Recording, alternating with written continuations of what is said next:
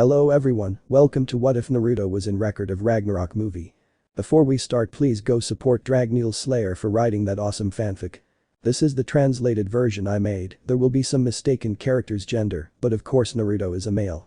The fight between gods and humans. 13 combatants. 13 one-on-one battles. 13 fierce fights to obtain a victor, a winner, a future. Ragnarok. The tournament that will give the future or extinction to humans. 13 selfish, self-centered gods. 13 humans willing to give their lives for the future. A dark plan brewing behind the scenes. Brunhilde accepted a mysterious man's plan. She accepted this man's 13 fighters. The whole story changed with her decision. Chapter 1. 5 major extinctions. The Earth has experienced changes throughout its history, for better and for worse. From the Ordovician-Silurian extinction to the Cretaceous-Tertiary, planet Earth has experienced constant changes in its ecosystem, with living beings evolving with each of the changes that occurred, improving and growing over the years until the emergence of the first human, the thinking being who ruled the entire planet with its constant changes from his appearance. Remaining oblivious to what was happening above him. Gods. Superior beings who have been humanity's puppeteers for centuries. In their eagerness to see the world change, they were responsible for the appearance of the first human, the destruction and extinction of the beings known as dinosaurs, and the changes on the planet. The eras of extinction were marked by the gods through a unanimous vote. Eager for entertainment in their golden chambers, bored with the wildlife and animal life of the dinosaurs, they took it upon themselves to change it for their own amusement. The great reptiles were wiped out, and the survivors transitioned to a complex, selfish, and strangely too similar evolutionary form to the very gods who watched over them. Humans appeared in every corner of the planet and made the land they walked their own. Cities were built and societies spread across the globe. For thousands of years, humans have taken the place of what were once gigantic reptiles and worship the gods who shaped them, who forged them in their own image to be a tool that would provide them with a certain amount of fun, a certain morbid pleasure. But no creation is perfect, and humans were no exception. Created in the image of the gods, humans took on the negative aspects of their creators, thus giving form to the negative feelings the gods themselves denied possessing. Selfish, lustful, envious humans brought more harm than good to the world they lived in, forcing their very creators to desire to eliminate them, to erase them from the world, as they had previously done with prehistoric life. Every 1,000 years, the gods met in the Council of Valhalla, presided over by the Greek god Zeus. At this meeting, the gods decided on the survival of humans themselves. By holding a vote, the deities weighed the existence of humans. Humans survived various disasters caused by the gods over the centuries, one of them being the Great Flood, which completely inundated the earth and nearly extinguished life on the entire planet. 1,000 years ago, the gods held their final vote and were saved by one of Zeus's half-mortal sons. Hercules. The demigod, his own existence passed into the divine world and assumed immortality to give humans a new chance. By uniting the gods, Hercules managed to give mortals 1,000 years to improve in the aspects the gods detested about them, which could lead to their extinction at the whim of a divine being. And the 1,000 years had passed, leaving humanity to the divine eye. The council, as it does every 1,000 years, met in its entirety, with Zeus at the head of Valhalla. Looking ancient, gaunt, and wrinkled, the small Greek god presided over the meeting of the gods once again, with a 1,000-year topic to discuss. Let humanity live or exterminate all of it.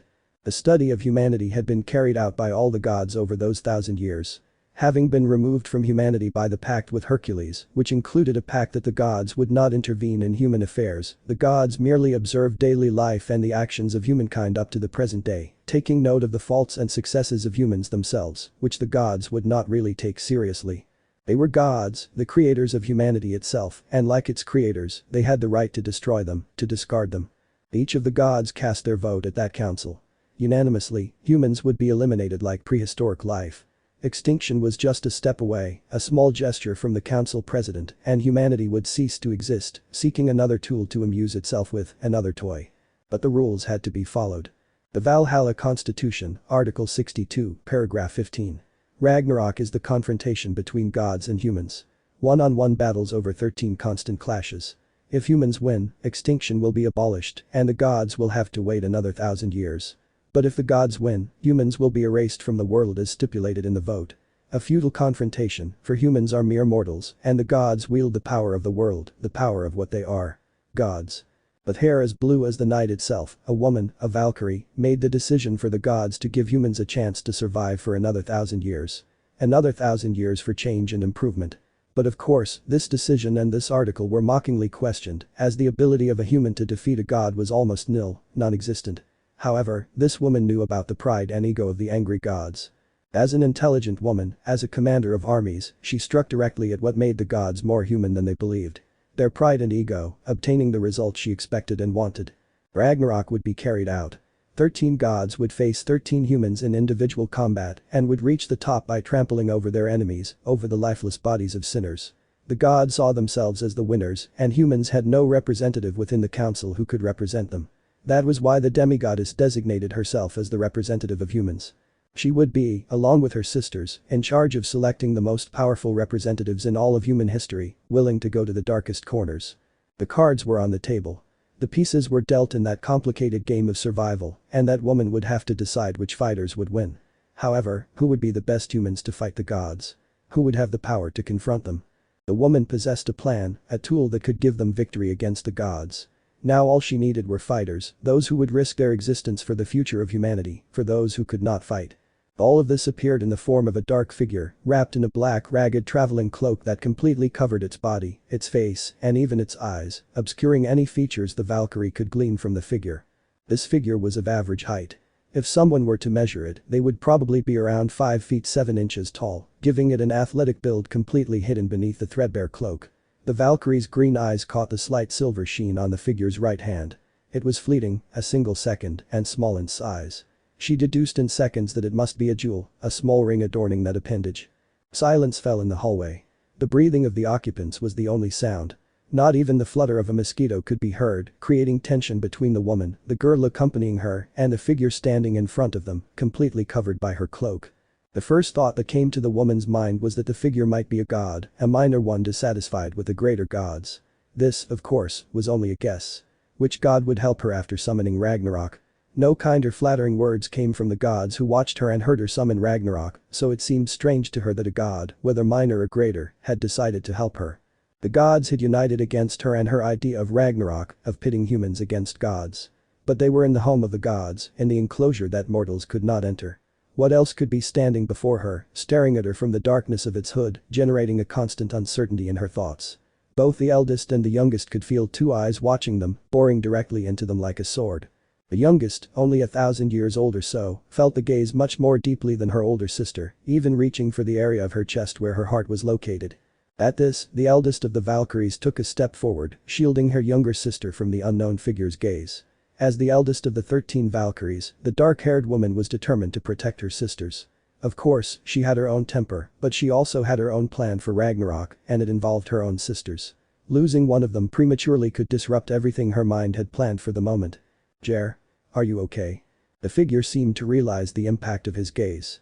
As if embarrassed, he looked away from the younger Valkyrie and toward the older one, meeting with green eyes that seemed made of Greek fire. Why yes, be older sister. The feeling of heaviness diminished to a minimum. Jer's faltering voice made the eldest of the Valkyries stare intently at the figure. She was determined to discover the person's identity, whether by fair means or foul. She had no time to waste, no time to squander in that very instant. Her plans were being altered simply by standing there, by looking at that person. Who are you? A minor god. If you've come to stop Ragnarok, your authority is insufficient.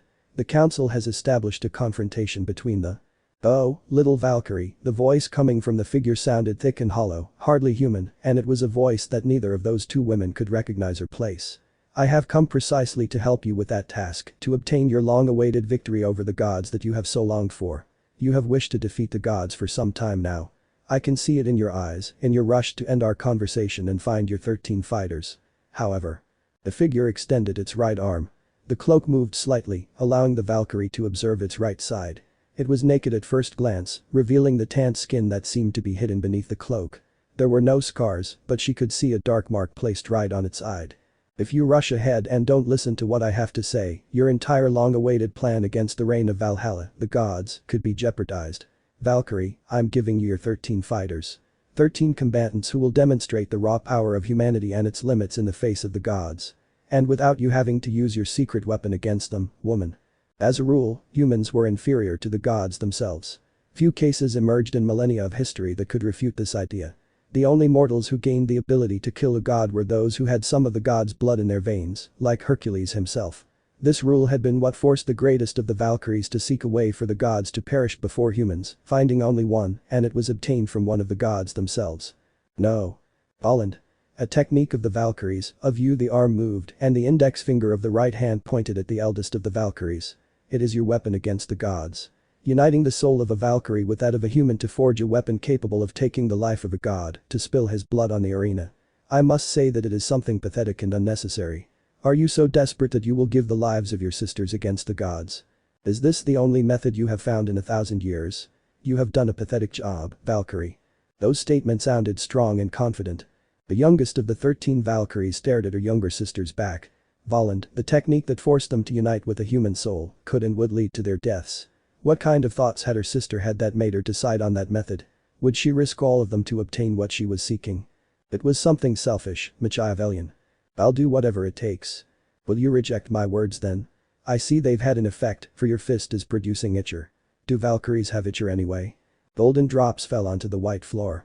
Jer opened his eyes and moved toward his older sister, his actions showing concern for her. However, the elder sister slapped the younger sister away, earning a dry laugh from her interlocutor, who observed this with a certain cruel amusement, having hoped his words would have an effect on the woman, but not to that extent. You. The best thing you can do is accept my 13 fighters, my 13 champions. Each one of them will make the gods tremble, will make Valhalla tremble. I can assure you of that by giving you my life. I am sure my fighters will give you victory. Why would someone with people capable of destroying gods choose to use them in a mere survival tournament? If you have an army capable of destroying gods, why not destroy them yourself? Why give me the tools I need? Valkyrie Brunhilde. I am a boring man. I could destroy Valhalla. I could bathe in the blood of the gods. But what would be the point? What fun would I get out of it? It would all be too boring. I would have to fight, and I don't possess an army of people capable of destroying gods. They are only a handful, and the gods are thousands. I prefer to sit and watch, a glass of wine in my hand, savoring the time that has remained preserved for me. Ego. Brunhilde thought she would never encounter a mortal with an enormous ego greater than that of the gods, but she had just realized that she was completely wrong. That figure had called himself a man, so designating him as a human was the correct thing to do. No god would call himself a man, lowering himself to the term used for mortals. So, woman, what do you decide? My offer isn't something that will last forever. I have some matters to attend to while this game begins. So getting an answer would be perfect for my schedule. The confidence with which you speak of your fighters makes me doubt their actual effectiveness. 13 unknown fighters offered by an unknown, self-centered man. All this smacks of a plan by the gods to obtain a direct victory. Proud, selfish. Gods like Zeus wouldn't allow their honor to be sullied. It would be an eternal reminder of their tainted victory against the humans. It would be a reminder that they truly feared a confrontation with mere mortals. Brunhilde, do you think the proud gods would allow that? Ha. From the highest to the lowest of them, they have too much pride to acknowledge their flaws, their human likeness. They wouldn't cheat. Zeus would have a heart attack over it, and the others would be seen as cowards. No, if you were still alive, you would remind them of it for eternity. And none of them could bear the fact that they feared humans. A cough escaped the hooded man's throat. If you consider my every word, you'll see that I am right. I am not your enemy, unless you want me to be. And believe me, it is not in your best interest for me to be your enemy. I tend to dismember my enemies, and I wouldn't want to hurt a face as beautiful as yours. Their thoughts became confused. Brunhilde kept her attention on the stranger at all times and came to understand that he spoke the truth. The gods' excessive pride and enormous ego prevented them from making such a move, as she herself would remind them of it for all eternity. Zeus himself preferred to see his hands stained with the blood of mortals, their bodies lying in the sand. That was the president of the council, and the rest of them were not very different from their president. Volund. My entire plan hinged on this ability, on the sage's words. If I take him up on his offer, my sisters will be saved. But will I be victorious at Ragnarok? Or will I watch all mortals die at the hands of the gods? Without the Volund, how will this stranger expect his fighters to face the gods? That's what intrigues me, what makes me wonder both ways. The Valkyrie's thoughts weren't far off the mark. It was risky. Volund was something tangible, something she could obtain. However, the fact that those fighters didn't need the Valkyries to kill a god was something her mind couldn't conceive, and her doubts grew. If she took the risk for those unknown fighters, for that offer, she would have a 50-50 chance of victory, of seeing the gods defeated. But if she followed her own plan, she would be able to gain an advantage, for she would know her chosen fighters. I had a path of uncertainties and another full of successes. Sister, please. Don't put the other sisters in danger. A scream stopped Brunhilde's thoughts. The eldest of the Valkyries let out a sigh, which made the figure smile inwardly. Hidden by the hood, the gesture went unnoticed by the two women. Fine, the tone represented defeat. Brunhilde looked toward the dark figure. If I accept this, if I accept your word, it will be for the well-being of my sisters. Perfect for me. I still don't know if I should trust you. I don't know how your fighters will be able to fight against the gods. You needn't worry about that, woman. Some of my men have killed gods of their own lands. I even killed a dragon god, if it could be called that. My fighters will put on the spectacle the gods desire and give you the victory you crave. I don't expect you to believe that or that it will all be easy. But surely, at the end of Ragnarok, humans will be the victors, the ones left alive, while the gods fade into their own dust, into their misery. Arena of Ragnarok. Gods to the right. Humans to the left. The image could be considered a beauty, worthy of an eternal photograph, for occupying the stand surrounding the arena where the future of humanity and the gods would be decided, were legends of human history, soldiers, commanders, and warriors who had left their mark, a legacy that others tried to emulate without success, no matter how hard they tried. On the other hand, observing the gods in their perfect bodies, sitting across the arena, was a vision that humans dreamed of fulfilling, for centuries they had prayed to the gods they were now seeing sitting before them, looking at them with contempt and disdain. Occupying their boxes, the main leaders of each side stood overlooking the arena. In the left box, Brunhilde remained serious next to her younger sister Jer. Occupying one of the armchairs, the mysterious figure remained completely silent, staring directly at a golden goblet on the oak table in the middle. The right box was occupied by Hermes, the god of messengers, and Ares, the god of war. Beside them, occupying an enormous chair with a massive backrest, the god Odin remained completely stoic, looking down at the arena until it was his turn. Other great gods like Hades, Zeus, and Poseidon were ready to fight in that absurd tournament. There was no god who was banking on the victory of the human side. It was astonishing how simple Valkyries orchestrated this, using humans as bait for their own amusement. At least, that was how Odin saw the confrontation. A mockery, an insult to them, the gods. And many, if not all, of the gods followed the Allfather's line of thought. Ladies and gentlemen. The audience's attention was focused on a somewhat scrawny figure, carrying a horn in his bare hands. This figure was covered in an extravagant trench coat with a strange hood covering his head. Red goggles covered dull, strange eyes that scanned the audience. Ragnarok has arrived. Cheers and mockery were not long in coming from the gods. Seeing themselves as winners, the deities mocked the humans present, the great warriors of history. These bucking bastards. Bare-chested and tattooed, a man focused his attention on the jeering gods. His hair fell straight down his back. Broad shoulders, defined chest, and a mocking predatory smile. The man didn't flinch from the insults or the shouts. Unlike the rest of the humans, this man smiled at the gods while simultaneously puffing out his body and puffing out his chest. If I were fighting, I'd show these bastards who's really the greatest. A man who let himself be killed by boredom because no one could match him or give him the pleasure he needed. This man was a legend of China. One that even foreign countries knew about through various means. General. I want to see who will be the human who puts these conceited people in their place. The Flying General.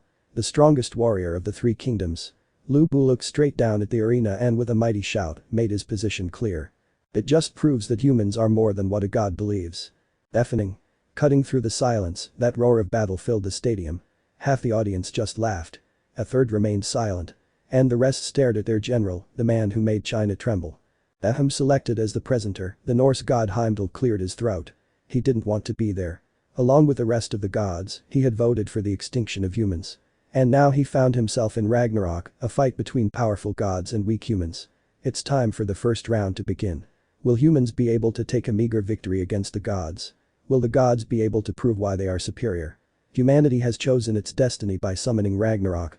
Fear and confusion spread through the human-occupied side of the stadium. Heimdall smiled maliciously. Representing the gods in the first round. Being the first fighter to step into the arena. The Berserker of Thunder. The most powerful of the northern gods, perhaps of Valhalla itself. The mighty god of thunder, Berserker of Thunder. Thor. Cheers erupted from the stands occupied by the gods. Joy and jubilation filled the stadium, completely crushing the silent apathy of the mortals. Sister. Which fighter will face Thor Sama? In the box seated to the Valkyries and their strange companion, the eldest of the 13 had remained looking out at the arena. She didn't know the fighters, but her benefactor had mentioned that they had all been placed in the prescribed order for a sure victory. He said he's positioned them for sure victory, Jer. Thor appeared from the right side. A white toga covered his body, revealing the right side of his torso.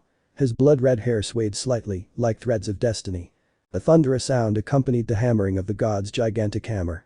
It was the legendary weapon Mjolnir, the warhammer of the god Thor. We have our valiant god. But who can stand against him? Raised in the cold northern lands. follower of the Vanir, son of an Aesir warrior. This demigod will be the one to face our berserker. The lightning beast. The bringer of calamity. Naruto the lightning beast. Brunhilde opened her eyes. Jair's mouth dropped slightly. The god stared in amazement at the fighter on humanity's side. Even Thor's eyes widened slightly for a few milliseconds. Straight blood-red hair was the defining characteristic of this fighter. It swayed lightly in the breeze, allowing everyone to see deep blue eyes set in a sharp face. Black runes covered his bare torso, standing out on his tan body. But is it like Thor-sama? Brunhilde spun around.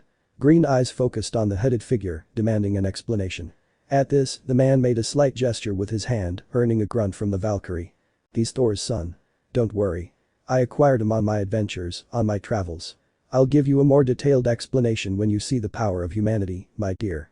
The rumble of the sand and the crash of thunder soon made it impossible for the benefactor and the eldest of the Valkyries to continue their conversation.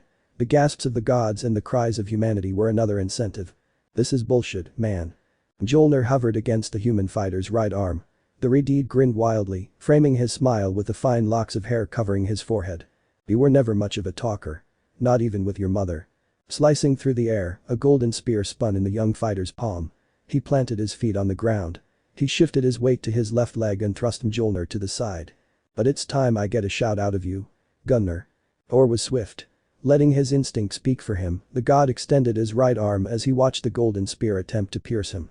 Firming his position, the elder stopped the spear with his hand, knocking him back a few meters. He has used my spear. From the god's gallery, Odin stroked his beard as he watched the confrontation between his son and the stranger who looked so much like his own son. What caught the Allfather's attention was that the boy was using his favorite weapon. The mighty spear Gunner. That's strange. Did he steal it? Two ravens sat on Odin's shoulders. Hugin and Munin, the Allfather's ravens. They were his companions. They accompanied him everywhere and at all times. If Odin was in a room, both ravens were with him. No. It's my spear, and at the same time, it isn't. Odin took a deep breath. What's going on? In the arena, both combatants remained in the same stance. Thor held his left hand closed over the tip of his spear. Using his right arm, the Thunder Berserker guided his Mjolnir toward his opponent. And the fighter saw it. Watching out of the corner of his left eye, Naruto loosened his grip on his spear. It drooped slightly. Held only by the tip, Gunner pointed directly at the Thunder God's chin. You shouldn't hold it by the tip for these things. The wind stirred. Thor's eyes sensed the movement. He released the point and turned his face away. Only to feel his cheek being cut by the edge of the point. Crouching, his foot crushing the opposite end of the spear, the human warrior stared directly into the god's eyes. A mocking smile appeared on his lips.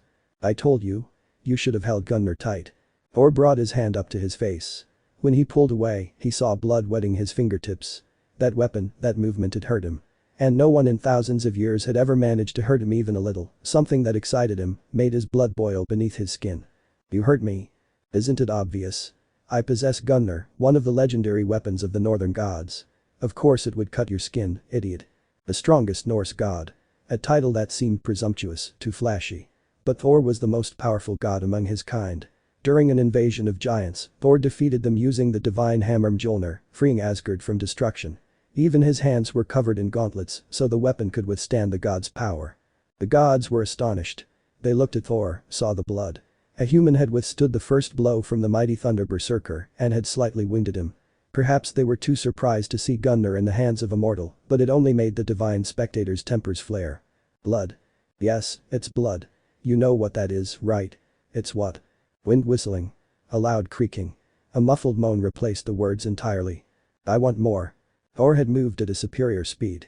Naruto ended up crashing to the ground, spitting blood under the pressure of the powerful god's grip. Nah, then let me go. Now.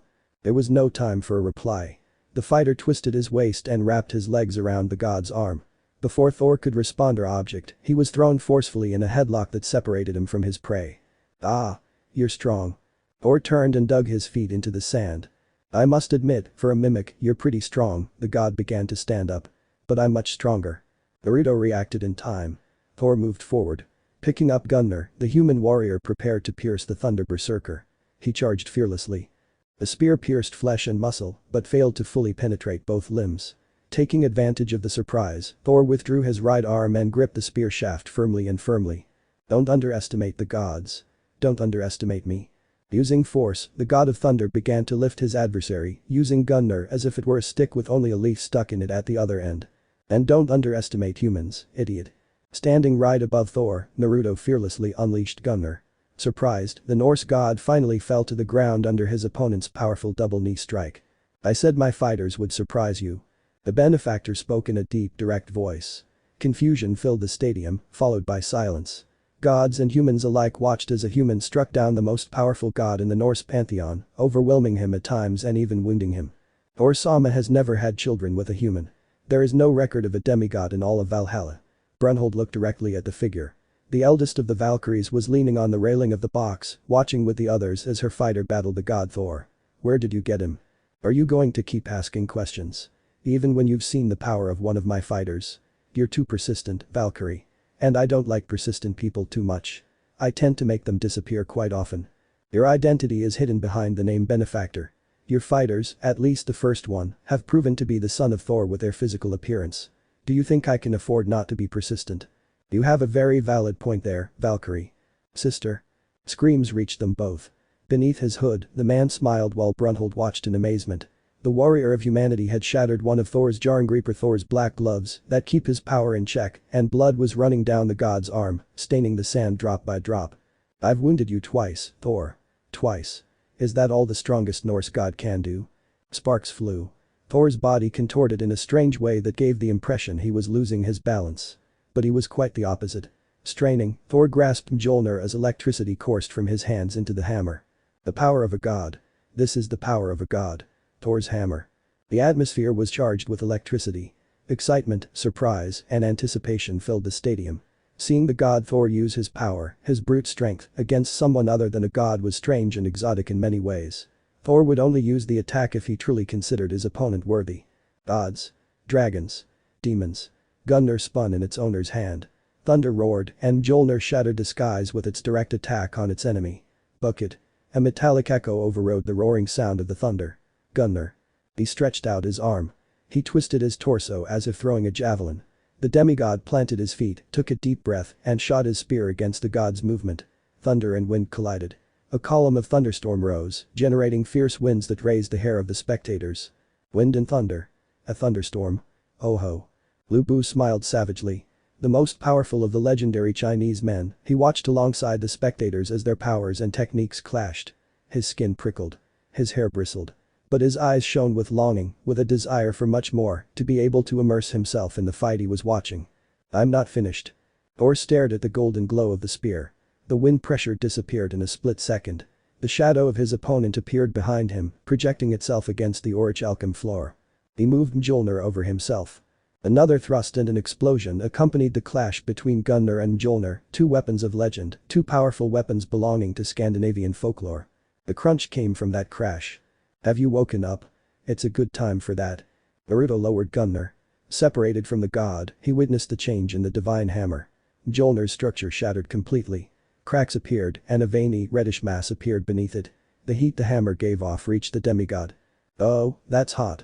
Thor flashed a predatory grin. Calmly, he removed the other gauntlet that held his power in line with Mjolnir. Now, your chances of victory have diminished. I hope you don't die. The god moved.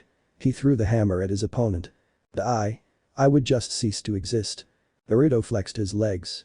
Mimicking Thor's motion, he threw Gunnar at Mjolnir in a javelin-like motion. The two weapons collided, creating an echo that lingered for seconds, obscuring the hearing of those present. But they kept watching. The representative of humanity stood before the representative of the gods. Both retreated. Both powerful. Golden eyes stared directly into the blue eyes of his adversary. They shone with interest, with a desire to prolong this. And the exchange was not long in coming. They've moved on to an exchange of blows. Blows. Since when has Thor-sama ever hit someone with his fists? I've never seen it. Exchange of punches. Direct blows. Determined to win, Thor unleashed a powerful lightning-wrapped fist against his opponent, who remained standing, bleeding from the mouth. This came as a surprise to both the fighter and the rest of the gods. But Thor didn't complain.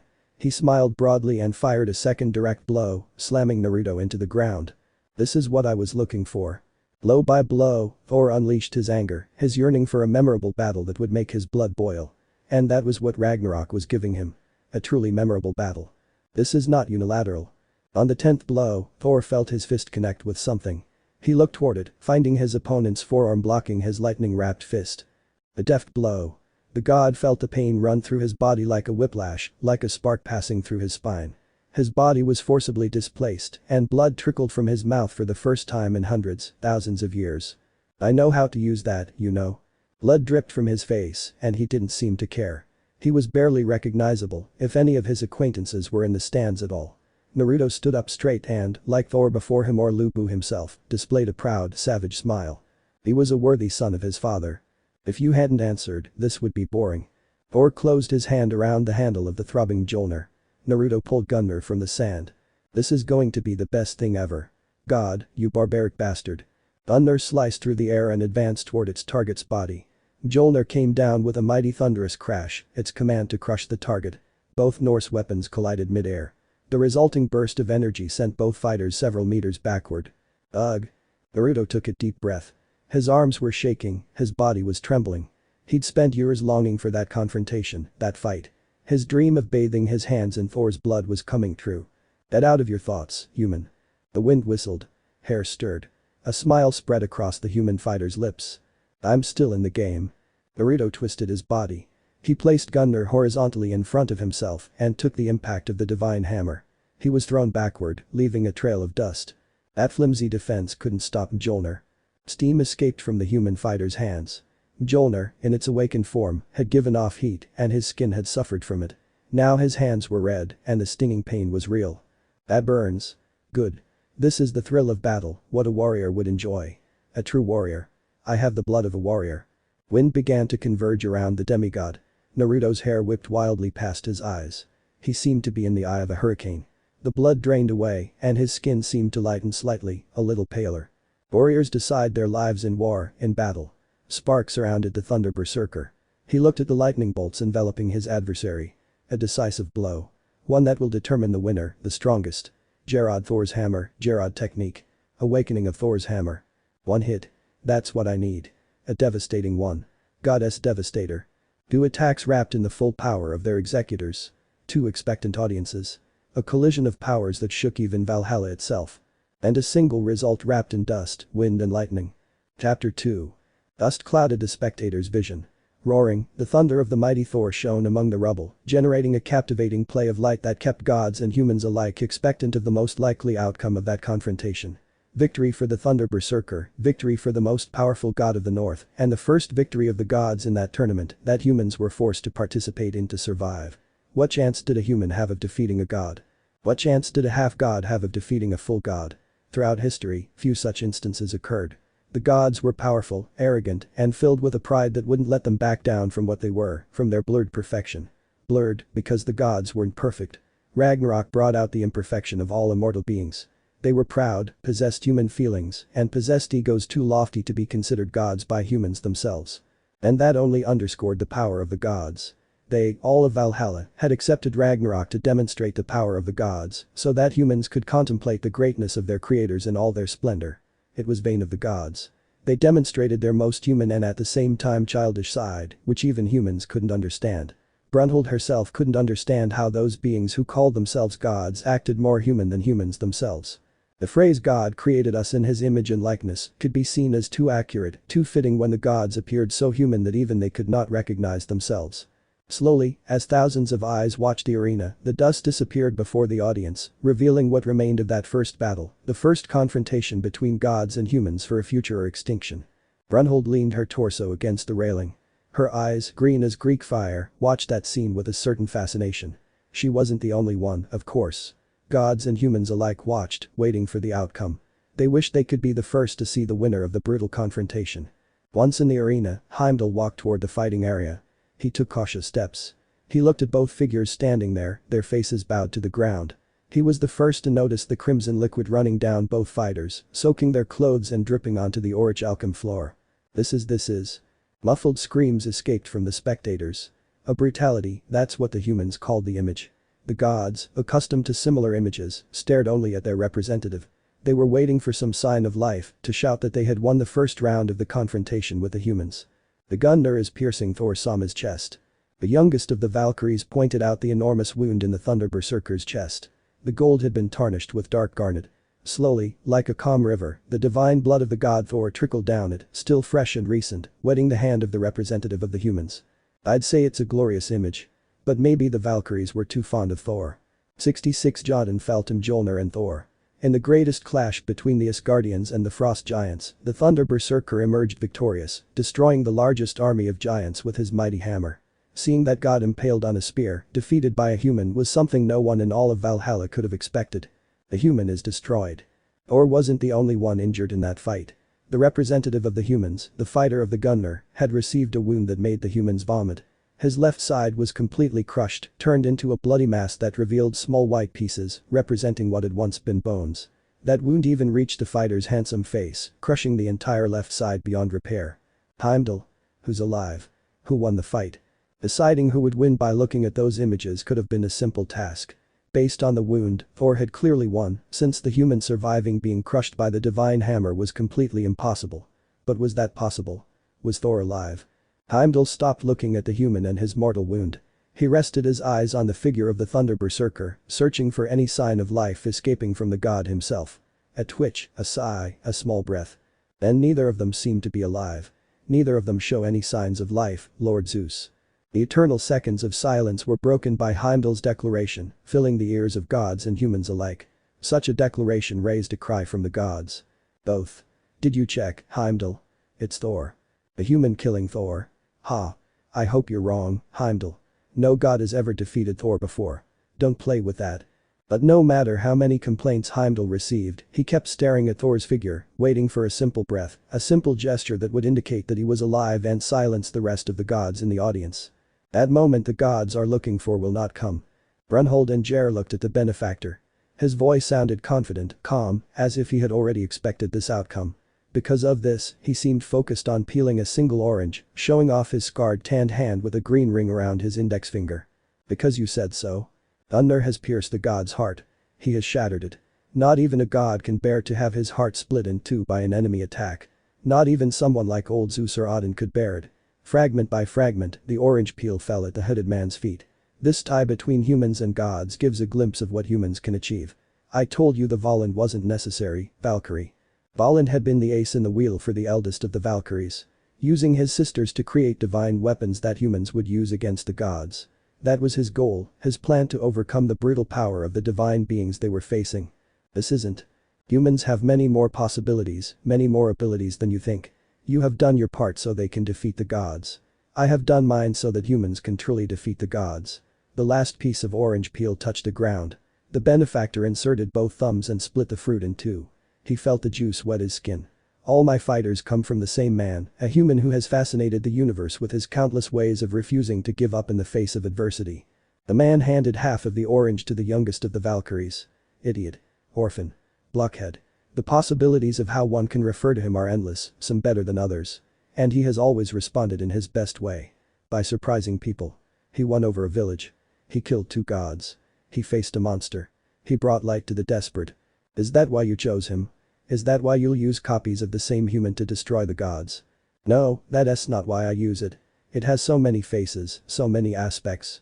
But all its copies share a common quality that never disappears, no matter how different the copy is from the original.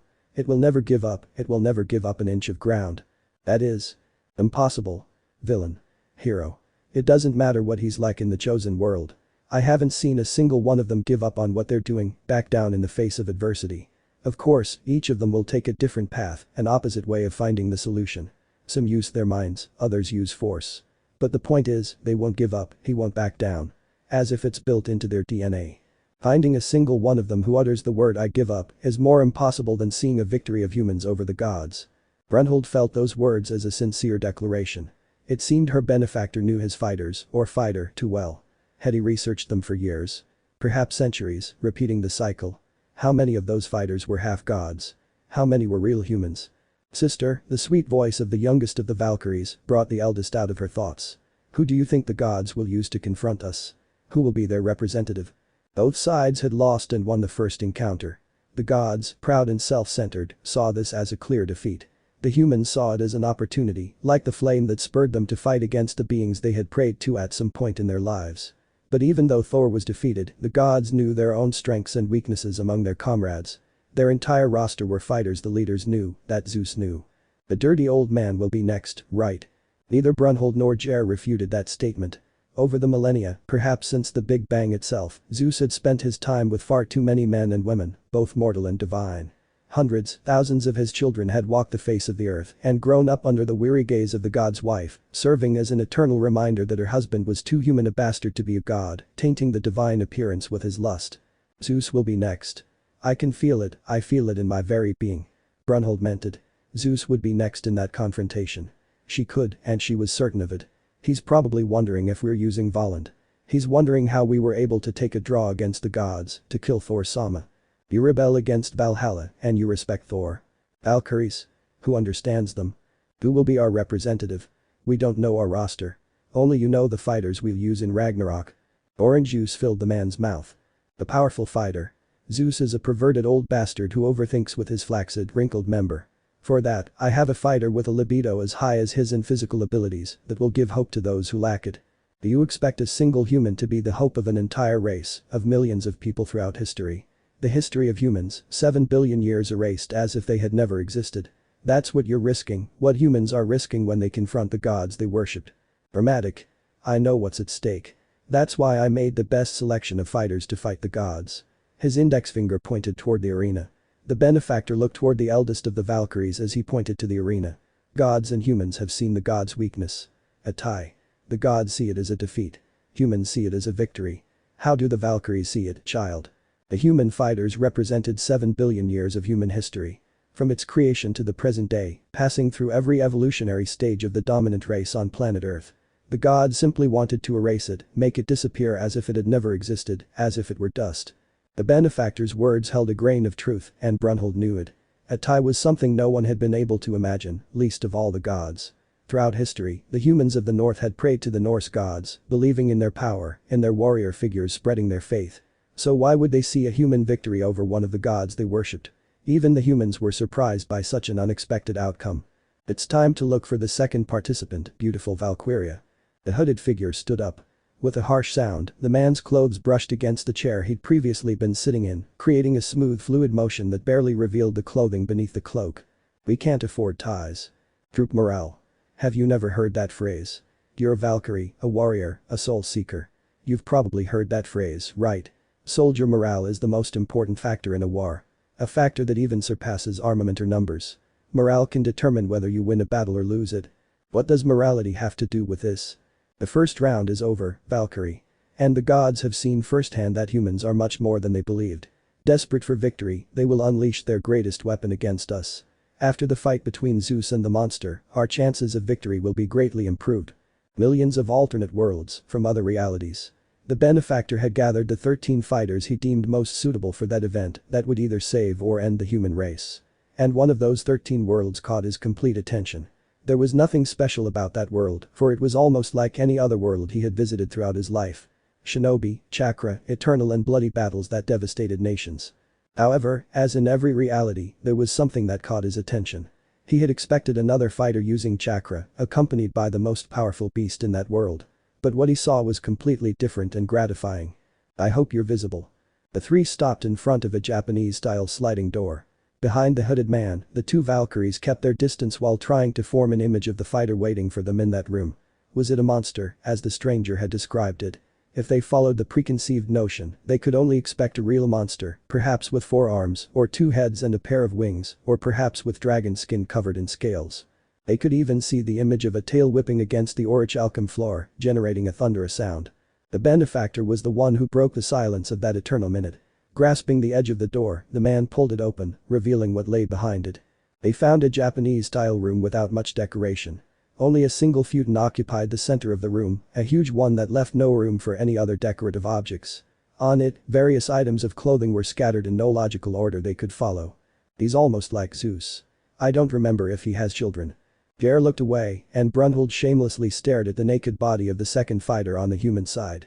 He had left the safety of his bed, revealing his toned body at the same time that the man's company came into view. Oh no man. Is the first round of this thing over already? Disheveled, dark hair. A wild, unkempt beard. Brunhilde found the man handsome, with a sharp, hard, and savage face, as if he were an animal, a human beast. Thick coppery blonde locks fell over his sharp face, slightly obscuring the blue eyes that watched everyone. A scar marked his right eye, standing out, adding to another mark on his body. They did it. Have we won? Or have we lost? Your trust in your teammates isn't too great. I only trust what my own hands can do. Brunhilde estimated the man's age to be close to 30, maybe a little more or a little less. Deciphering the age of a human was difficult for her, as they didn't age like a god. He's 43 years old. He's in the prime of his youth. The benefactor smiled at the surprise on the face of the youngest of the Valkyries. That man had preserved himself too well. In his own words, blood was the true water of eternity, of eternal youth, and he had bathed his body in thousands of liters of blood. It had even bathed the entire continent. Is this a gift for me? You're too generous, old man. The man stopped in front of Brunhilde. Green and blue eyes stared directly into each other. A smile spread across the man's face, and he shamelessly showed his gleaming teeth, menacingly awaiting an answer. Is this going to be the second fighter? A bore. Understand. There was only one occasion where I saw him have sex with a prostitute, and that was to hunt down the strongest of the 3 strongest shinobi at the time. After that, I haven't seen him in another brothel. I don't spend my money on bores, man. The fighter took a transparent glass. Brunhilde identified the sake inside. I prefer to have my own relationships without spending a single ryo. It's not my style, thank you. Men and women come to my bed without me offering them anything but the warmth of my body. Confident, determined, and cocky. Brunhilde saw too many aspects of Zeus in the man. He looked like a human replica of the president of the Valhalla Council himself, one that was too well made. Could this human strike, even once, against one of the most powerful gods? The temptation to use Valen crossed the Valkyrie's mind. She did so for a millisecond and disappeared as quickly as it had appeared, as if it had been a mere sigh. You're going to face Zeus. Did you study the books I gave you? About the dirty old man in a toga who thinks he's the center of the universe. Contempt dripped from the man's words, as if Zeus were someone who had actually done something wrong to him. But in a second, Brunhilde saw the expression on the human's face turn from one of contempt to one of indifference, as if Zeus's name or the fight itself had lost all significance. I took a look. I skimmed through those books a bit, enough to get an idea of who Zeus was. The fighter made the sake in his glass disappear in one gulp. We didn't win, did we? And because the gods weren't celebrating, they didn't see what happened as a victory either. So I guess if we didn't win and they didn't celebrate, the result was a tie between us, right? And a tie for the humans. It's a kick in the balls of the presumptuous gods, isn't it? The echo of glass hitting wood accompanied the next steps of the fighter of humanity. Brunhilde looked at his toned, well-formed back, that of the fighter. She could make out a kanji on it, accompanied by other scars. That's his stigma. Monster. Shinobi hunter. Human monster. The nicknames for him are a long list that would take hours to list. And they've all been given by people who survived a direct confrontation with him. Though survived isn't the right word. What do you call it? I don't call it anything. Simply. He didn't mean to kill them. Arena of Ragnarok. It took a few minutes for the audience's shock and surprise to subside, especially among the gods present at the battle. Both bodies were removed from the arena, and the orichalcum was replaced for the next bout, so that neither side could affect the outcome of the second round. After the confusing and unexpected outcome, the audience awaited the next 2 fighters who would represent both sides in the tournament. The gods had chosen Zeus himself. He himself advanced to the second round after seeing the disastrous result of the first round. The expectation was on the representation of the human side of Ragnarok. Who would be the fighter who would face the god who was able to overcome time? Among the Greek gods, the youngest of Cronus's sons was considered the strongest of the Olympians, of all the beings in Greek mythology, and was known as the father god of the cosmos, a nickname that placed him above the rest of the gods and strengthened his position as president of the Valhalla Council. But these facts recited by Heimdall, fear and uncertainty spread throughout the human audience, who didn't understand how they could overcome Zeus himself, even though he looked small, thin, and wrinkled like a 90-year-old man because he was supposed to be Zeus, the most powerful Greek god. What human then could give the oldest of the gods a worthy fight? What human could withstand a single blow from such a physically powerful god? The answers to the unasked questions from the human side were answered in seconds. The echo of footsteps grew louder as Heimdall introduced the human fighter, the mortal representative in the second round, while Zeus watched with his dark eyes. Human monster. A man who brought his nation to its knees with his bare hands. The strongest human ever seen in an entire era. The greatest martial artist, mercenary, and shinobi hunter. It said that with his fists he could destroy a meteorite, stop an earthquake. He is. The scarred hand stopped Heimdall's screams. The god looked at the human fighter. He had covered his lower half with black pants without any symbols, accompanied by dark tie-kai shoes similar in color to the pants. A silver sash covered his waist, while 2 wristbands matched the accessory. "Will you shut up? I don't need any introduction." The fighter pushed Heimdall back. Thanks to the light shining high in the stadium sky, everyone could see the small gray streaks in that unkempt copper hair, a further sign of his adulthood and that he wasn't as young as he appeared. "Oh ho ho. You shouldn't treat the host like that, young human. And you shouldn't act so kindly like an old man." The human stopped in front of the god. "I thought you'd be taller, more muscular. I've created an image of you in my mind that doesn't do justice. You're just a scrawny old man who couldn't withstand a single one of my blows. What is your name?" "Naruto. Namek is Naruto. But in my world they call me the human monster, the shinobi hunter." Old Zeus raised his face. The human monster lowered his gaze and stared into those dark sockets that didn't seem to contain recognizable eyes. It was a disturbing sight, the least. "I hope you're ready, young man." "Chen." Zeus's eyes widened. Heimdall's mouth hung open. The gods and humans in the audience were dumbfounded by what had just happened. Without saying anything beyond a click of his tongue, without responding to the god's joking tone, Naruto performed the famous 1-inch punch, hitting the god directly in the chest with all the force such a blow could carry. The skin contracted inward, nearly tearing under the pressure of the fist. The bones of the god's ribsage twitched, trembling beneath Zeus's skin and muscle, as he struggled to find some oxygen for a few seconds. Not for nothing was he an expert in martial arts. Off blood splattered onto the newly rebuilt arena floor. A few small drops wet the human monster's outstretched arm, who showed no revulsion. "That was good, kid. I'll take that as a compliment. But don't think that it's already." A shadow was reflected across the fighter's face. Swollen, displaying muscles beyond what was humanly possible, Zeus's right arm descended with overwhelming and surprising speed until it slammed into Naruto's face. The man felt his face tremble from the blow as the resulting wind stirred his disheveled hair. The human monster backed away. His arms fell limply to his sides and his face bent toward the ground, lowering his gaze. "That's a blow, you human brat. So conceited, self-centered. Did you really think that with a simple blow you could defeat me? Me? You're too naive, too stupid. The power of the gods is above humans, and it's something." The wind was cut and a whistling sound reached Zeus's ears. Despite his thousands of years and his emaciated body, the father god of the cosmos reacted with speed beyond the human eye and blocked the blow with his left arm, taking the full impact on that limb, knocking him back a few inches. "We're in the same boat, you old bastard." A second blow. Zeus exchanged a short series of blows that generated waves of wind throughout the exchange. Both fists collided. Naruto felt his legs tremble. Zeus smiled victoriously. "Celebrate before hunting the bearskin." The air left the human monster's lungs. Ryusui Gansai Ken, flowing water rock crushing fist.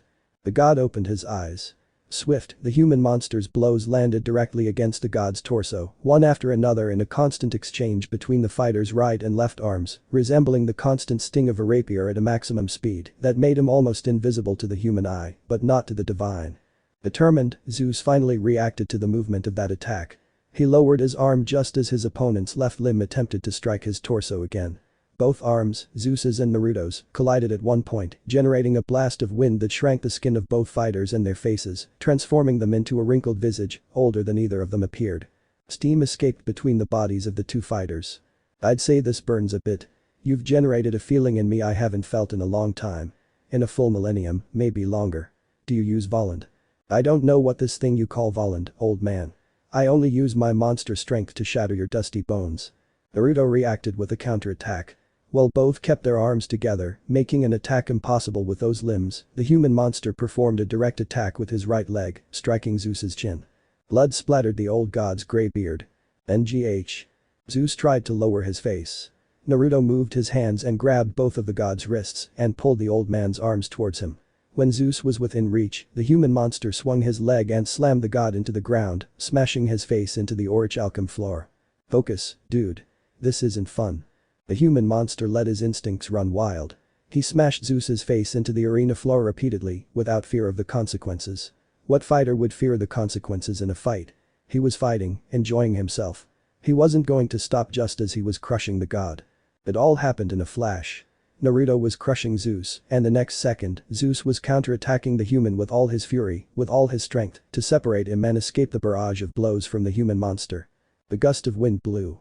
God, the father of the cosmos and the human monster. Blood dripped from both of them to the ground, its dark color standing out against the pure white color that represented orichalcum itself. One against the other. Human against God. Naruto leaned forward like a predator. He grinned like a wild wolf, like someone about to pounce on its prey and devour it. And that heightened Zeus's fighting instinct, his warrior sense. Blows. Ferocious wind. Two fighters holding their ground against the constant blows of their adversaries. Determination, and a thirst to overcome their enemy, their adversary. Human and God were two parts of the same being. Zeus realized this when the 100th blow struck his face, causing him to flinch. The human monster was his human side, his human counterpart. He had found the human capable of hitting him. A barrage of blows later, the monster and the god stared at each other, without separating from each other for a distance of 3 meters. There were no serious injuries. Small wounds remained when the dust and steam dissipated, leaving both fighters fully visible. You've torn my toga. You've wounded my body. Air escaped from between the human monster's lips. Naruto squared his torso, flexing his muscles before the audience's eyes as he slowly stretched out, allowing everyone to hear his bones creaking with the stretch. You can give it your all now, Zeus. I've warmed up enough with that exchange of blows, with that little dance between you, a god, and me, a monster. Human monster. I haven't seen the monster in you yet. Is this all the human monster can achieve to defeat a god? You're just a human with extraordinary abilities, above average. Steam began to escape from the body of the father god of the cosmos. His scrawny frame changed slightly. His muscles, which had deflated in a second, swelled to the point of completely changing the god's appearance, giving him an intimidating appearance to anyone who looked directly at him. Here isn't something I have, old man. Using both bare hands, the human monster brushed back his hair. Without strands covering his face, everyone could now see the scars on it. There wasn't just one scar over his right eye. Another one occupied his left cheek and another appeared to be in the center of his chin. All of these were in addition to the scars present on the human fighter's torso. Ho ho ho ho. Should I feel insulted that you don't fear my most powerful form? Or honored? Do the gods feel something like honor? That's new. Furious, the jab struck the muscular Zeus directly in the chin, generating a wave of wind as the god's opposing palm stopped the human's fist without making him move a single millimeter from his position. It's time I gave you back some of that rain of blows from earlier. Tokyo Koruken, the fist that surpassed time. Everything stopped. The air, the humans, the gods. Everything in the arena of Ragnarok, in that place and time, was completely still, suspended. Time itself stopped as Zeus stood imposingly, standing in the center of the arena, facing his enemy. The god poured all his divine energy into his arm. The muscles tensed further. Power resided in that limb. Zeus appeared before his enemy. The human monster stood, frozen in time. This was the technique he adopted from his father, the Titan Cronus, the Titan of Time. He twisted his torso. He drew back his arm. That blow would be powerful enough to destroy the body of the human fighter standing before him. Considered a monster, he would be obliterated with a single blow. Guiding his arm, Zeus brought the blow directly down on the human. The god's fist created an immense shadow, as if the limb had grown from the body of a giant. The shadow fell upon Naruto, the human representative from the second round. Time is as fragile as glass. When it's not your divine domain, control slips away like crystal water through your fingers. That frozen time shattered. Like fragmented glass, the faces of humans and gods passed before the eyes of the father god of the cosmos. He observed his enemy's resolve as he resumed time with a few words and returned his blow with a right hook that collided with his famous technique, copied from his father. The two fists collided. The one belonging to Zeus was repelled by the human monster's arm. An echo resounded, completely resuming the flow of time, placing everyone watching the confrontation between gods and humans. You have broken time. You, a mere human. Human. Fangs appeared like small daggers in a cruel and savage mouth. Naruto showed his hands in front of the god. I stopped being human since these killed thousands of men and women. Human is a word that doesn't fit me. The monster of the elemental nations. The human monster. The shinobi hunter. You may address me however you wish, old fart. I will be the last living being you ever speak to. There was no reaction on the wrinkled face of the god Zeus. The president of Valhalla remained completely silent, pondering what had happened. He had expected to face a human using a Voland, a divine weapon obtained through the union of a human and a Valkyrie. But that human didn't know what Voland was and didn't perceive the divine weapon in the human's hands. There was nothing divine about those clothes, those hands, or that body in general. So how was it possible that Zeus could hit him? He had been able to dominate time, to be superior to him and to time itself. That Ragnarok wasn't turning out the way the gods would have liked. Zeus himself was witnessing the humans who had destroyed Thor. Focus, old man. Zeus raised both arms. Agile and swift, the human monster's dexterous fist connected directly with both of the god's limbs, sending him several meters backward. The godfather of the cosmos took a deep breath, letting it all out through his old mouth. You sound conceited. I hate it when humans think they can surpass a god. We are the ones who gave you life. You haven't even considered that we created all human concepts, that we were your creators. The muscles compressed until they almost disappeared. Where immense muscles had once been, there were now defined and firm ones, powerful and resistant. I think it's time you humans and Valkyries knew who we gods really are, what we do. Steam escaped from between the folds of the god skin. It is time for hope to vanish for you.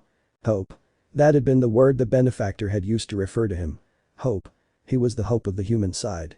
He had to be the one to prove that humans were capable of defeating a god with their bare hands. And he was capable of doing it. Zeus. Poseidon. Hades. Odin. Who his rival had been didn't matter. He was the human monster and he had to live up to his name. Do I hear pride and ego in your words, old man? Are you so conceited that you'll look down on beings who have evolved on their own? That's an insult. Naruto closed both hands. He spread his legs until they were in line with his shoulders. He bent his knees slightly and leaned forward. A light vapor began to filter around the human's body, creating a small curtain that prevented Zeus from seeing how a golden energy surrounded his opponent's body. It's not pride. It's not ego. It's reality, little boy. Kid. You're so unperceptive, old man. The vapor faded. Where Naruto had been, there was now a different person. Not because of a physical change. The hair was still a coppery color, still in its position, now fluttering slightly. The change lay entirely in the aura that had appeared around the body of the monster human, a golden hue. I am the monster human. The monster of the elemental nations. But I am also the one who killed the greatest enemies of his world, the one who has managed to kill a god of his universe. Slight flashes forced Zeus to squint. I will destroy this body you have acquired. To change your body, to gain more strength. That will not give you victory. We'll see about that, brat. Zeus advanced to the front. Naruto displayed a predatory grin. To excel, to become stronger and stronger. That was his mentality, his way in the world. He fought the shinobi of the nations with his bare hands. He improved, grew, and evolved throughout his countless battles that stained his hands with blood. It was those battles that made him stand against the strongest of his world, killing and overcoming them with each confrontation. So conceited and completely filled with an ego that has driven your backward mindset. Zeus, the world's greatest human bucker, the first bastard to screw around and destroy the lives of lesser beings by having mixed-race children. You've crossed paths with countless women, females, as you call them. Did that make you feel like an alpha? Like a true almighty god? Well, I usually fight my battles for the pleasure of striking, of improving, and being the strongest. However, this time I'll do something different than I usually do. If I normally enjoy being stronger, now I'll enjoy destroying your entire ancient body until every fiber of your being disappears and not even the memory of your miserable existence remains. A single blink. When the audience looked again, Zeus in his final form known as Zeus Saishu Kitai Adamas, Diamond Zeus final form, and Naruto in his golden form were engaged in a constant exchange of blows, generating waves of wind that whipped through the entire Ragnarok stadium. No one could tear their gaze away from the two combatants. No one present could even blink for a second, a thousandth of a second. Ever since the human surpassed time itself, the attention of the gods had become incisive, constant, and worried on the figure of the president of the council. The human was beating the most powerful of humans, overwhelming him as the seconds ticked by. Everyone could see it. While Zeus looked slightly tired and injured as the minutes ticked by, the human monster appeared completely refreshed and rested, steadily increasing his strength as he repelled the gods' blows and counterattacked with his own, resulting in what the gods were calling a completely strange and singular event. And that event was causing his adversary, the father god of the cosmos, the president of the Council of Valhalla, to retreat. Arguably the most powerful god, Zeus was being overwhelmed as the seconds ticked by. He was retreating, feeling like his aging body was reaching its limit if he could even have one. The human monster's right arm deflected the left arm of the father god of the cosmos. Zeus saw his adversary's left arm appear in front of his line of vision, blocking out anything else he could see behind that human. He had even obscured little Heimdall with his body, blocking the Ragnarok announcer's view. That's why he felt the blow, saw it coming, and couldn't move. Zeus felt the crushing blow directly against his face. It was thunderous, as if an entire planet had slammed into his body and sent him crashing to the ground, slamming into the Ragnarok arena, into that orichalcum floor that seemed to be calling out to his tired, old body. But he couldn't. The god straightened his body as he felt it creak, scream in pain. He, a god, was being overpowered by a measly human, and he couldn't allow it. Not like this, anyway. It was the almighty Zeus.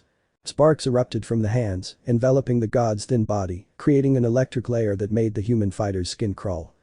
Zeus took a deep breath. His arms fell to the front of his body, swaying slightly. Fresh red blood dripped from his mouth onto the shattered arena floor. I'm not going to die from that, human. That's what I wanted to hear, Zeus. Jab. Straight punch. Kung fu. Taekwondo. Boxing. Ninjutsu. Various martial arts followed the human monster's normal blows. Showing himself to be an expert martial artist, the strongest man gave his all in that fight to overcome the god in front of him. The villain Pain had called himself a god when he attacked Konoha. Madara and Obito became partial gods, thanks to the power of the 10 tails. And finally, he fought Kaguya, the rabbit goddess, the one who left chakra in his world and nearly destroyed it. He killed her, shattering her like the rest. And now he was fighting a god from another universe, a real one, since he was more powerful than Kaguya to a certain extent, having the power of the cosmos. Or had he? He hadn't yet grasped the power of the cosmos and Zeus hadn't perceived it. Another blow was returned. Zeus and Naruto clashed fists for the umpteenth time, creating a tremor that generated several cracks in the orichalcum floor, forcing the fighters to stamp their feet firmly on the ground to continue the succession of blows without giving the other a chance to land a hit. Neither wanted to lose, to be eliminated in that confrontation that was deciding the future of humanity.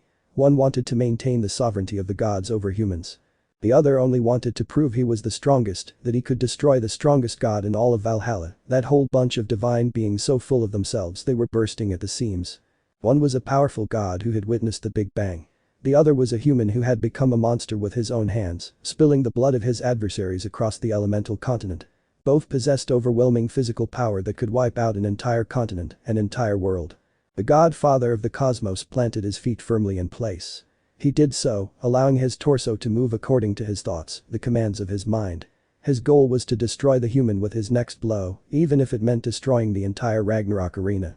He had to kill his opponent, give him the victory Thor couldn't achieve against his opponent, against a human fighter in the first round. The human monster drew back both arms. He had various styles of martial arts, a diverse set of skills he'd acquired throughout his life since he began training. He'd defeated hundreds of taijutsu masters to learn their abilities. Mido Guy and his 8 inner gates were one of the masters he killed and one of the skills he learned. And like him, hundreds more passed through his hands. So why did he keep fighting Zeus? Why not finish the old man with a single blow? His mind worked differently than Guy's or other fighters.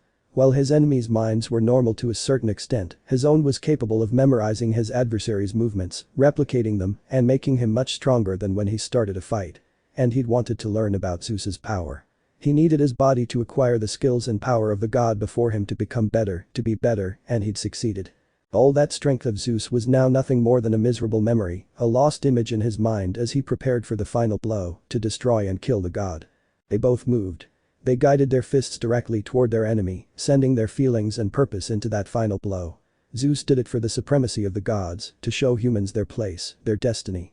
Naruto did it for the simple joy of battle, to prove he was the strongest of all the fighters in that tournament between humans and gods. Get ready to say your last words, human. This is the end of you, the end of your existence. The air left Naruto's lungs. It did so smoothly, slowly, inaudible to anyone present who was watching him. Although if that person were perceptive, they would have seen his chest decrease slightly in volume due to the expulsion of air through his mouth. Ragnarok. I am the Ragnarok of the gods. Here, in the midst of all humans and gods, the human monster charged his fist with all his strength, with all his being. I declare the end of the gods, Ragnarok himself. Shinkami no Migi, the true right hook of God. Renkyogi.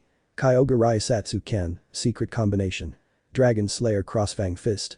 Both fighters threw their final blow, the one that would define everything from that point in time, from that instant when one was struck by the other's technique.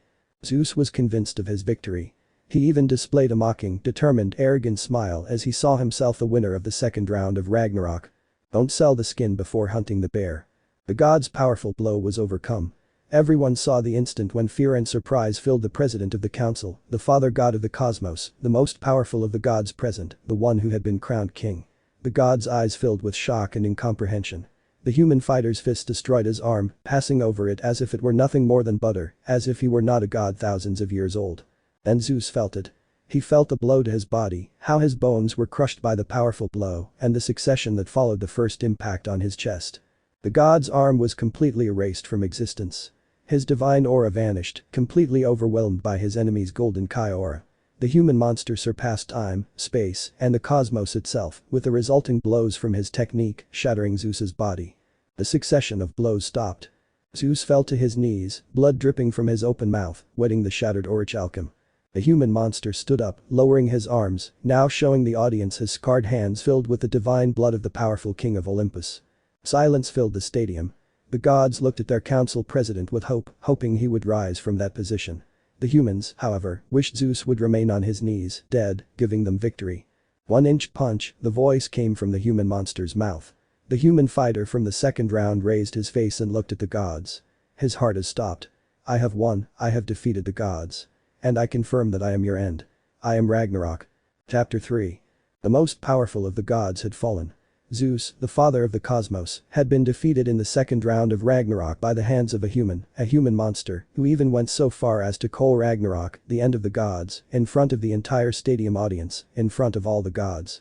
No one, not even humans, could have foreseen the outcome of that contest between the human monster and the father of the cosmos.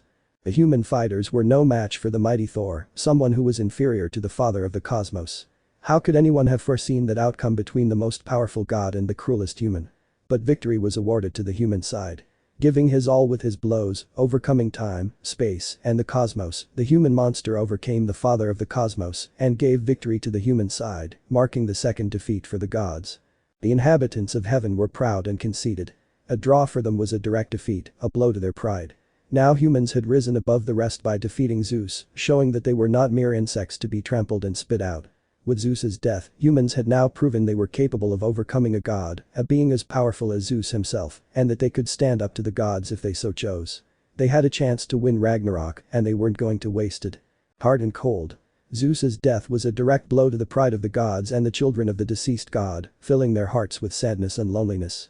Zeus had been the king of Olympus for thousands of years, for eons, and he had ceased to exist overnight, murdered and defeated by a mortal being who had surpassed the powers of a god. A mortal who had now declared direct war on them after murdering the president of the Council of Valhalla, their figurehead leader of all the gods. They had been spat upon and trampled underfoot by a single mortal. That human monster had insulted them, had belittled them. And it was all the Valkyries' direct fault. It was they who proposed the idea of Ragnarok, and it was Zeus who accepted it. Of course, no god could have foreseen that humans would kill Thor in the first round, although the human also died, and that in the second round, they would emerge victorious after killing Zeus in a fierce battle between the human representative and the god. Since the beginning of Ragnarok, things hadn't gone according to the god's plans. In the first round, Thor had been killed in combat against his own son from a parallel world, resulting in a draw when the demigod himself was crushed by the Norse god's mighty Mjolnir. That had prompted Zeus to participate in the second round. The god had wanted to showcase the power of the gods, to prove that humans wouldn't be able to win a single round, that they shouldn't be complacent after a simple draw. But things didn't go as Zeus had anticipated, as the gods had hoped.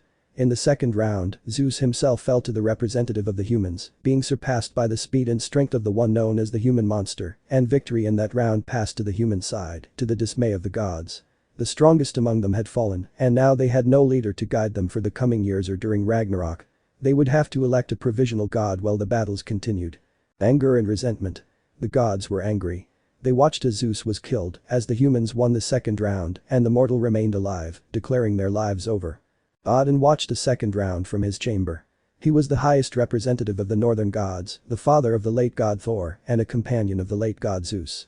He had felt anger when his son was killed, and now he was eager to destroy humans after the death of his old friend, his old companion. But it was the middle of Ragnarok and he was one of the participants. He could simply leave in the third round. Kill the human and show the humans the power of the gods. That was what Zeus would have done. He was calmer, more peaceful. He had to follow his own plans while waiting for his turn. It wasn't his time to fight, and the next god to enter the arena would probably be one who would make the gods themselves tremble with his presence. If his calculations were correct, he wasn't usually wrong, the next representative of the gods would be none other than the tyrant of the sea. Poseidon. Zeus's older brother was someone capable of making the gods themselves tremble. His story of fratricide had spread throughout Valhalla, reaching the ears of even the lesser gods. And his presence was capable of generating a cold silence that no one could decide to break with their own hands. He would be the perfect fighter and representative for the third round, to fix the mess the gods had gotten themselves into by losing 2 rounds. Yes, a draw for them was a defeat, even if it wasn't a direct one. Thor and Zeus were dead. 2 of their most powerful gods had been erased from existence, and now they had to find their replacements. Odin was a passive-aggressive observer in both confrontations. He lost his son, the most powerful god of Asgard, who had saved the Norse kingdom from destruction. And he lost his companion and friend in the second confrontation. He was irritated, filled with rage that he didn't know how to exploit and use against humans. The marks on his seat were indicative of what he was holding inside. I'm going to eat them. Dark Eyes beheld an exact copy of his son Thor. Red hair, golden eyes, and that completely impassive face. A perfect copy of his eldest son, the one who had died in the arena, run through by his own weapon. Loki, the cold voice formed the name of the god of Trickster, stopping the perfect copy of Thor. It placed Hugin and Munin back on the Allfather's shoulders, completely intact and without a feather out of place. Do not take your brother's form. Not now, not ever. Slowly, Thor's form dissolved, giving way to a thinner, lanky figure, dressed in dark robes that contrasted with his pale skin and looked completely androgynous. Green hair fell in a bob almost to his shoulders. A white lock lightly covered his forehead and left eye. Baal, Baal. Odin's voice had been authoritative, cold, and direct. The Allfather rarely chose to speak. Usually, it was the two ravens who spoke for the god. That's why Loki knew his uncle was angry about the results. Unlike his uncle and other gods, he was jealous of humans. The first of them had defeated Thor, leading him to his death by piercing his heart. The second had killed Zeus, the most powerful god of all in Valhalla, the one called the Allfather, and who had risen as king in the Titanomachy when he killed Cronus. Loki was jealous of those two cases, of those two humans capable of killing two powerful people, two powerful gods. I know you're hurting, uncle. Thor is dead, and now Zeus has left us in the lurch. Who's going to lead the gods during Ragnarok? Wouldn't you like to be the one to take the old man's place? A single breath from the Old Norse god stopped the words of the god of deceit. Loki closed his mouth and looked back at the shattered arena. For the second time in that tournament, the Orichalcum was shattered. Humans forced the gods to tap into their own power. That electric aura on Zeus was a clear example that humans were forcing them to use all their powers, all their strength. I'm not going to take Zeus's place when he hasn't even been dead for 2 minutes, nephew. That would be too disrespectful of me to the president of the council. Are you going to let other gods pull the strings during Ragnarok? Seriously? You're one of the greatest gods on the council, one of the wisest and most powerful. Doing such an idiotic thing wouldn't benefit us at all. And you think that my becoming president of the council and leader of the gods will benefit us now? We've lost in 2 rounds. 2. Thor and Zeus are dead. Humans consider us mediocre, like mere puppets. We gods are puppets. Divine power erupted in the room. Hugin and Munin took flight, separating themselves from Odin and thus allowing the Allfather to vent his rage. It's not something I'll allow, nephew. Then why don't you fight the humans? Participate in the 3rd round. That thought had already crossed Odin's mind as he watched Zeus being dragged from the arena and the human responsible for the incident leaving on his own. But this wasn't his time to fight. He had to wait to see how the next encounters played out, to see how the next gods faced the humans. There were things he didn't understand about Brunhilde's side. And not knowing something irritated him greatly. This is not the time, Loki. There are still too many things I don't understand. I, one of the gods with the most extensive knowledge. Millennia ago, Odin gave one of his eyes to the Spring of Mimir so he could gain all possible knowledge, all possible power. This gave him the nickname Allfather, making him wise in many ways and in many branches, to the point of being the complete envy of many other gods. You sound upset about it. Loki looked at the armrests of his uncle's seat. There were scratches, small dents. His eyes even caught a glimpse of some parts that had been truly mangled by his uncle's hands. He had used frustration and anger to pound on the armrests and used them to relieve his own anger and helplessness. This was how Odin acted whenever he was angry. And with good reason. He acted calmly to achieve victory, yet he still got angry at the results. It was 2 sides of the same coin. I'm upset about it. I don't hide it. Your eyes have already seen how I've decorated my seat with my own rage. Odin looked back at the arena. Both Zeus and the human had already been removed. Not a trace remained of their confrontation. There wasn't a single drop of blood staining the Orichalcum. The 3rd round is about to begin. He will make his appearance and give us a victory over the humans that will boost the morale of all the gods. You're very sure. The tyrant of the sea. The fratricide. He will be the fighter in the 3rd round and will fight the humans, taking revenge for the 2 defeats suffered. By killing the 13th Olympian, Poseidon the tyrant of the sea earned the dark stares of the other gods of Valhalla. Serious, confident, and determined to portray a completely divine being, Poseidon never displayed a human aspect in his perfect form. A god shouldn't feel anger. A god shouldn't feel lust. A god, in Poseidon's mind and appearance, should be a completely perfect being, immaculate, without a blemish on his impeccable being. This was what made him hate Zeus and the rest of the gods. Odin was still trying to see if any god had won Poseidon's affection, and the list didn't go beyond a couple of gods he had met at some point in his eternal life. Poseidon killed Adamas. He killed him without any resentment, without any emotion. If he can kill a god, what would he do to a normal human? He's the best fighter. I highly doubt Thor could have ever beaten him, or even Zeus. You give him too much credit. He deserves the credit he deserves, nephew. Poseidon is the embodiment of how perfect a god should be. Among the gods, he would be placed among the 10 most powerful. A position he has earned through his own power. Control over water. Talking to sea creatures. Super speed. Super strength. Improved reflexes. Poseidon's powers weren't as showy as Thor's or Zeus's, and he wasn't even capable of destroying planets like Shiva or other gods. Despite all that, and despite the fact that he wasn't a very showy god using his powers, he earned the position of one of the most powerful, thanks to his control over his powers and his weapon. The trident of Poseidon, the divine weapon of the king of the seas, the tyrant of the sea. Many gods focused on using their supernatural powers. Zeus was one example, and Shiva was another. Poseidon, on the other hand, improved his own physical abilities by learning to use his trident flawlessly, making the use of his powers as the god of the sea secondary.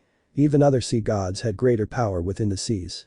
To combat this, Poseidon learned perfect control of the sea, which allowed him to use the water even better than other gods, although he didn't do so with greater power than others.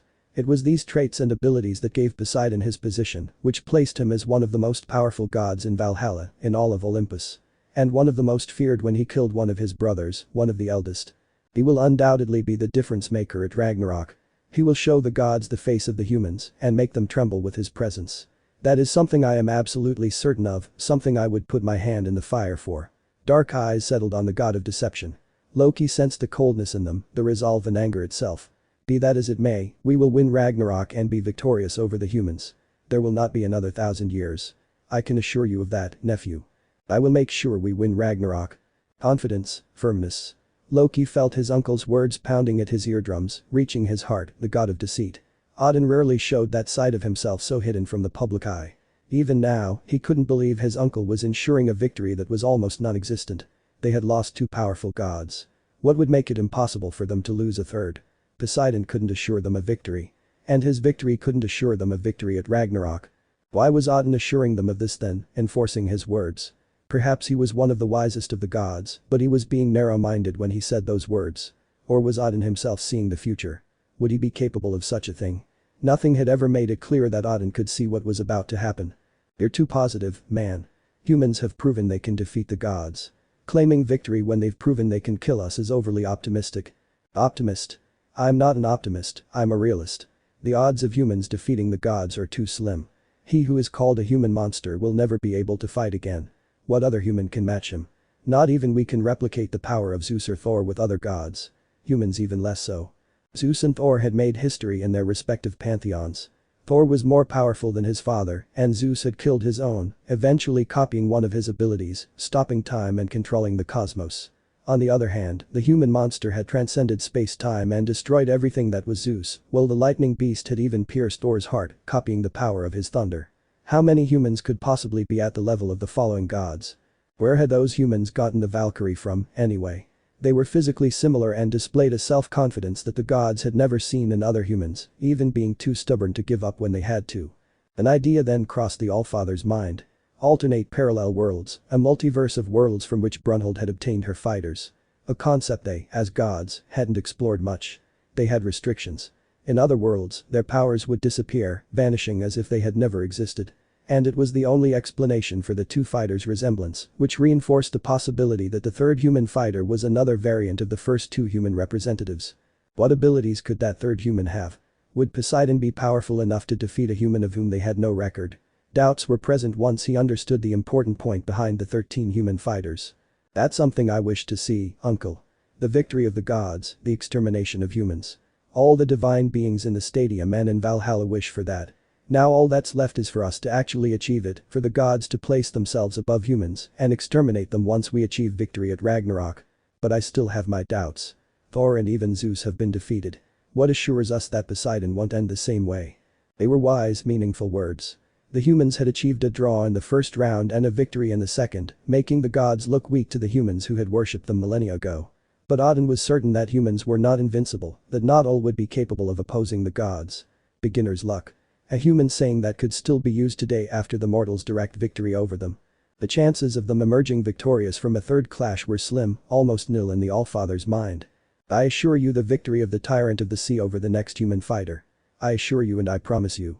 Poseidon will defeat his adversary and give us the first victory at Ragnarok. The one that will boost the morale of the gods above that of humans. Odin's assurance halted Loki's pessimistic thoughts. The Allfather's confidence showed in his gaze, in his voice, and in how he seemed completely at ease in such an unequal situation as the one they currently found themselves in, with two of his important figures dead, gone from the realm of the living, from existence itself. I hope you're right, uncle. I wish you were right. The god of deception let out all the air he'd held in his lungs during that conversation. I will be a representative of the gods at Ragnarok. I will exact just revenge for Thor, uncle. Odin appreciated those words, though he didn't show them in any subsequent gesture. As usual, the Allfather remained stoic, serious, looking at the newly reformed arena and the announcer Heimdall standing right in the middle, ready to introduce the next two combatants. One from the human side and one from the side of the gods. The third round was about to begin. And the gods' morale was at rock bottom. If they didn't win the third round, morale couldn't be boosted. Arena of Ragnarok. After the second round, the arena had been rebuilt for the second time, returning to how it was at the beginning. Completely spotless, without any damage, and with the orichalcum shining in the sun at its highest point in the sky, ready to withstand the onslaught between the human fighter and the god in the third round of that confrontation between gods and humans. The gods had achieved a draw and a defeat during that Ragnarok, falling behind the humans on both occasions and demoralizing the divine side. For their part, the humans achieved the same draw with the gods, but turned their course in the tournament around, with a victory over the most powerful god of the entire divine group, the one known as the Father of the Cosmos, the president of the Valhalla Council. And the man responsible for that achievement was none other than the strongest human in the world, the one known as the human monster, the monster of the elemental nations, the perfect warrior, the insatiable beast. His nicknames were numerous, enough to fill an entire scroll without leaving any space. The morale of the human audience had been boosted by the results. They, the humans and mere mortals, had slain two powerful gods who had been alive for millennia, killing other beings more powerful and immortal than themselves. It was something they were proud of, satisfied with, and happy about. They could see the opportunity to survive the end of the world, and they were content with it. They were satisfied. The time has come for the third round of Ragnarok. The shock had passed through all the gods, even the tournament host. Heimdall, along with many gods, had been stupefied when he saw Zeus fall to a human. He was also one of the gods who was shocked by Thor's death, not understanding how someone could have killed him. A new fight, a new confrontation. Who will be the winner of the third round? Who will emerge victorious? The filthy humans have won by murdering our beloved Zeus and obtained a tie by killing and destroying our dear and powerful Thor-sama. Will the humans be able to defeat the next participant? He, who murdered one of their brothers. He, who became the tyrant of the sea. Powerful, certainly, giving the appearance of a true god. The representative of the gods in the third round is Poseidon, the king of the seas, the tyrant of the sea. Two enormous columns of water made way for the floodgates to open. Leaders of water surrounded the arena of Ragnarok and gave way to their master and lord, their king, their emperor. It was an image to remember. An image that was etched in the retinas of humans and gods alike. An image that would usher in victory or defeat for the god who controlled water. Whistle. Slowly, calmly, a melody preceded the echo of the sea tyrant's footsteps. Slowly, he appeared at the tunnel entrance.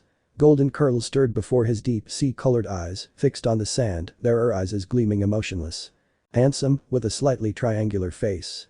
The sea tyrant's skin was light and whitish. His eyes seemed a mix of the deepest sea and the coldest ice, giving a grayish tone that could turn dark and bluish or whitish and clear, giving the appearance of the sea or ice. A loud crash halted the raging sea that had surrounded the arena. Calmly, the god struck his famed trident against the orichalcum floor, generating an echo that stopped any whispered conversations among the audience. All eyes were focused on the man, the king, and the god present.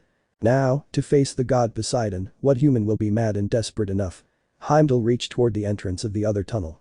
There were no explosions, water rushing from the airlocks, or any fireworks. The echoing footsteps were the only response the god received, serving as his cue to introduce him. Known as the Red Blade of Vengeance. A man who has found satisfaction in blood, who has avenged his silence and death. A human representative appeared at the tunnel entrance. An orange haori covered a torso covered by a black shirt. Two katanas were held in a dark maroon haramaki, contrasting with the black of the uniform. A straw hat covered his head, its brim obscuring his face. In contrast to the sea tyrant's performance, the Red Blade of Vengeance was cautious, less showy, more sedate, thus avoiding being the center of attention. Thanks to the sandals, the echo of his footsteps was even less than that of the sea god, which could make the human go unnoticed by the audience. It was in keeping with the mentality of the samurai, the swordsman. Finally, the god and the human stood face to face. A scarf covered the human's neck, while the god's eyes changed color slightly as he observed his adversary. Between the two combatants, Heimdall brought the horn to his lips. Let the battle between Poseidon, the tyrant of the sea and Naruto, the red leaf of vengeance begin. The sound of steel against leather made the sea tyrant tense his muscles. Both katanas left their scabbards, revealing the gray color of steel to the divine eyes of the sea king, the sea tyrant. Poseidon analyzed the color of the sword blades with his eyes. They were gray, but with a very strange, very dark hue, as if they weren't normal swords. But he couldn't sense divine power in those katanas, and it was clear those weapons weren't divine, which ended up intriguing him. What kind of weapons would that human be willing to kill him with? It had become clear that Valen had been discarded by his younger brother, by the hateful Zeus. God doesn't conspire. God doesn't judge. God doesn't hate. God doesn't feel. The perfection of a god, the representation of one, comes from his denial of the human impurities known as feelings. I might not speak, I might evaluate you. But one of your kind killed my brother Zeus, and another achieved a draw with Thor. I must at least give you some consideration when discussing anything with you, human. That's why I explained to you what a god is. Don't expect feelings from me. Poseidon swung his trident, making a hissing sound. In response, the swordsman slid his red scarf down, revealing to the god the jagged scar that ran across his neck. Unintelligible sound. I see. You can't talk. It doesn't matter. There's not much left for anyone to say. Steel slicing through the wind. Poseidon thrust his weapon and slashed at his opponent. Having seen the first two battles, the sea tyrant wasn't surprised when his enemy blocked the first attack with his left sword. Sparks flew between the friction of their blades. This surprised the gods. That seemingly ordinary sword withstood the onslaught of the most powerful weapon in the seas. Poseidon's trident, a divine weapon on par with Mjolnir, though not as powerful. Poseidon stamped his feet. He marked his stance. He bent his knees and pulled the trident toward him. This relieved the pressure on his opponent's sword, allowing him to reaffirm his position and reveal his other sword. It was then that the tyrant of the sea attacked a representative of the humans. The god launched a swift thrust, forcing the human to deflect the blows using both swords, creating sparks when they collided with the divine weapon, the steel of Olympus. A constant dance, a ferocious attack. Poseidon didn't back down from his attack and showed no mercy. It was possible that the humans and gods alike might think he was seeking revenge for the death of his younger brother or for the Thunder Berserker. Both sides would be wrong. He wasn't fighting for revenge. He hated the representation of Zeus, how he had debased himself to seem more human than God. And he respected Thor in a way. But he didn't respect him enough to seek revenge for his death. If the gods and humans were looking for a reason that made him strive so hard, it would be his contempt for humans, his hatred of how imperfect they were, how inefficient their lives and existences were. As a god, Poseidon hated anything less than his being. Gods too human or humans too flawed. And there were only a few people he respected. The clinking of steel halted the god's thoughts. The left sword deflected Poseidon's trident and left a gap straight through the sea tyrant's chest. A gap the swordsman exploited by launching a direct thrust at the god's vulnerable area. It was an obvious opportunity that no one would miss. And being an expert swordsman, the samurai took advantage of that opportunity to try to wound his enemy. A whistling sound accompanied the trident swing. Using both arms, Poseidon brought his weapon down and drove the blade of his left sword downward until it hit the orichalcum floor, making a screeching sound that halted the attack for about 2 seconds that followed the swing of the swordsman's right sword. It sliced through the air and advanced toward the god's defenseless neck, clearly aiming to sever it, which would result in the god's death. Poseidon was at a stalemate. If he moved the trident, his enemy's left sword would be completely free. But that would give him a chance to block the right sword. If he didn't raise the trident, the right sword would sever his neck and kill him, just as it had his younger brother and Thor. Whistle. Water swirled between the right blade and the god. The sword collided with this liquid shield, being slowed by it to the point of being completely useless, as if unable to advance further toward its target's neck. It was then that Poseidon closed his right hand, abandoning the trident's grip. The water surrounding the right katana closed over the blade, generating an explosion that sent the human back several meters, now wielding only a single sword. The swordsman took a deep breath. Under the god's gaze, the human demon hunter tensed his muscles to the utmost thanks to his breathing. Seconds after that, flames surrounded the blade of his single sword in his hands. Fire versus water. Poseidon slowly stood up. The god swung his trident and released the shattered sword.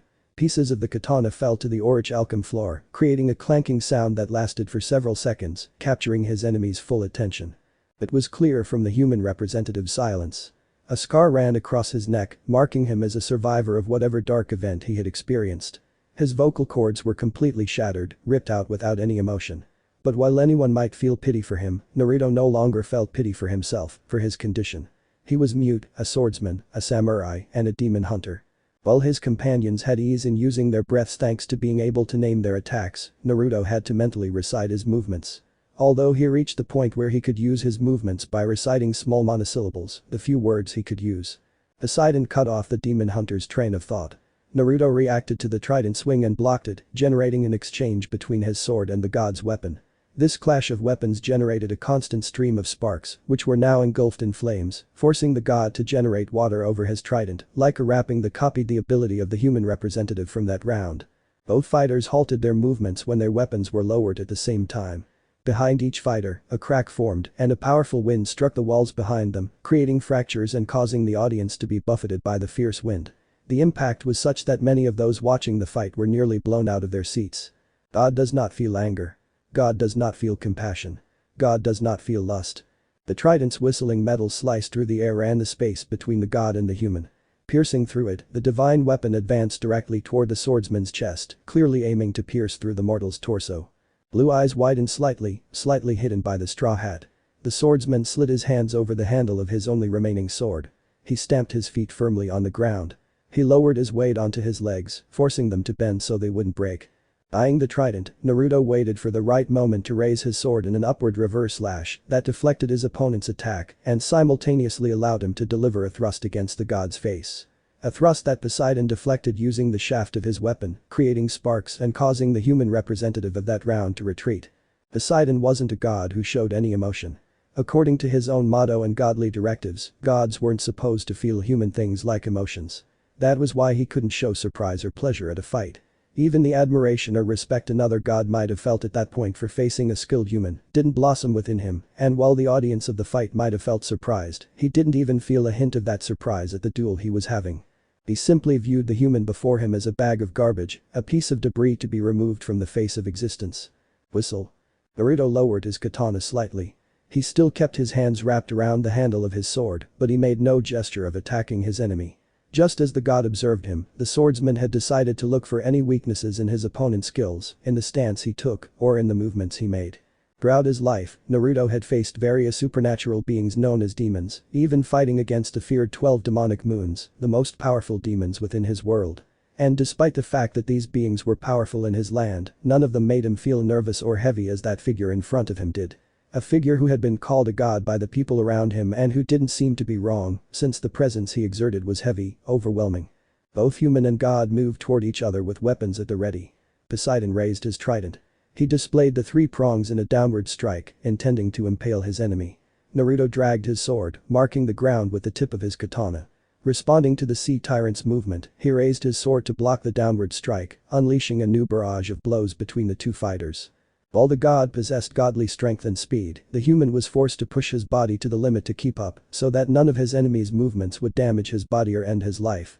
Thanks to his constant training with the breaths, Naruto's body had gained greater strength and speed than the other swordsmen of his land, being superior to most of the moons and placing himself as a wall for many hunters below him.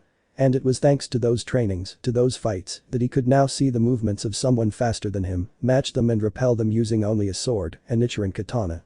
Sparks flew like tiny artificial fires, surrounding the combatants with small constant lights that created a beautiful and strange image, an image that would be a fond memory if not for the deathmatch between the two participants. Due to the clash of weapons, the friction of the metals that formed them, these explosions were possible, generating those beautiful tiny lights that seemed to briefly illuminate the two fighters. During the exchange, Naruto switched hands when using his sword. He went from using it in his left hand to using it in his right, a gesture that caused his opponent to be overwhelmed by the change in pace of the slashes. They became much faster, stronger, and much more ferocious than they had been at the beginning. The resulting wind separated the fighters. Creating a vacuum, the blast of wind separated both weapons, repelling their final moves, leaving the fighters with a gap in their defense that neither could exploit. No one could move. Sigh. The air left the demon hunter's lungs. It was replaced by fresh oxygen, which filled the human's lungs, filled his entire body, and propelled him upward like fuel.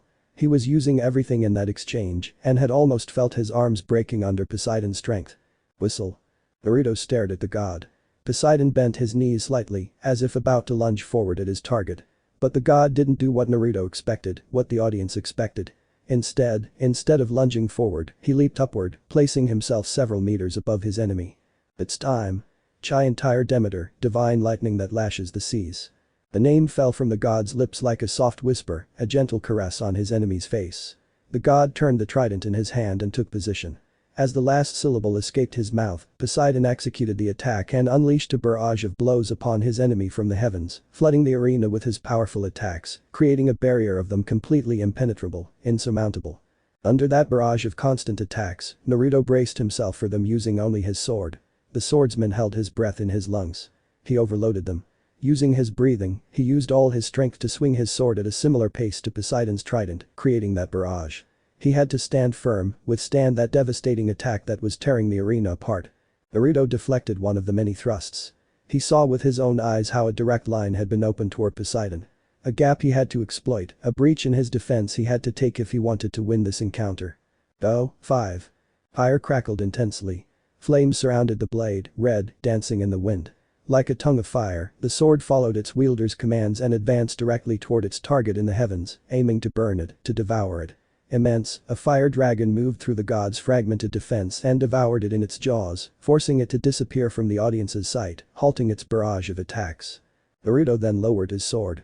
The flames had disappeared, leaving only smoke escaping from the dark blade, accompanied by a light whitish vapor that contrasted with the gray of the smoke. Since childhood, the Uzumaki had been mute. When he turned 4, a demon tore apart his family and tore out his vocal cords, leaving him dying. He still searched for an explanation as to why it had let him live, why it hadn't devoured him like it had his relatives. But that gave him the opportunity to exact revenge and allow the souls of his loved ones to rest in peace.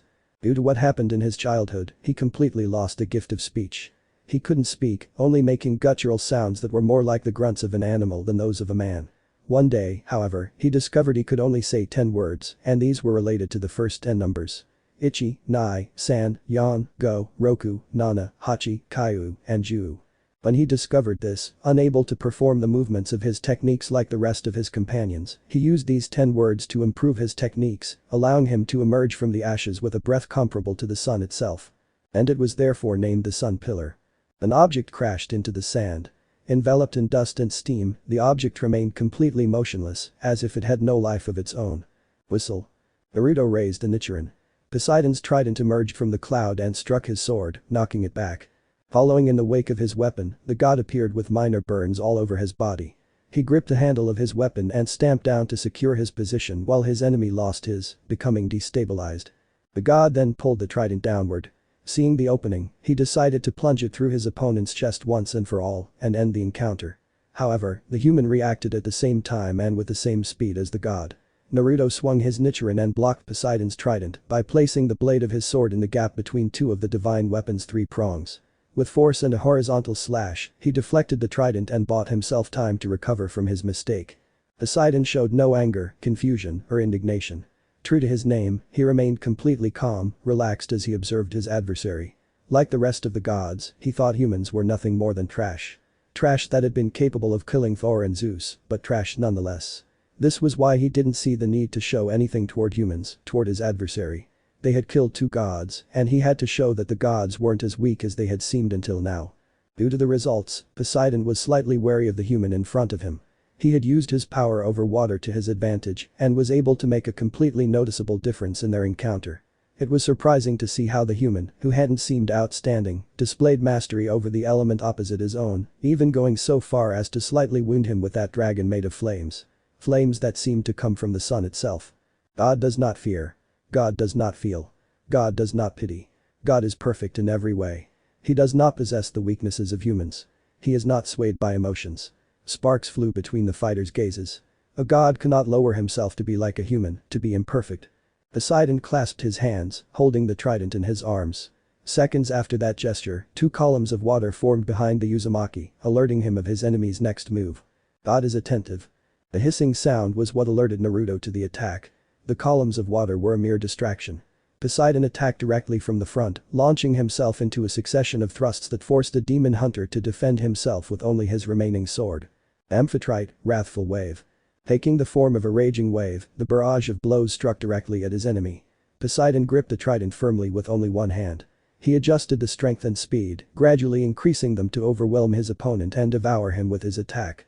Hachi, 8. The Uzumaki took a firm stance. He didn't flinch at the sight of a raging wave crashing down on him.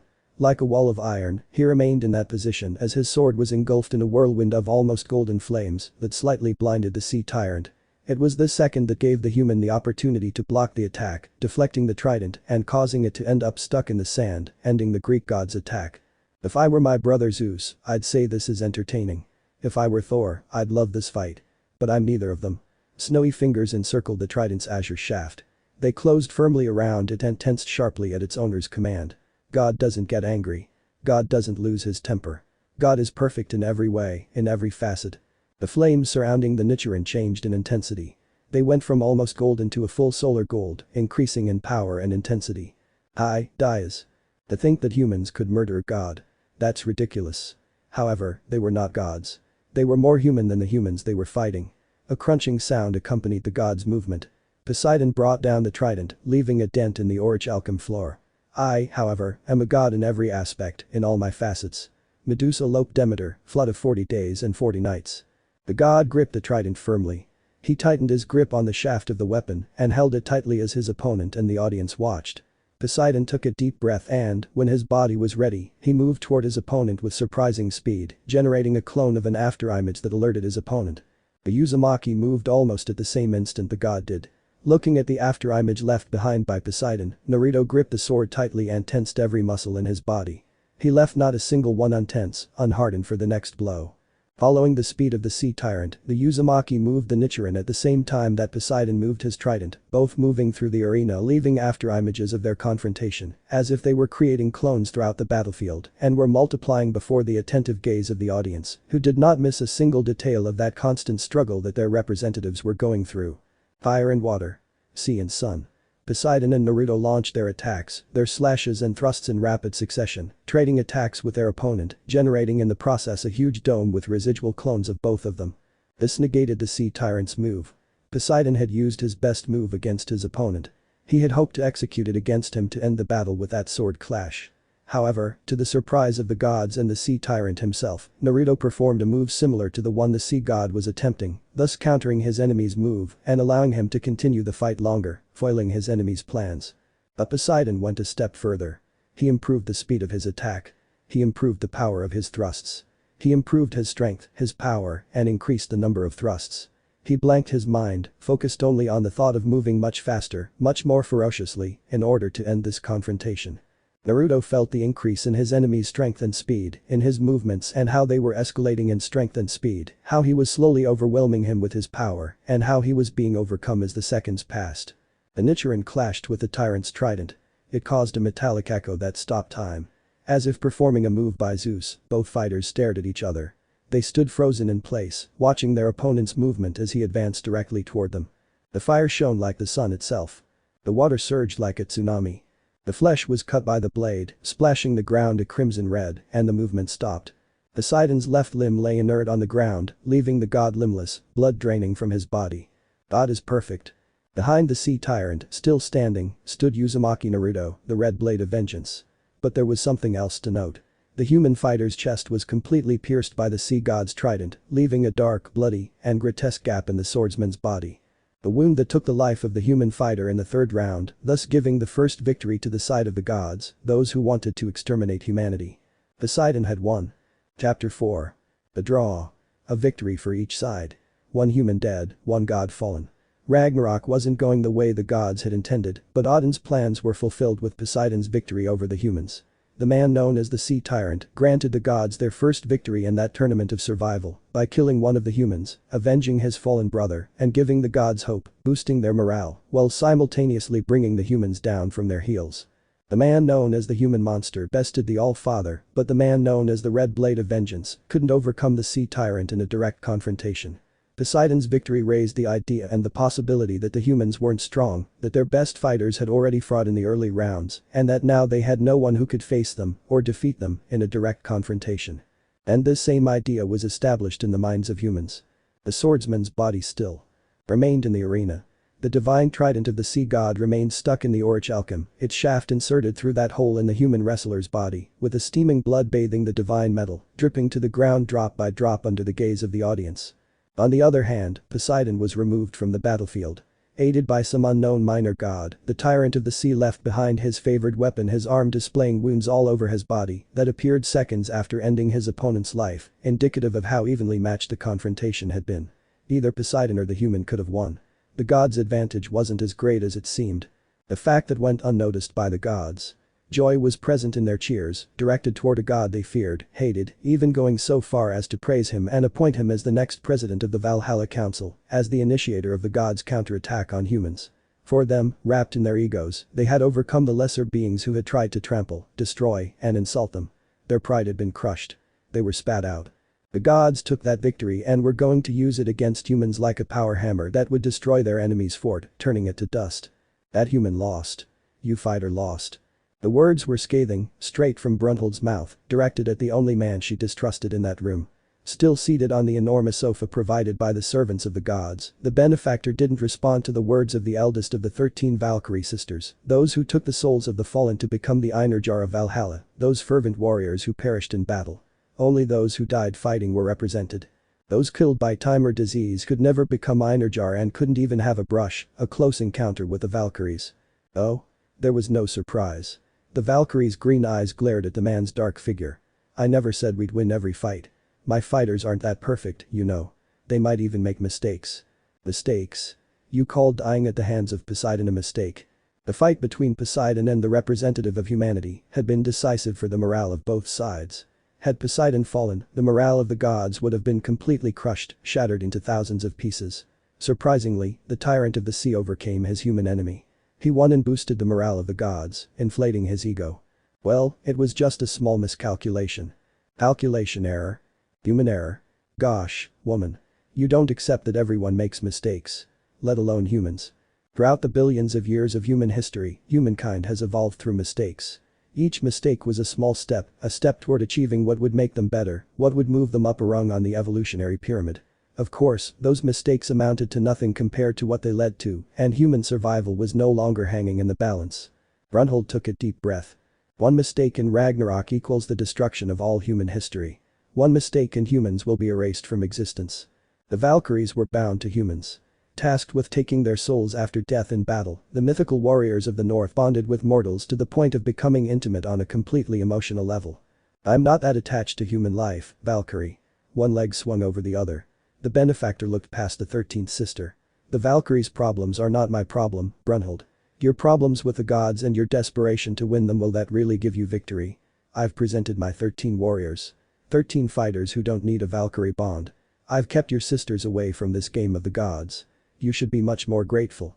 The shine caught Jer's attention. The smallest of the Valkyries looked at the jewel on the benefactor's ring finger. That ring had gone unnoticed until that moment by both women, and Jer was the first to notice it.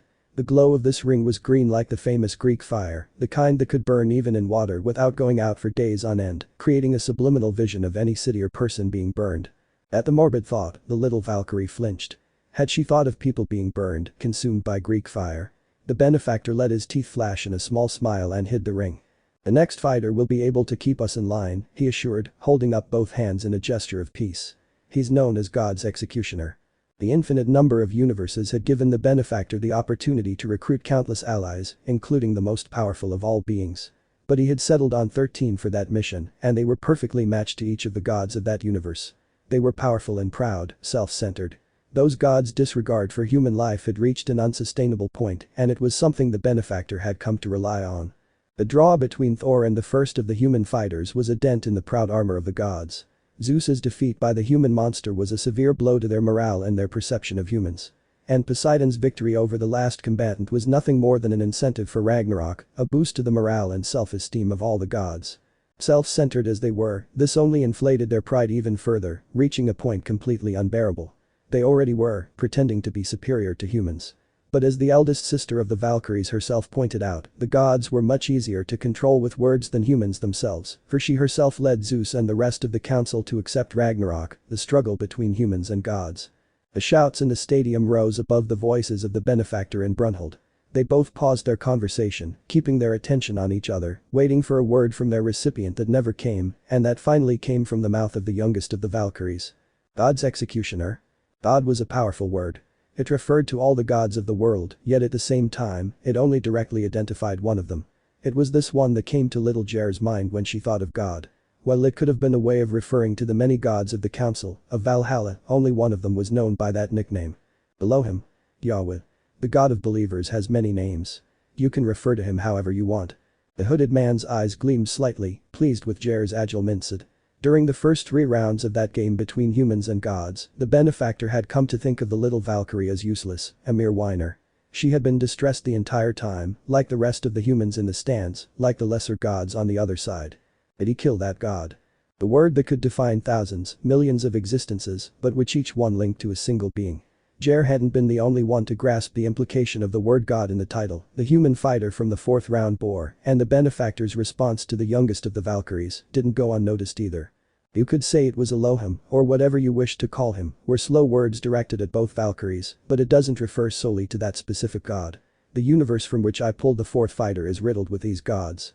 The gesture encompassed the entire area of the stadium occupied by the gods the humans were facing. Both Jer and Brunhilde observed this, understanding that he was speaking of all the gods of Valhalla, of all the pantheons. This only indicated that in the universe of the 4th human fighter, versions of Thor, Zeus, and even Poseidon, the 3 gods from the first 3 rounds, could exist. They are not exactly the same as if he had read the thoughts of the eldest sister of the 13 Valkyries. The benefactor continued talking about the god's executioner, the 4th fighter and the universe where he had obtained it. The gods of the 4th fighter's universe are powerful, more powerful than those of this one. They do not control humans, but they lend their powers to them with something they call Cheriok, borrowed power. Divine abilities that the gods lent to humans or their descendants in their fights. And they were so powerful as to make the fragile line between the separated universes tremble. The memory of Sun Wukong was still fresh, present in the mind of any human or god who had fought that war between humans and gods, a war far crueler than the Ragnarok those gods were waging. A mere spectacle, child's play. That was how the benefactor viewed that small struggle for survival, compared to the true end of the world, the true Ragnarok that the Monkey King halted with his direct confrontation with the gods. It wasn't a war the enemy of heaven faced alone. Other warriors aided him, showing the true extent of a human's power. And he took one of those fighters for that tournament.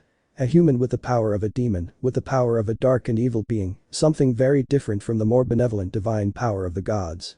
The chances of the next fighter of the gods defeating someone like that were too slim. This certainty is even greater than the previous one. As a demigoddess, Brunhilde wasn't against the existence of the multiverse. Brahma, the god of creation, had shaped the entire universe, placing him even above Zeus, for he created space and time with a wave of his hands. She was also aware of what this implied for the future. A branching of universes in a clear and direct line that amused the Hindu god. It's even nauseating. Ha. The hooded figure dropped his face against his fist. A blue glow escaped from the dark interior of the fabric, reaching the Valkyries. I've shown what my fighters can do, my dear. Thor is dead. Zeus is dead. Poseidon is missing an arm. The morale of the gods has been shaken to the point where they can't lose another fight. The human monster has made a direct statement. He has spat in the faces of the gods. I am Ragnarok. Brunhilde felt a chill creep through her body, causing a small drop of sweat to trickle down her temple. Jer missed this, but the benefactor caught that nervous expression, a small detail that made him smile secretly for the Valkyries. That monster. Much less controlled, Jer showed her emotions directed toward the human monster, the monster of the elemental nations, the ninja hunter. That fighter's final declaration had been key to the future of Ragnarok and far more important than her victory over Zeus. Zeus, the father god of the cosmos. In Brunhilde's words, he could be replaced by the god Brahma the creator, the one who created the entire known universe. And no one could argue with those words. Zeus was present at the Big Bang. But the creator of that phenomenon was none other than Brahma himself. Even you, who are on his side, sensed it. Each of the human fighters was chosen for a specific purpose. The first was the one who initiated the humans' hopes. The second was the one who fortified those hopes and spat in the gods' faces. And the third was chosen to demonstrate the exact point that a lesser human, compared to the first two, could reach with his training and determination. Of course, Poseidon emerged victorious from the third bout and restored the gods' morale, but human morale had not dropped, and that was the benefactor's goal. He was willing to take the lives of the gods. All of them. The early jokes. The human monster is a fighter, a man of action.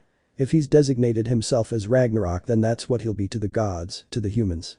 And now that he's killed the strongest god, his desire to confront the rest of the gods has only intensified. The human monster was a fan of fights, of fierce confrontations. And he was captivated by the battle between the Sea Tyrant and the Blade of Vengeance. The coming clashes will only make his nerves fray, his thirst for meaningful combat grow. Each of the words indicated to the Valkyrie that the human monster might be acting on instinct. An animal, a beast, a true monster guided by primal instincts. The Valkyrie had a thorough understanding of the second fighter, to the point of being able to see what he would do if he remained in the tournament. He'll attack other gods. Will he intervene in a fight? An intrusion into one of the battles could lead to severe punishment for the offending side. Under the rules established for Ragnarok, any intruder, be it god or human, would be completely erased from existence, leaving them unable to do anything. But thinking about that rule led Brunhilde to the human monster. He was the strongest human, the human who had killed Zeus with a single blow. 1-inch punch. His heart stopped as the fight continued. The fighter didn't give a clear explanation, but those who knew his skills could understand. An expert Kai controller, he used various combat styles. Zeus was arrogant, allowing the first blow to land, and the human monster stopped the god's heart with that blow, using Kai. He won from the start. Arrogance led to Zeus's downfall. He won't do it, a predator inside a human body. That was what tipped the scales for the benefactor to take him for Ragnarok. He's a madman inside a human body. He'll bide his time. He'll fight alone, filling his hands with divine ichor, with the blood of the gods. But he won't do it by intervening in the fights of others. In his predatory mind, his monster, the thought of the strongest is all too prevalent, slowly eating away at him. It burrows into the very depths of his being. To become that, he must only defeat the strongest, not those weakened by combat. The monster human gained enormous fame throughout the elemental nations. In that universe where Uzumaki Naruto had become the monster of the elemental nations, people possessed an energy that their own beliefs led them to name chakra. Chakra was the union of physical and spiritual energy, forcing its users to maintain a balance between both energies. Few who had not been trained could make use of this energy. But those few in the elemental nations numbered in the millions. But the monster human's fame did not come from his skill with chakra. It did not even come from his way of using Kai. The nickname of the monster human spread throughout the countries when that Uzumaki Naruto killed one of the great shinobi using only his hands, without using chakra in them. And it was that legend, that myth, that cemented the slim possibility of the human monster ever entering a fight, no matter how interested he was. Like the monster and sadistic fighter he was, he would face the person who had caught his attention when the latter was at his full potential. That was how the mind of the predator, the monster of the elemental nations, worked. I hope you're right. Brunhilde wasn't as sure as the hooded man. She knew nothing about the 13 human fighters the benefactor had promised for Ragnarok. She had already met 3 of them in part, and only one managed to survive in that game of survival. She couldn't be too critical. Killing Thor and Zeus had been a moral blow to the gods, and severing one of Poseidon's limbs was still better than leaving no mark on the Zeus of the seas. Now then. Who will be the representative of the gods? Will it be Buddha, the strongest teenager in history? Will it be Shiva, the destroyer of the universe? That would be a matchup like no other. I don't think Zeus could beat him, would he? That old man who surpassed time, he was just an empty shell with nothing inside. Contempt was implicit in those words. Both Valkyries could sense it effortlessly, without straining their ears. Zeus had been the president of the council since the creation of the gods themselves, since the fall of the Titans. His power had been such that no one had dared to challenge him. And as the years passed, that power grew stronger and weaker at the same time. No matter, the roars of the gods were immediate. Gellerhorn burst out in song. Brunhilde and Jer looked toward the arena, watching as the gates opened again. The god's executioner will fulfill his purpose, that is something I can assure you, and I will not fail in my word. The god who fights him will be able to end his existence in this universe. The neighing of horses interrupted the benefactor's words. A head of hair made of the sun itself waved fiercely, revealing its wearer. Atop a big 2-horse chariot, the immense god greeted the audience with a huge smile, showing off his muscular torso and the reddish tattoo on his right abdomen. Heracles. Jer leaned against the only protection that prevented her and her older sister from falling onto the humans beneath the box. Hercules. Heracles, the benefactor looked mockingly at the man-turned-god who took the name of one of the most famous figures in mythology. 2 names from 2 different pantheons to represent the same mortal god. Alcides. As a war commander, the benefactor had prepared the plan to confront the gods at Ragnarok, and this led him to study every aspect of the divine beings they were facing. Alcides had been the name the mortal mother gave her son with all the love a mortal could give her child. However, after a confrontation with Ares and drinking ambrosia, Alcides himself became an adoptive god under his non-biological father, Zeus. Of course, Zeus discarded the name Alcides to mark him as his own. He's going to fight. Then Surin reached the Benefactor and Brunhilde through the cry of the youngest of the Valkyries. Like millions of humans and gods, Jer passionately admired Heracles. Known as the god of strength, he was also known as the god of justice. It was this aspect that gave Thebes a second chance and led him to become a god within Olympus. It seems so. And it's counterproductive. Humans and gods alike praised the god present in the arena. A frown formed on the Benefactor's face, always hidden by the dark hood of his threadbare cloak. He's always smiling. He's always helping people. Brunhilde's jaw tightened, marking the fine line of her chin, highlighting her sharp face. Support will be almost unanimous for Heracles this round. The morale of the gods will only skyrocket. Woman of little faith. The cloak stirred as the man stood. Brunhilde realized then how tall he was, that he had no clothing covering his tanned, scarred torso. This is exactly what we need. Who will win? False divine justice or true mortal justice? Even though the boxes were far from both tunnels, the echo of footsteps in the tunnel opposite the Tunnel of the Gods reached the ears of all the stadium's occupants, including those high up in the boxes. The incomparable hero, the legend of Heracles, had transcended the modern world, leaving a mark on humanity that lasted for thousands of years. I want to see the fall of a hero like him.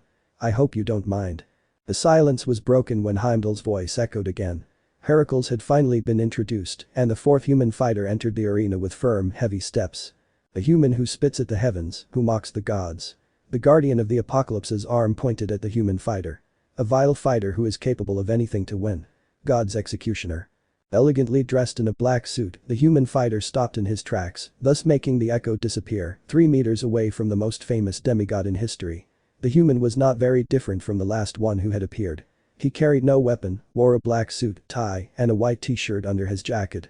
Between his index finger and thumb, lightly held by the thumb, hung a small, half-smoked cigarette in the fighter's right hand. The fourth round of Ragnarok shall begin. Heimdall pointed at both contenders. The height between the unparalleled hero and the god's executioner was too noticeable. Heracles was a head and a half taller than Naruto, forcing him to look down slightly. Now. A small referee god leaped back, and in a second, Heracles' war club swung toward the human fighter. There was not a word from the demigod, only a sharp, direct warning stare. The speed of the weapon surpassed the fighter's reflexes. The god's executioner was struck within a second, being pushed with great force against the wall at the other end of the arena, feeling his back slam into the orichalcum that had formed it. I suggest you surrender. The club hit the ground. Heracles placed both hands on the handle of his divine weapon, resting his entire body weight on it. I hate unnecessary fighting, I hate killing. Off blood stained the hands of the fighter of humanity. The god executioner breathed deeply for several seconds, alternating breaths to calm the throbbing in his head. With great care, he brought the cigarette to his lips and lit it using a golden lighter with a strange marking on it. Killing. I've killed so many gods that hearing one say he hates killing is ridiculous to me. Death is so beautiful, you little idiot. Heracles sensed the mockery behind those words. As a god of justice, at least partially, he could sense the threat hidden in his opponent's tone of voice. There was no lie when Naruto said he had killed gods, that death was beautiful. Heracles witnessed this when the human raised his head, revealing his bleeding temple and his blue eyes staring at him. But life is fleeting. A breath, a blink of an eye. How many people have died since we started this fourth round, God? Smoke rose from the cigarette. I was selected as this round's combatant. I've stained my hands with the blood of humans and gods. I'm known as an executioner, a mercenary. God's executioner gestured lightly to Heracles. And you've been named an unparalleled hero. For someone to be unparalleled they must perform a feat above all others. And you're simply bringing the world to an end, hero. Heracles reacted. Overwhelmed by speed, the demigod raised his left arm and used it as a shield to receive the direct kick Naruto fired at him. Then a red welt began to form on the area hit by the human fighter's leg. That force. Rib God's executioner leaned his entire body on his hand, which was resting on the ground. He fired a kick directly at Heracles' rib, earning a groan from him. Lower back. He spun around to the opposite side. Taking advantage of his hand-supported position, Naruto struck out, forcing Heracles to use his club to stop his enemy's leg, being pushed back by the supernatural force behind him. Are you human? Already seen. Naruto launched a high kick toward the demigod's chin, clenching the cigarette between his teeth. He felt the soft part give way under the pressure of his blades, remaining between his lower fingers. The blow was stopped by the demigod's hand. Using the strength for which he was known, Heracles parried his enemy's blow using only his hand, causing his hair to flutter after his defense. You're going to kill. That's the goal, isn't it? Maintaining the awkward position with his legs stretched out, Naruto spoke, looking down at the god he was facing. Kill your opponent, save the world. He flexed his left leg. He strained with the muscles of his free limb. He twisted his torso to the left, taking a twisting, turning motion. "Don't spit on me." Naruto then let his leg move. Spinning 360 degrees, the god executioner struck the right side of his opponent's face, causing his opposite leg to be released and causing the god to spit blood and take several steps back. Blood trickled from the demigod's chin. His jaw had been dislocated by that blow, something that shocked gods and humans alike. With an invulnerable body and strength beyond the supernatural, Heracles had never been injured by a movement of brute force, much less by a mere mortal. "You can wake up, hero." Ashes fell to the ground, combining with the god's itcher. Heracles opened his eyes and raised his head upon hearing that. Surprised, the fourth fighter on the side of the gods looked around, trying to understand what had happened. "You are." Surprising, the human dropped the cigarette. It ended up under his left foot. "Your lower jaw regenerated in a few seconds. Is that the factor of an immortal?" Regeneration wasn't impossible or forbidden during Ragnarok, but it was very rare. Zeus, Thor, or Poseidon hadn't shown any regenerative ability during their confrontation with the humans, but Heracles was showing a modicum of it when he managed to utter a few words through his shattered jaw. "You should have died. Just one blow." Heracles. Hercules. Whatever you want to call yourself, Naruto moved his hands to his tie. "I am known as the god's executioner. I haven't killed that god, but I have killed many others. You're just a demigod, nothing special, without the enormous power my world has seen." The fingers encircled the handle of the club. "Nemi no Shishi, first labor. Nemi and lion, roar that devours the earth." Heracles gripped his club tightly. His hair began to stand up, taking the form of a lion's mane. Glowing, feline eyes formed the shape of the famed Nemean lion behind the demigod. The move. The question died in the human's throat. Heracles swung the club and slammed it into the ground. The next thing that happened was an immense shockwave that slammed into the god executioner, pushing him backward. Naruto scored 2 deep grooves in the orichalcum floor from the force he exerted with his feet to avoid being pushed back. Sigh, the breath left the mouth of the god executioner, forming a slight hiss. "That has ruffled my golden hair. Thank goodness I have it in a bun." The first human fighter had blood-red hair, straight down to just below his chin. The second had golden hair, wild like the unkempt fur of an animal. And the third had a mid-length blonde mane, almost shoulder-length. Standing out from his counterparts, the god's executioner didn't show the length of his hair and kept it in a bun behind his neck, 2 thick strands framing his stern face, marked by whisker-like scars. "Are you kidding? Right now?"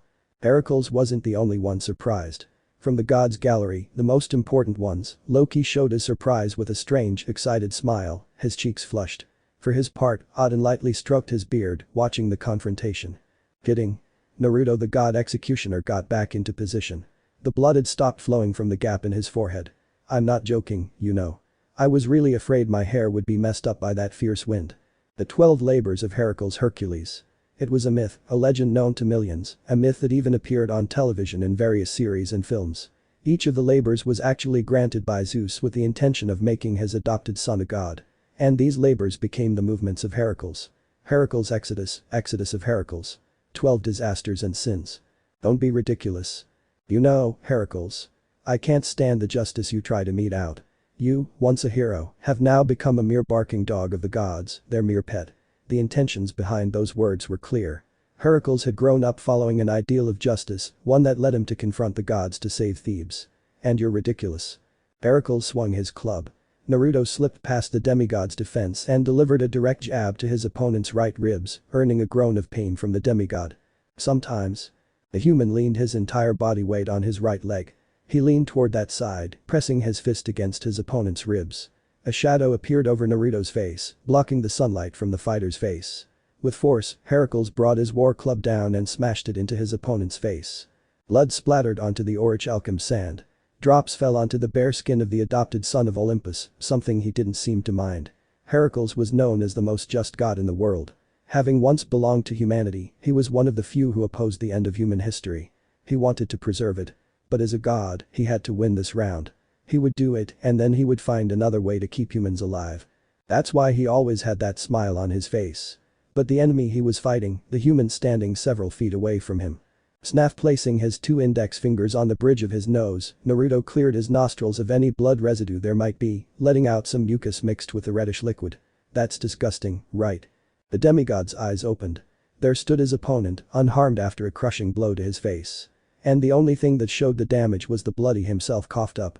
"What kind of human are you?" There was surprise in Heracles' voice. Not many had survived one of his blows, whether human or god. After drinking the famed drink of the gods, his strength had surpassed the limits of humans and even gods. The 12 labors gave him his movements, his powers in combat.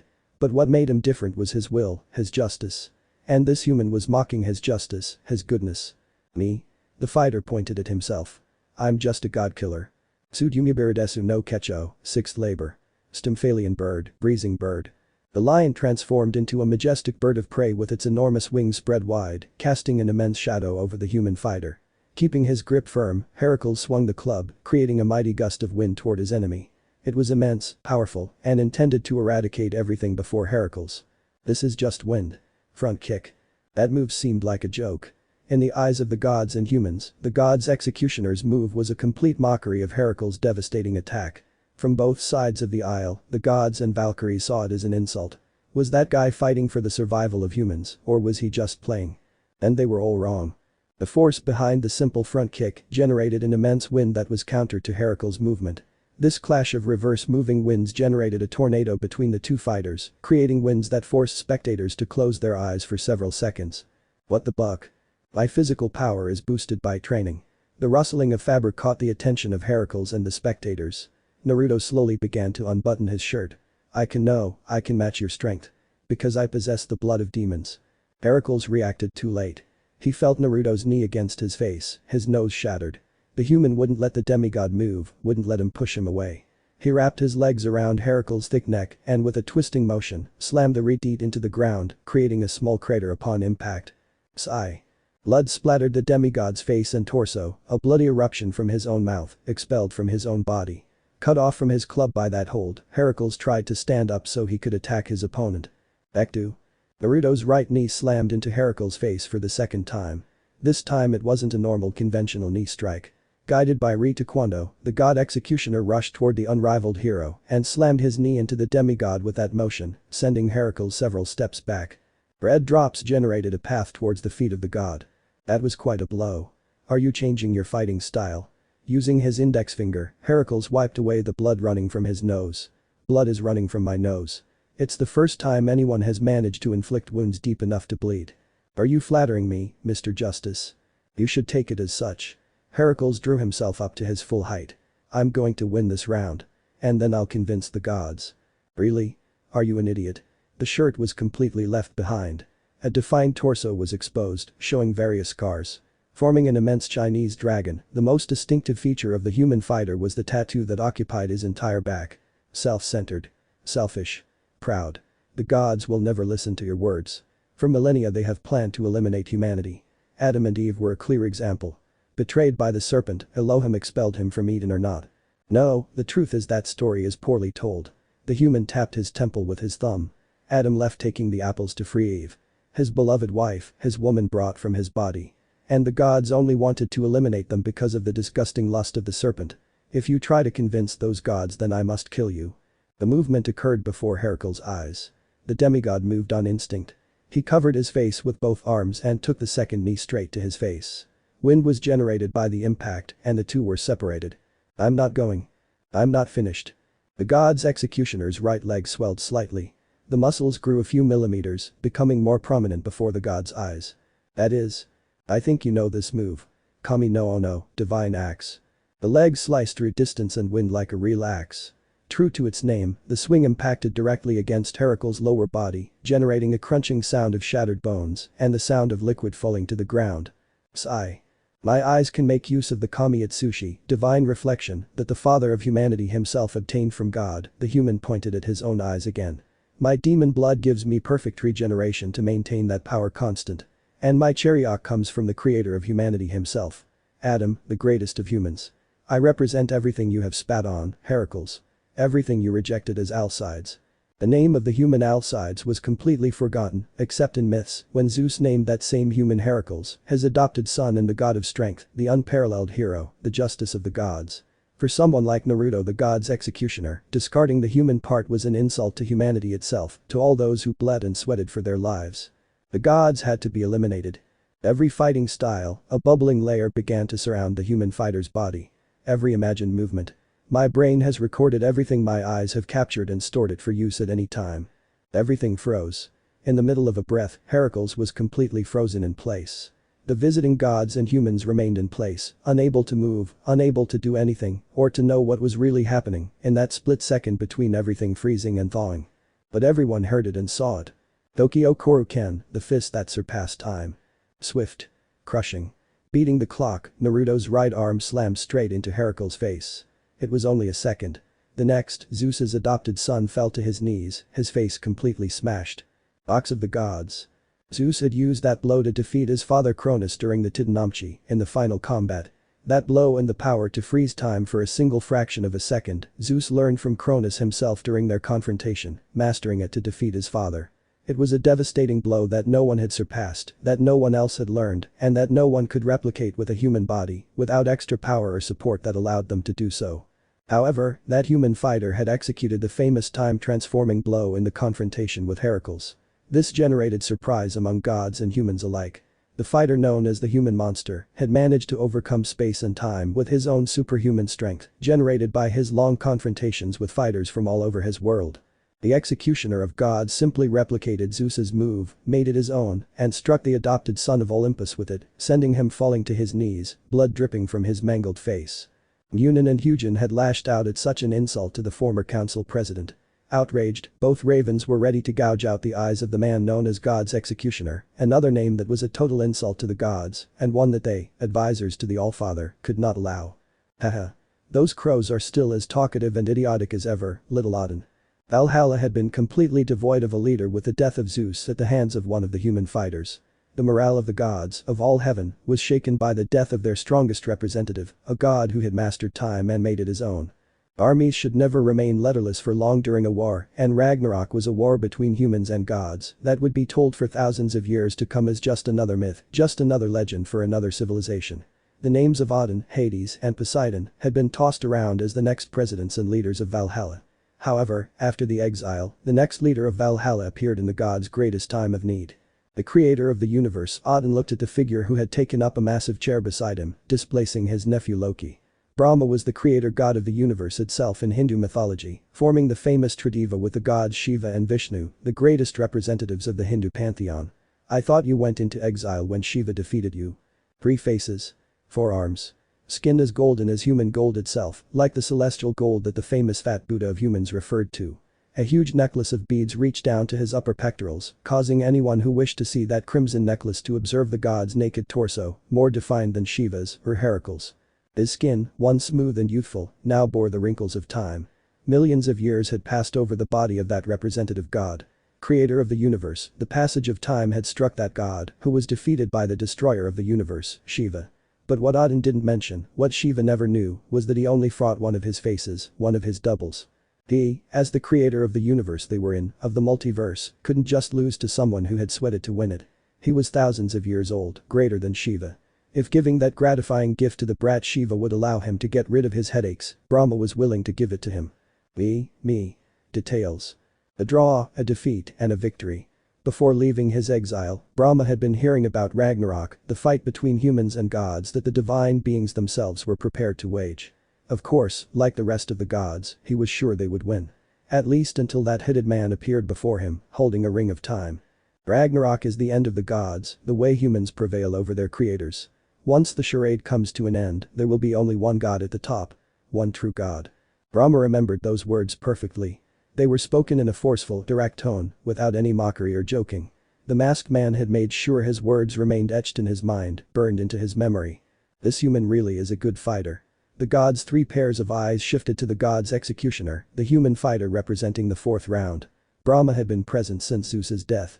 He could see how the human monster, the fighter who killed the Allfather with his bare hands, behaved. Unintentionally, he couldn't help but see similarities between the human monster and the god's executioner, as if they were one and the same. One with more experience and knowledge than the other. The god's executioner, wielder of the divine eyes of Elohim himself. Ah. This one is stronger than the human monster who defeated Zeus, little Odin. This one has surpassed everything that human was. Odin's eyes widened in surprise. Both of the Allfather's raven companions stirred, frightened. The human monster had been able to defeat the Cosmos Father, and Brahma had pointed out the executioner's superiority over the monster, making it clear that the former was far superior. But on what basis had Brahma seen all of this in just a few seconds? The human monster was a human capable of improvement, driving himself to grow and reaching a point of human superiority over the gods at the age of 43, combining a mindset of superiority with a hunger to grow even further, to become even stronger. God's executioner was a human who learned everything, who absorbed all knowledge and was able to replicate it in just a few seconds with a single blink of his borrowed divine eyes. What made him better? God's enforcer is the human monster. Mindset, hunger, values over the 7 billion years of human history, no mortal has reached the peak of a true fighter, none so far, anyway. That guy has rolled it all into one shell. God's enforcer is the perfect human, the perfected human fighter.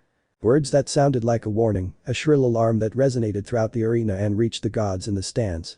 Brahma's words were clear, without trembling, mockery, or hesitation, and were directed at all who would listen. If they were fulfilled, Heracles would follow the same path as his father. The incomparable hero would be eliminated as the father of the cosmos had been, giving another victory to the human side.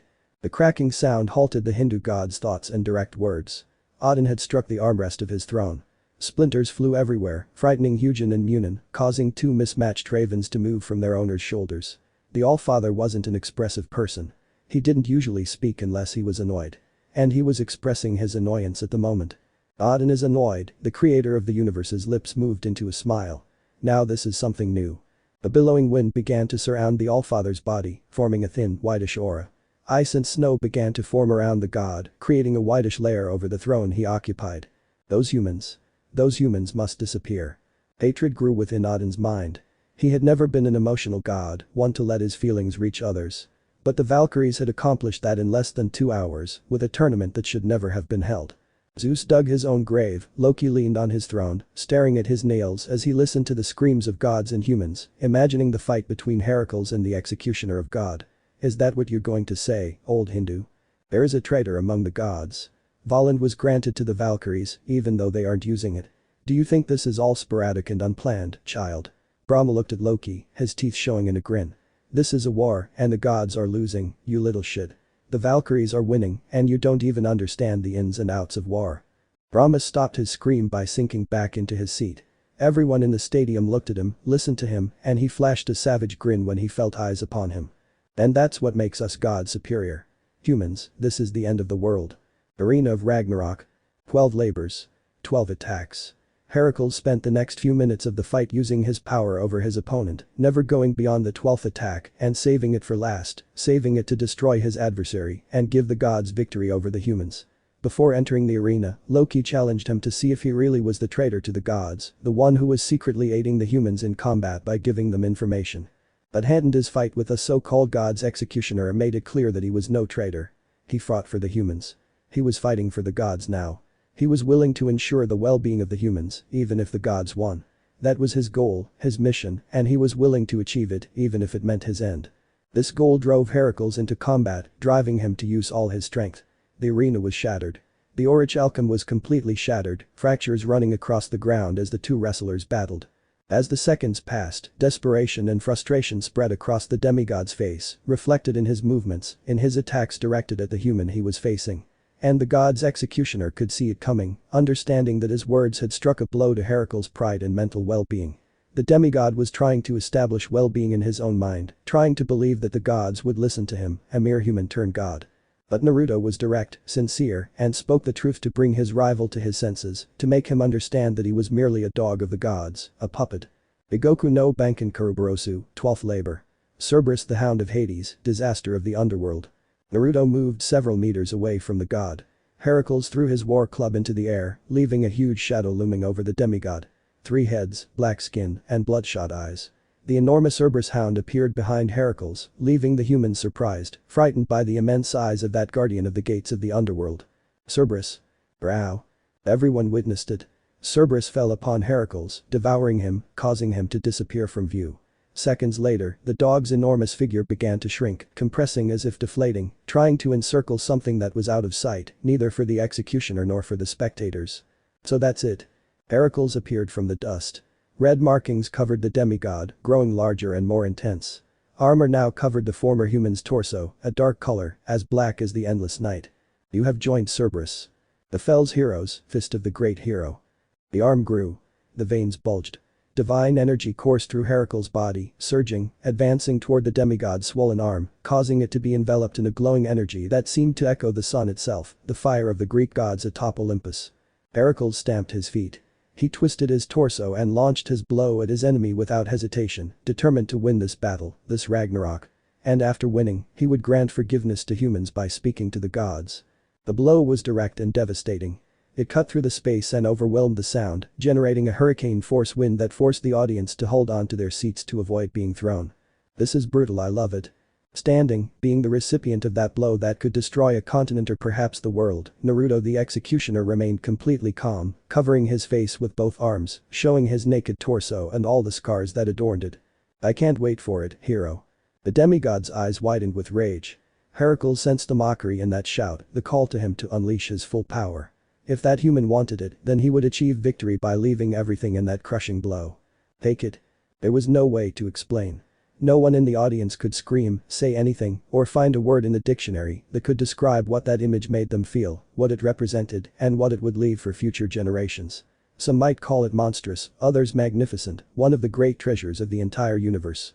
It was destruction, an explosion. But the image that Heracles' blow generated was many things, and yet none at once. Thus slowly settled, fading away, allowing everyone to see the enormous crater that attack created. There was no way anyone god, human, or demon could survive such a move, driven by the emotions of the demigod who executed it without flinching. Arf, sweat trickled down Heracles' face. Drop by drop, the bodily secretion mingled lightly with the blood still dripping from the demigod's chin. This is over. No one could survive something like that. The victory of the gods was clear. The incomparable hero had destroyed the arena with that blow, unleashing all the divine energy stored within his limb. And no one could have expected Heracles not to have defeated him with that move. Not even Brunhilde could have expected her human representative to have survived. However. Smoke rose into the sky, almost black-gray. This tastes like salt and rust. Am I bleeding internally? Is my mouth full of blood? Using his thumb and forefinger, Naruto removed the cigarette from his mouth. The end with the mouthpiece, which he placed against his lips, was stained with blood. He had been correct in his assumption that his mouth was full of blood, but had he been internally destroyed by that direct blow? That was what any normal person would expect. He wasn't normal. You're still alive. Blue eyes stared into the stony face of the peerless hero. Confusion shone as clear as the purest water in Heracles' eyes, combining with surprise to create a pure feeling of incomprehension. He had unleashed that devastating blow, and his enemy was standing, covered in blood, but fully alive. My heart still beating, as far as I know, the human spat to the side. Seconds later, a stream of blood fell from his mouth into the sky, creating a puddle in front of his feet. How disgusting. I've stained my shoes. Surprise soon turned to anger. The gods roared their indignation to the heavens, determined to secure another victory. The human faction, led by Brunhilde, burst into joy, cheering for their representative to win over the gods. And the one who remained petrified was Heracles himself. You should be dead. Odds. So conceited.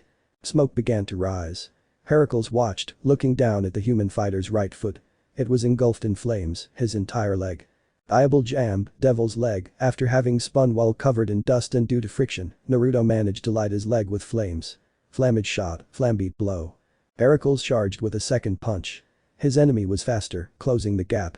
The demigod twisted his body, and the human slammed his leg into Heracles' face after leaping, sending the demigod sprawling on the ground, spitting blood and undoing his movement. You should give up, Naruto shoved his hands in his pants pockets.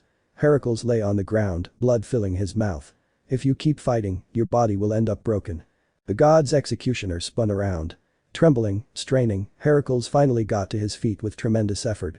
An effort reflected in the constant trembling of his body.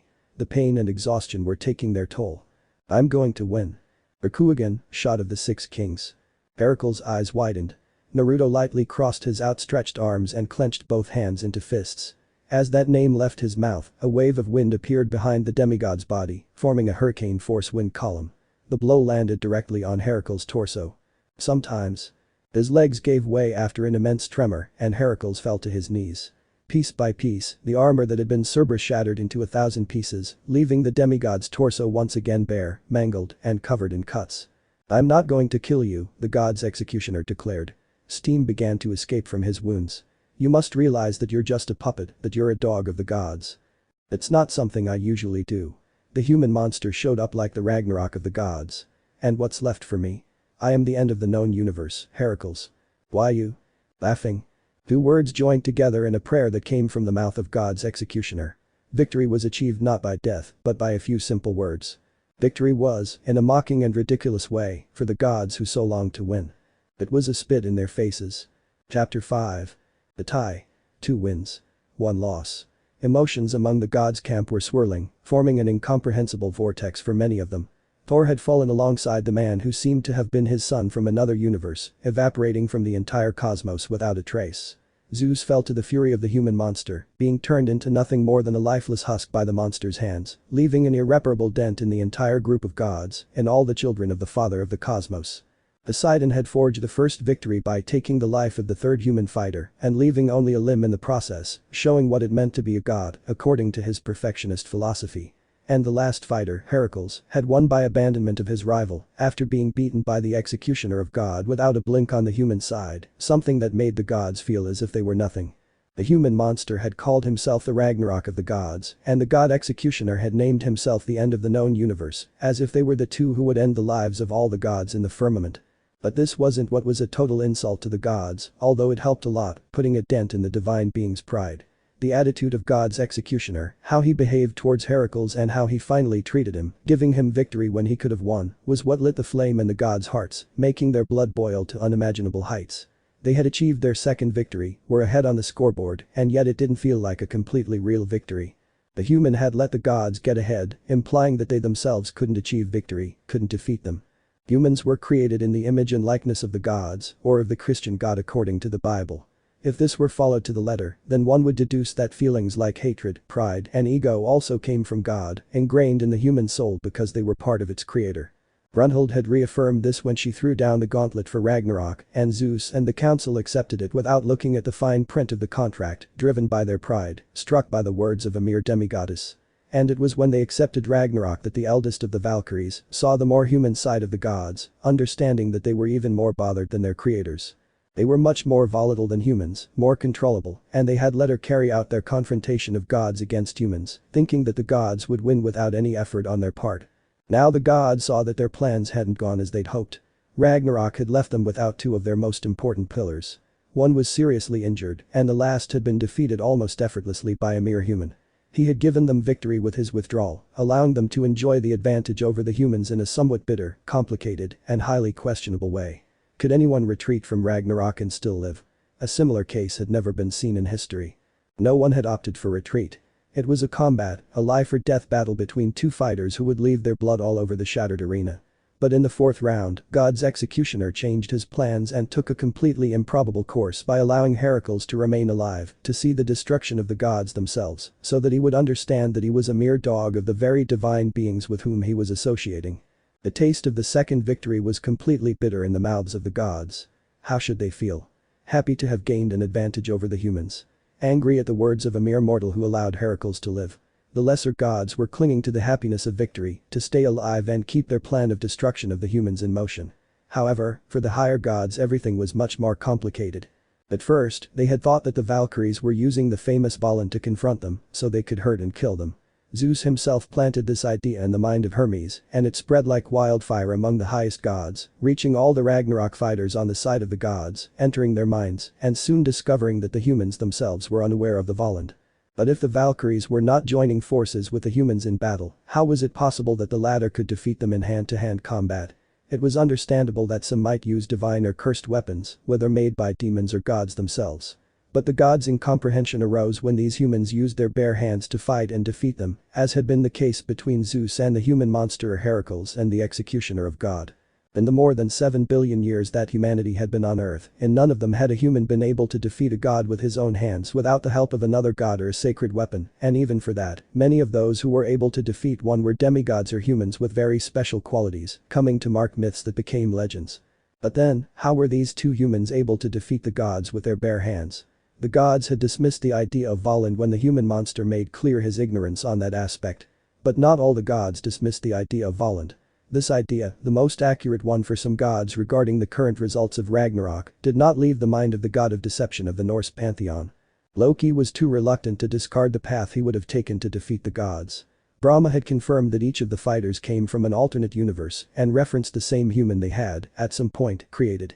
But was the multiverse so vast that Brahma would have created humans capable of defeating them with the blood of gods?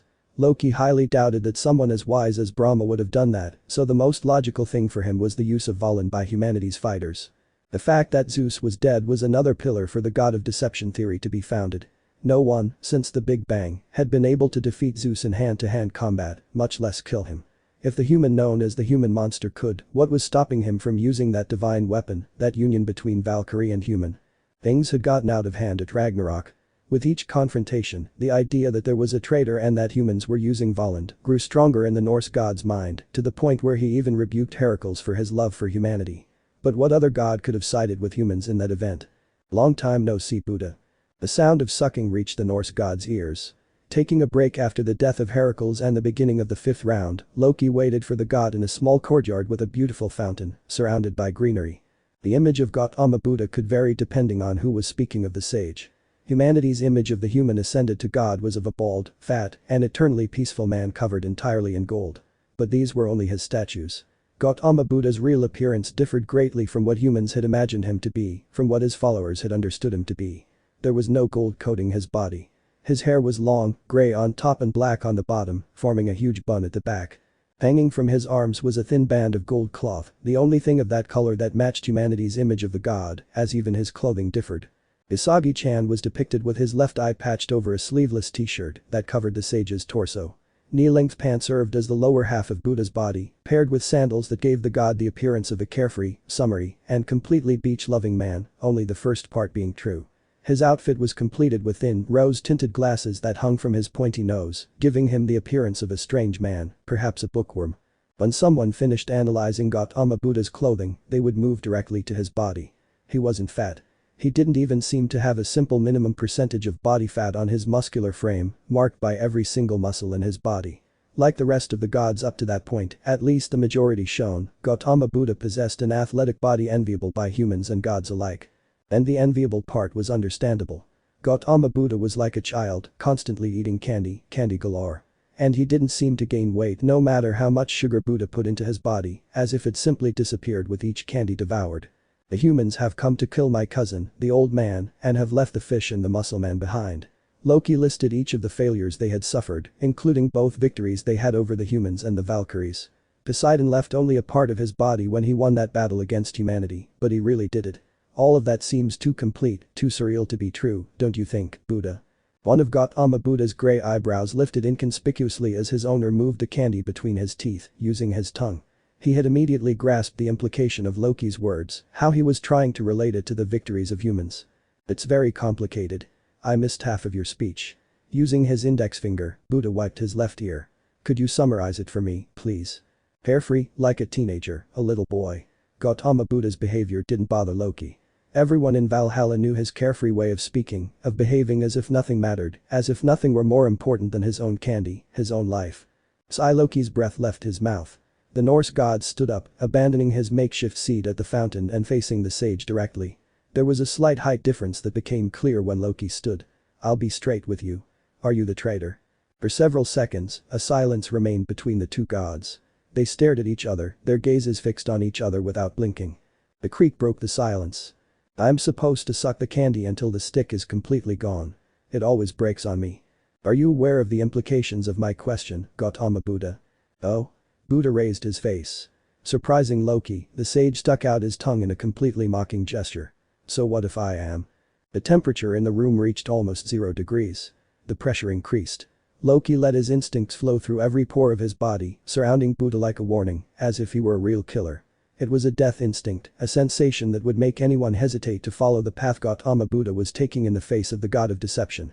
I'll kill you. Drums began to beat.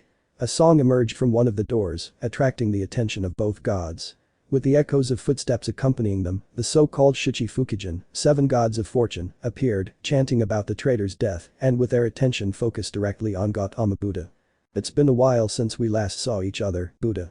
God of fishermen and good luck, Ibisu took a step closer to Gautama Buddha. This god looked like something out of a Yakuza movie.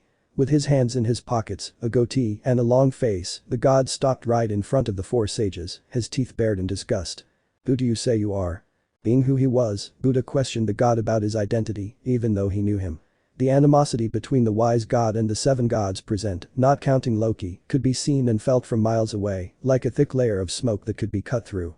"Buddha, you bastard." Ibisu reached for his pistol. Gautama Buddha's eyes never left the fisherman god's movements, watching him grasp the grip of his pistol. "Stop Ibisu, stop." Loki moved between Buddha and Ibisu. Loki, Bishamontan spoke in a deep tone, revealing that he was the leader of the seven gods of fortune, the god of luck and war. "If you intervene, if you stand in the way, that means you are also a traitor." "Don't get me wrong, Bishamontan." Loki slowly began to straighten, showing off his slender body. "I'm not saving him. He's my prey." Just kidding, just kidding." The god of deception's laughter annoyed the seven gods, but they kept their composure. "Did you think I'd defend you, Buddha? Nah. That would be too noble of you. And you're not that noble." Two chains appeared from the small portals Loki generated in his hands. With a swiveling motion, the god of deception attacked the sage, followed by the seven gods of fortune, all determined to finish off the traitor. Yawn.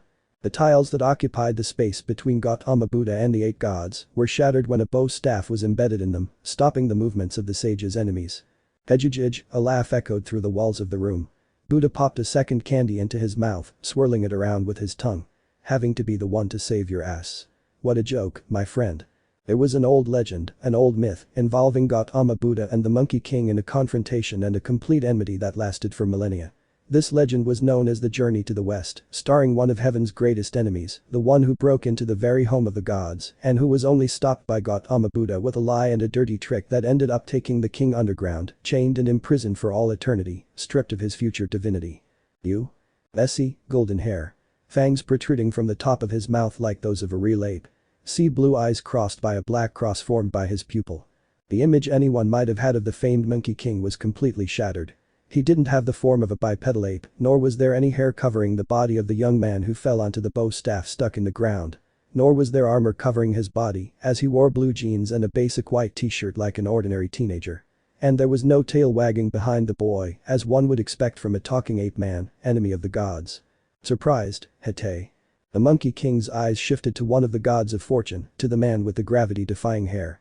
Contrary to how a normal person would act, Sun Wukong bared his teeth in an amused smile. "We have a nasty monkey here, don't we?" Loki dropped his chains.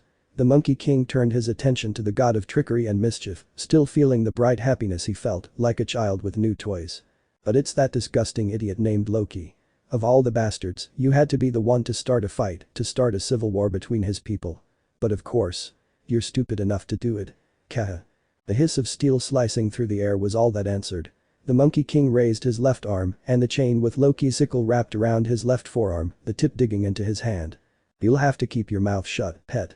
Hejijij. "Even in this universe you're funny, Loki." Loki opened his eyes.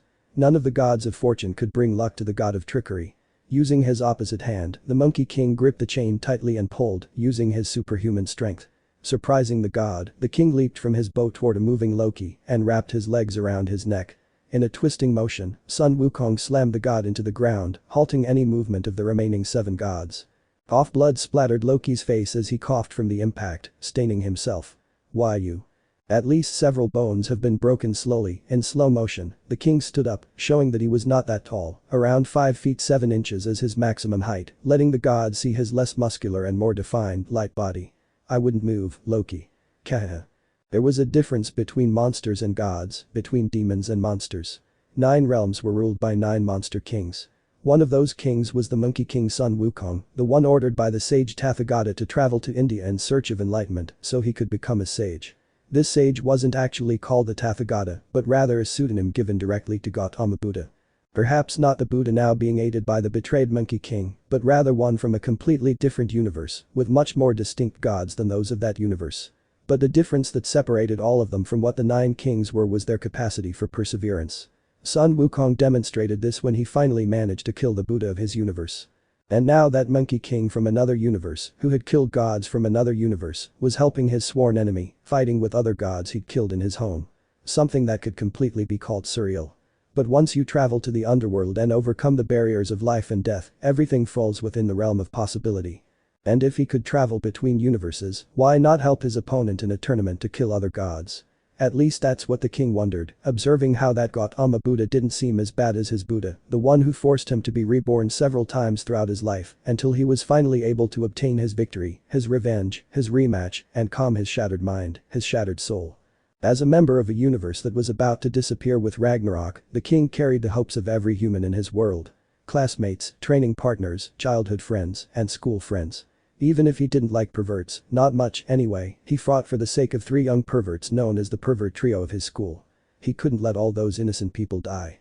As the Monkey King's mind came to understand all that Ragnarok was implying, he let his eyes go from a sapphire blue to a ruby eye, with the cross in his pupil still standing out in the dark color. Better yet, raising his arms, the king provoked the god. Do it. Stand up. I want to tear you apart, Loki. Once again, for the 3rd time, the gods were being insulted. Loki felt it when he was struck, when the Monkey King shouted for him to get up, that he would tear him to pieces. But even though he felt it as an insult, the god of deception stared into those ruby-red eyes, the color of freshly spilled blood, unable to move, as if they were hypnotizing him and preventing him from moving. Loki. The god blinked.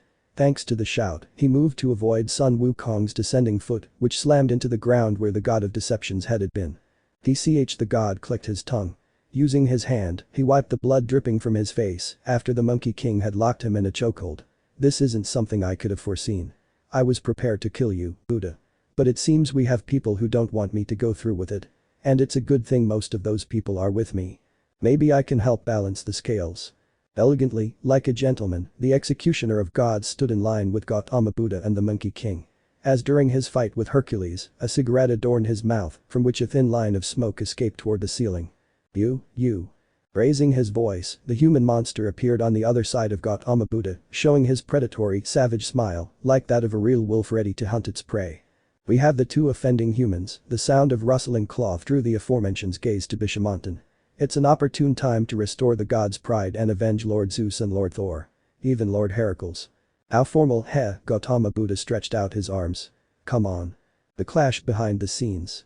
Well, the 5th round was underway with a confrontation between gods of destruction, another confrontation between humans and gods was taking place, hidden from the view of the spectators and the rest of the participants.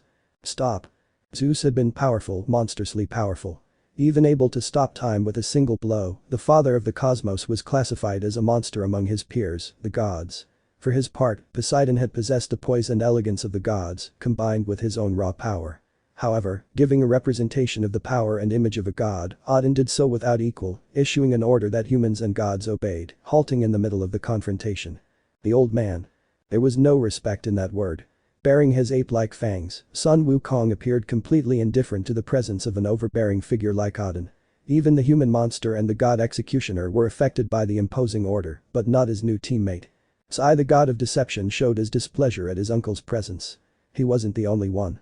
The gods of fortune who formed the 7 showed their respect for the Allfather, but also let their displeasure show on their faces. This was so fun. The Monkey King pointed at the god of trickery. No doubt about it. You should see your face, Loki. I still recreate your idiot image in my mind. Clearly a mockery, those words made Loki's body tremble with indignation and anger. Those humans had been mocking the gods. Perfect beings, creators, the gods were as imperfect as their creations, something Loki showed by feeling anger at the words of lesser beings. Ara. What's all this shouting about? The new voice prevented the god of deception's response. Both sides, standing next to Odin, saw a young man dressed in black, with hair as white as snow, stained with blood. Streaks of red stood out among the white hair that fell to the forehead of the young albino. Odin kept his dark eye on that person, that man. Having gained wisdom from Mimir's Spring, the Allfather understood that the man was not a god, but neither was he a normal human. He stood in a brazen calm pose, his hands tucked into his dark trousers. He could not see his eyes because of a thick bandage covering them, but the Allfather observed the unparalleled marks that so many human fighters had shown at Ragnarok. Is no one going to answer? The man kept scratching the back of his neck. He tilted his head slightly to the left, looking out at the entire crowd. But could he really see? The blindfold prevented anyone from seeing his eyes, if he had any, or the empty sockets left behind when they were removed, which would have been a morbid sight. And you are? Ibisu spat to the side. Being the one closest to the new intruder, the god of fishing fortune set out to finish him off. If he couldn't exact revenge with Gautama Buddha's life, he would take the life of one of those humans. It was swift. The gods opened their eyes. When Ibisu's spit hit the ground, the human hit the god's shoulder with an amused smile. Ara. Don't be so rude, God Kun. He gritted his teeth. He gripped the handle of his pistol. Before Auden could stop him, Ibisu fired a full-throttle shot straight into the human's temple. The light smoke escaped from the gun. The blast filled the silence, and the metallic echo reverberated through the room a few seconds later, followed by a cold silence. We buy. What? Nothing had happened. The shot never hit the man's temple. As if there were an invisible shield, the god's bullet remained suspended for several seconds before falling to the ground, as if it had traveled an infinite distance until it ran out of power, falling inertly at the feet of the fisher god. You will be. Ibisu. There was no reply from the god of fortune. None of the members of the group of unruly gods moved again, nor did they attempt a bold move like their companion Ibisu. However, they all glared at Buddha with hatred and resentment as the sage stuck out his tongue. Disperse. Not a word came from the crows. There were no crows. Auden walked step by step directly toward the Monkey King, showing his height. That includes you, ape. You and your group must disband if you don't want to see the wrath of a god. I've already seen the wrath of a god. Many, in fact. His teeth flashed like a string of pearls. You mustn't try to threaten me, old man. Auden looked at Sun Wukong. The Monkey King, with difficulty, patted the Allfather on the shoulder, as if he had known him all his life, as if there was no resentment or ill feeling on the part of the enemy of the gods.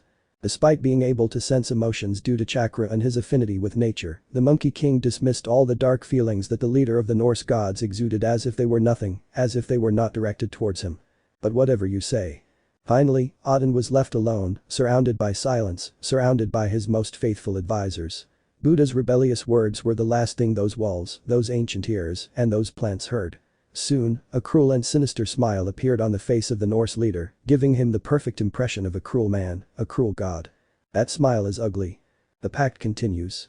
The muscles moved and the god's face returned to its normal form. No words were spoken to Hyujin or Munin.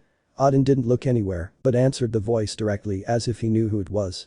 I get what I want, you get what you want.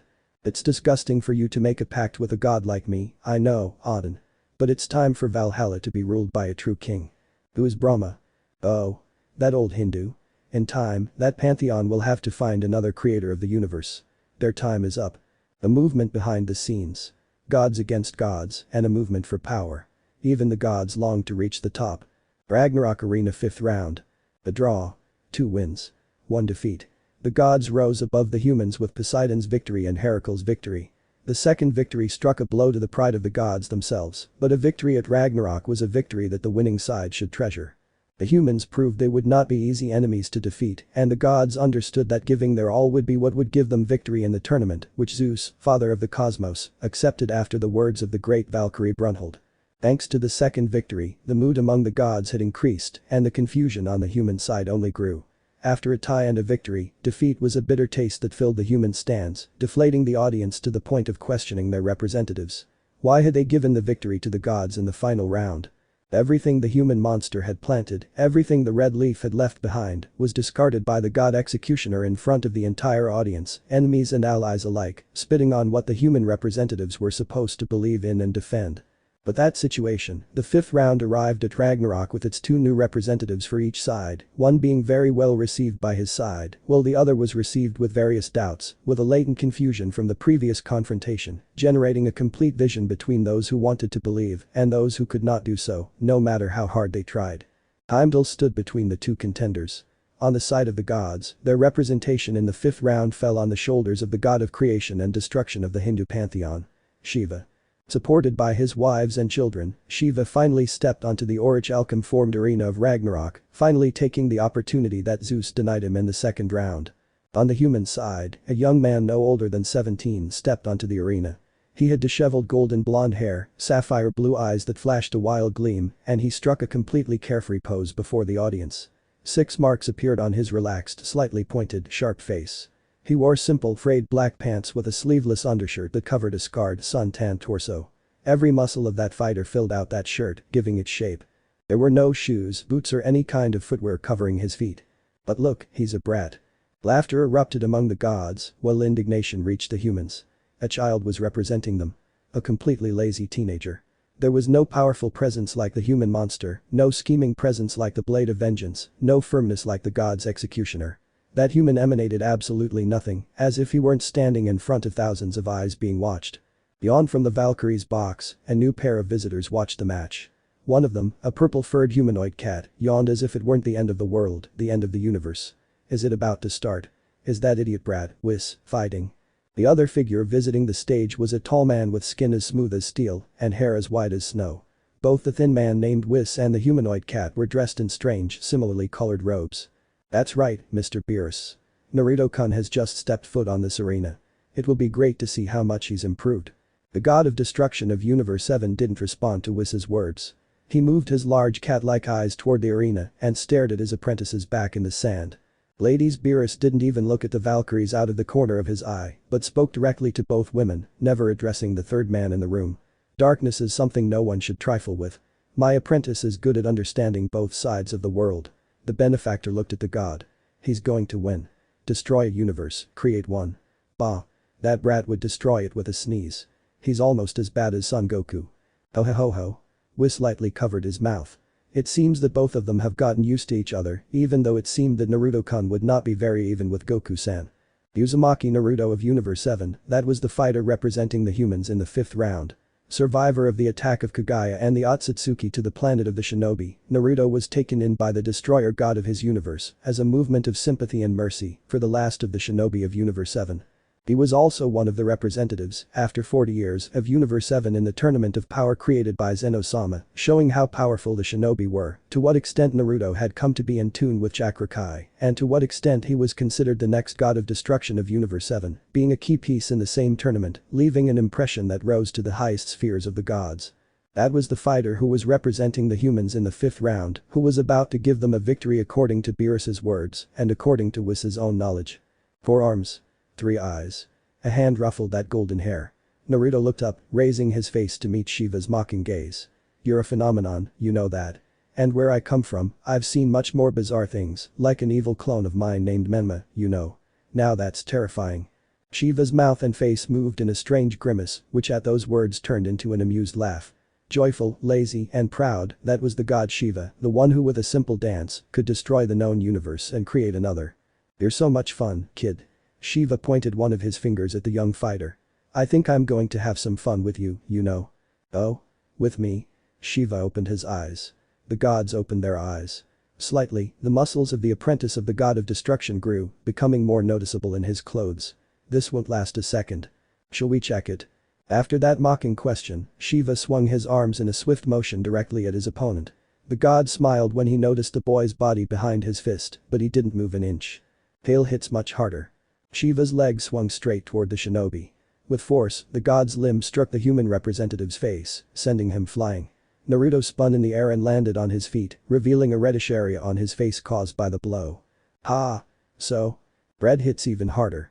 Shifting his torso and arm to the right, Naruto charged his fist at the same time Shiva rushed toward him. Both fighters moved. Raising his left arms, the Hindu god blocked the human fighter's blow, generating a shock wave. The blow sent Shiva backwards slightly, which surprised the god. Hover yourself, won't you? Shiva opened his eyes. His wives and children watched from the stands as Naruto delivered a direct jab to the Hindu god's stomach. He spat out blood, feeling his bones crunch under the blow, the shockwave sending him reeling. Blood fell onto the orichalcum floor, forming a pool as red as summer wine. Why you? There was no trace of the golden hair, the relaxed appearance of the young man who entered the arena, giving off that lazy look. That gold was completely replaced by a purple that darkened slightly with the fighter's movements. His eyebrows disappeared, forming ridges similar to the 3rd phase of the legendary Super Saiyan. But the more toned body and yellowish eyes, Naruto showed off that look, letting the sun hit with its brightness the earring in his left ear that granted him the status of apprentice god of destruction. Wagamama no Gakui, egocentric doctrine, with a sumo wrestler pose, legs open parallel to the shoulders with knees slightly bent, arms extended parallel in a straight and direct manner, and expelling air through the mouth with the torso slightly inclined forward, Naruto showed that doctrine before thousands of human and divine eyes, fully displaying his power, the force of his universe. And if Shiva had felt the Kai, he could have understood that his end had come. I will not play. I will not give you the pleasure of entertainment. I am not anyone's toy. Before he could receive a response, Naruto attacked. It was swift, forceful, and powerful. Surpassing the speed even a god from that universe could follow, the shinobi's right limb struck the Hindu god and sent him sprawling backward, knocked to the ground, his jaw unhinged after a deafening crunch. Father. Shiva. Naruto retracted his arm. The knuckles showed blood, but not from the human fighter. It came from the god on the ground, trying to repair his lower jaw. Broly. Granola. My students would really put me in a much worse bind than this. Is this a god? Vados and Margarita are even stronger than their respective gods. You're all a joke. The foot crashed into Shiva's face, and the god felt his head being sent hard against the Orichalcum floor without being able to resist the blow or avoid the damage. Nah. The difference between the blood of a god and a man is completely null. Naruto looked at his fist stained with Shiva's blood. It was red, dark, no different from the blood of a mere mortal. Itcher. No, this is simply blood. There's nothing divine about it. Shiva's forearms moved. With a fluid, circular motion, Naruto severed the god's four limbs without taking his eyes off his blood-stained hand. Ah. There was a completely clear difference. A god like Shiva, without any real destructive power, without the true ability to inspire fear or reach the power of a universe or two, couldn't stand against a fighter who had learned everything, who had adapted to combat against the most powerful beings of the 12 universes in his dimension. This is child's play. This is ridiculous. Hakai. Author's note. I read the comments, I want you to know. There's a reader of this fic who talked about the idea of including interactions with humans from other universes, those who knew the participating Narutos. It's a really good idea because it would give a longer and deeper idea of those Narutos, it would build their lives, their stories. However, it's not something I'm going to do directly or in depth because I would have to build the universe of all those Narutos just for this story, which would be a job of months. Maybe 2 years. Many of the Narutos presented, really all of them, I don't even have planned their relationships, their history or how to carry out their lives, and currently I don't have time to generate something of that volume. However, I thought I'd release a data book about this fic, about its participants, both human and divine, as well as information about the real-life human representatives of Shumatsu no Valkyrie who are watching this fight. That gives me more leeway, as it's data and information I can provide you until the stories are published, until you can learn more about them through their stories.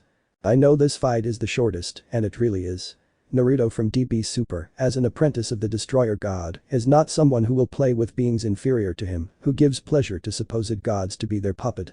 He is the representation of true power and a mockery of what the gods would have to do to defeat them, because now either the gods really use their true strength and power, or they simply cannot continue being gods, and will simply be the toys of humans. With that, I'll sign off. I hope you enjoyed the episode. Best regards and a big hug. Chapter 6. Silence had completely filled the stadium. If a fly had flown at that very instant, the flapping of its tiny wings would have been heard by the thousands of people there, watching what had happened in the 5th round of Ragnarok. One of the most powerful gods of the Hindu pantheon had been eliminated from existence with a single movement in less than a couple of minutes, in front of thousands of eyes that didn't know how to digest that moment, that instant in which a human killed a god without even suffering, without sweating. It wasn't a combat, a confrontation that could be called a round of Ragnarok. A human unilaterally swept away the god and, if that weren't enough, completely exterminated him from existence, eliminating everything that was the god of creation and destruction, a being who had climbed to the top of Sparga. Now, everything related to that god was eliminated from human history, from the history of the gods, and remained as a memory, bequeathing his history to his children, his grandchildren, and the 1116 gods of Sparga, so that they would maintain the status quo among the Hindu gods, so that anarchism and chaos would not cause the destruction of an entire mythology, of an entire group of gods important to human history, to their religion. This event, the second victory of the humans, was something that surprised the gods, but not because of a victory over them, but because of the speed with which the humans themselves obtained that victory. As if it had been nothing, as if he did it every day, the so-called apprentice god of destruction eliminated Shiva, using something that the humans' master called one of the many powers and abilities of a god of destruction in his universe, erasing Shiva's very existence. The fact that even the god's soul was eliminated didn't affect the gods much less the humans, who remained steadfast in the face of that victory, celebrating it. When one of the Ragnarok fighters died, whether human or god, their soul was completely destroyed, and their existence was completely erased from the world of the dead. This at least applied to humans, as the fighters could usually belong to a previous era in history, so they fought in their soul form. For gods and humans from other universes, if they were alive, it worked like the Hakai had worked for Shiva. They were erased physically and spiritually when their last breath escaped their lips, disintegrating without leaving a single trace of their own existence, leaving only the banal memory and the people who knew them. They were erased from existence, but the memory of one remained, and the pain was present in those close to the fighters.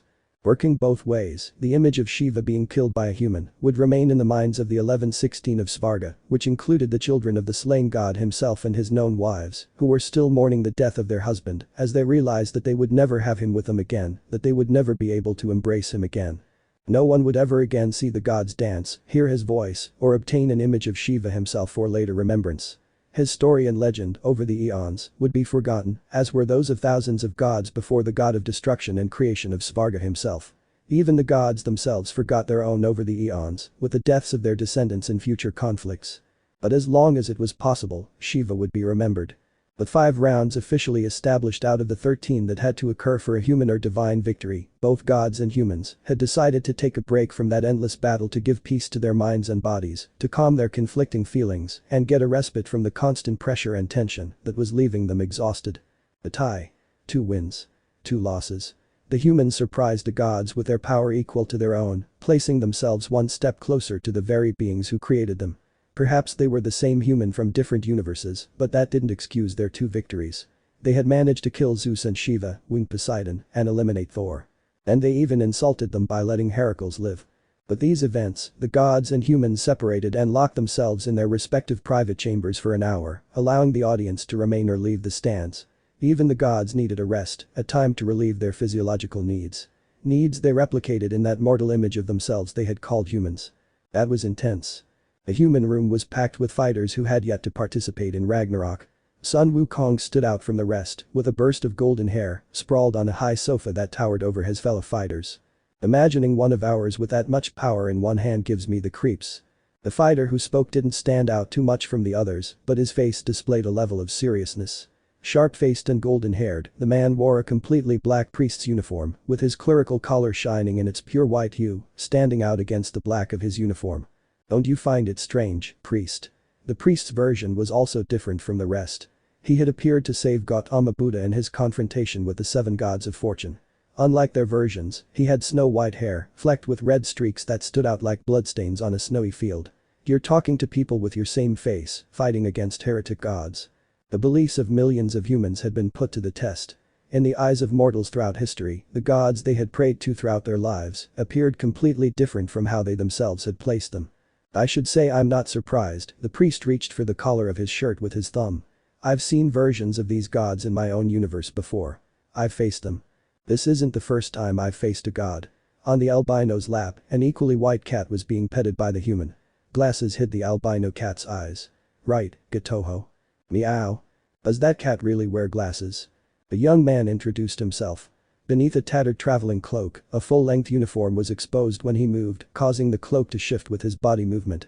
Like the rest, he had messy blonde hair, sapphire eyes, and 3 marks on his cheeks. He likes glasses. I don't know much about cats.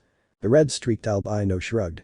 Gotoho had been with him for as long as he could remember, and he could call him the oldest known cat, or at least that's what his mother had called him. From what he'd experienced with the cat, he wasn't a very common one. No other cat had ever kicked a fallen angel. Dude, will you stop? Elsewhere in the room, 2 versions of Naruto were having a disagreement. At least one of them was showing negative feelings toward the other. Why? Give me a couple of ice cubes, ice guy. The version that had ordered the ice covered its entire body in a blood-red suit with black parts. 2 katanas hung from its back, and a mask covered its face. I'm not going to use my power to make you some ice. Hair as white as a field of snow, snowy skin, eyes of an almost white blue, and scars on his thin, fat-free face. The power of that version of Naruto was cryogenization, obtained from his mother. It could also be called cryokinesis. But how am I supposed to drink my mojito then? They don't have an ice machine here. Todoroki twisted his face in annoyance at the words of that version of himself. He'd been dragged to that place for a battle that could ensure the survival of his family, his abusive father, and the villains he'd faced so far. Ironic, wasn't it? He was supposed to be a hero, but saving all for one and Shigaraki. He had doubts about that. Good. He extended his arm forward. He closed his right hand over the glass containing the alcoholic beverage and proceeded to generate cold, allowing ice to fall into the glass. He'd already been forced to use his gift at a school party. What difference did it make if he used it for a mojito at the end of the world? Thank you, thank you. Where are 2 of us? There were supposed to be 8 of us, and 2 of us are gone. The black and red-suited Naruto looked at the version of himself who had asked the question. This version could be considered, at least by the benefactor and themselves, the most faithful to the original Naruto. a ninja headband covered his forehead. Blonde strands shot out in all directions, forming a mass of golden hair that came from his male parent. Sapphire eyes shone as if bathed in sunlight constantly. The guy with the huge sword and the guy with the pride. The masked Naruto tilted his head. The one with the sword didn't say anything. I think he went to an adjacent room. The big guy went to the infirmary to get something for his waifu. The benefactor's idea was to gather the 8 remaining human contestants in a single room with a single purpose. To completely unite the human side for victory. While the gods had their own private chambers, the humans were all placed in the same room when they were summoned to Valhalla for that confrontation for the salvation or destruction of humanity. Of course, this was strange at first. All those fighters looked at each other, seeing themselves with strange, confused looks and completely similar faces. Their dream of seeing other versions of themselves was granted by a completely insane stranger who dragged them into that world filled with madness and even stranger people. Not everyone was accustomed to encountering gods in real physical form. For some, they were simply entities that allowed certain humans to maintain complete sanity. Ah. I wanted the sword guy to have a fight with me. The shinobi was disappointed at the lack of a match for his one-on-one. Ever since he laid eyes on that pitch-black 2-meter-long sword, he had wanted to test the strength of its wielder. In a way, that blow reminded him of Zabuza's Kubikirabacho, the man he and his master had faced in the Land of Waves. I understand you had something to discuss with the Valkyrie woman. Todoroki pulled his hand away from the masked man's Megiddo. He'd generated enough ice to recreate a frozen Megiddo, something that didn't seem to bother his version from another universe. I don't know exactly what about. However, the proud guy didn't say anything, didn't even say goodbye when he went to get something for his girlfriend. The girl looked like a dog behind him. And Whiskers-kun says so. Heh. The wind stirred, and soon the sound of a thud echoed through the room. Twisting his torso slightly and retracting his arm, Todoroki punched the masked Naruto in the face, producing a crunching sound that indicated the bones in the man's face had broken. The subsequent drowning of the fighter and the dark mark that appeared on the area of the mask that covered the man's mouth indicated that the blow had generated blood in the man, or at least that it would expel it through his oral cavity. Ah. My nose, my nose. You broke my nose. Comically, the masked man began to jump up and down, simultaneously moving his hands as if he were a groupie standing near his favorite singer, or as if he were burning his tongue after drinking grandma's hot soup. Whiner. Are you going to cry over a simple? Instinct screamed and a shiver ran through her skin. Todoroki steered himself and took a step back, simultaneously rearing his body. His eyes caught a glimpse of the dark gleam of a blade that nearly sliced through his neck, killing him. Cry. Don't be a jerk, Marijuana. The masked Naruto placed his opposite hand, the left one, on the hilt of his katana, while his right hand remained closed around the handle, preparing for a thrust. Nobody laughs at Naruto, you bastard. The atmosphere turned cold, almost freezing. Around the hero's body, a whitish aura slowly began to form, like an impermeable layer that completely covered the young man, as if he had been coated in a layer of colorless plastic. Don't make me freeze your brain, a cracking sound accompanied the words of the son of the eternal number 2. He had used his thumb to crack his index finger. I'm looking forward to seeing if -0 can kill an immortal regenerating person. We can check it now. They both moved. Ice appeared with the hero's first step. Murderous intent seeped from the anti-hero's body. A staff fell between the two, halting their confrontation before it could begin. The gods are our enemies, you know, an almond fell directly into the Monkey King's mouth. Fighting among ourselves is completely futile. The luxury of fighting against ourselves, against our comrades, will only make us doubt each other, and we will be weak against our enemies. Todoroki Enji's-san was the first to react to the Monkey King's words. Slowly, the snow-white aura that had surrounded him faded away, as if it had never existed. But those idiots are fighting. The masked Naruto spoke about the monster human, the god enforcer, and the god destroyer. Those 3 variants had disappeared and gathered in a special area Brunhilde had prepared for them, for a desired confrontation between the monster human and the god enforcer. Both martial artists had witnessed each other's fight and now desired to see which of the two was above the other. The god destroyer simply accompanied them out of a morbid desire to test how strong they both were. They've already fought, the sage toyed with another almond on his tongue. He moved the muscle slightly and then crushed it with his sharp teeth, creating a slight crunch. Let them fight amongst themselves. It won't affect the next rounds. Sun Wukong had anticipated the clash in the 6th round. He would face Gautama Buddha in an epic showdown, a fight where his opponent would be completely crushed by him. But even though that was what he would like, he knew that Buddha wasn't 100% on the side of the gods, and that the chances of him defecting to the humans were far too high. It was uncertainty that made him think of different paths to take, different scenarios. They had won 2 victories at Ragnarok and were currently evenly matched with the gods, who were evenly matched thanks to the god's executioner allowing Heracles to survive. But those gods had eliminated one of them. They had a chance to defeat them, but the gods could also defeat them. And both sides would have to fight with all their might, above all the gods. I want to fight. The masked Naruto stamped his foot on the ground, making his frustration clear.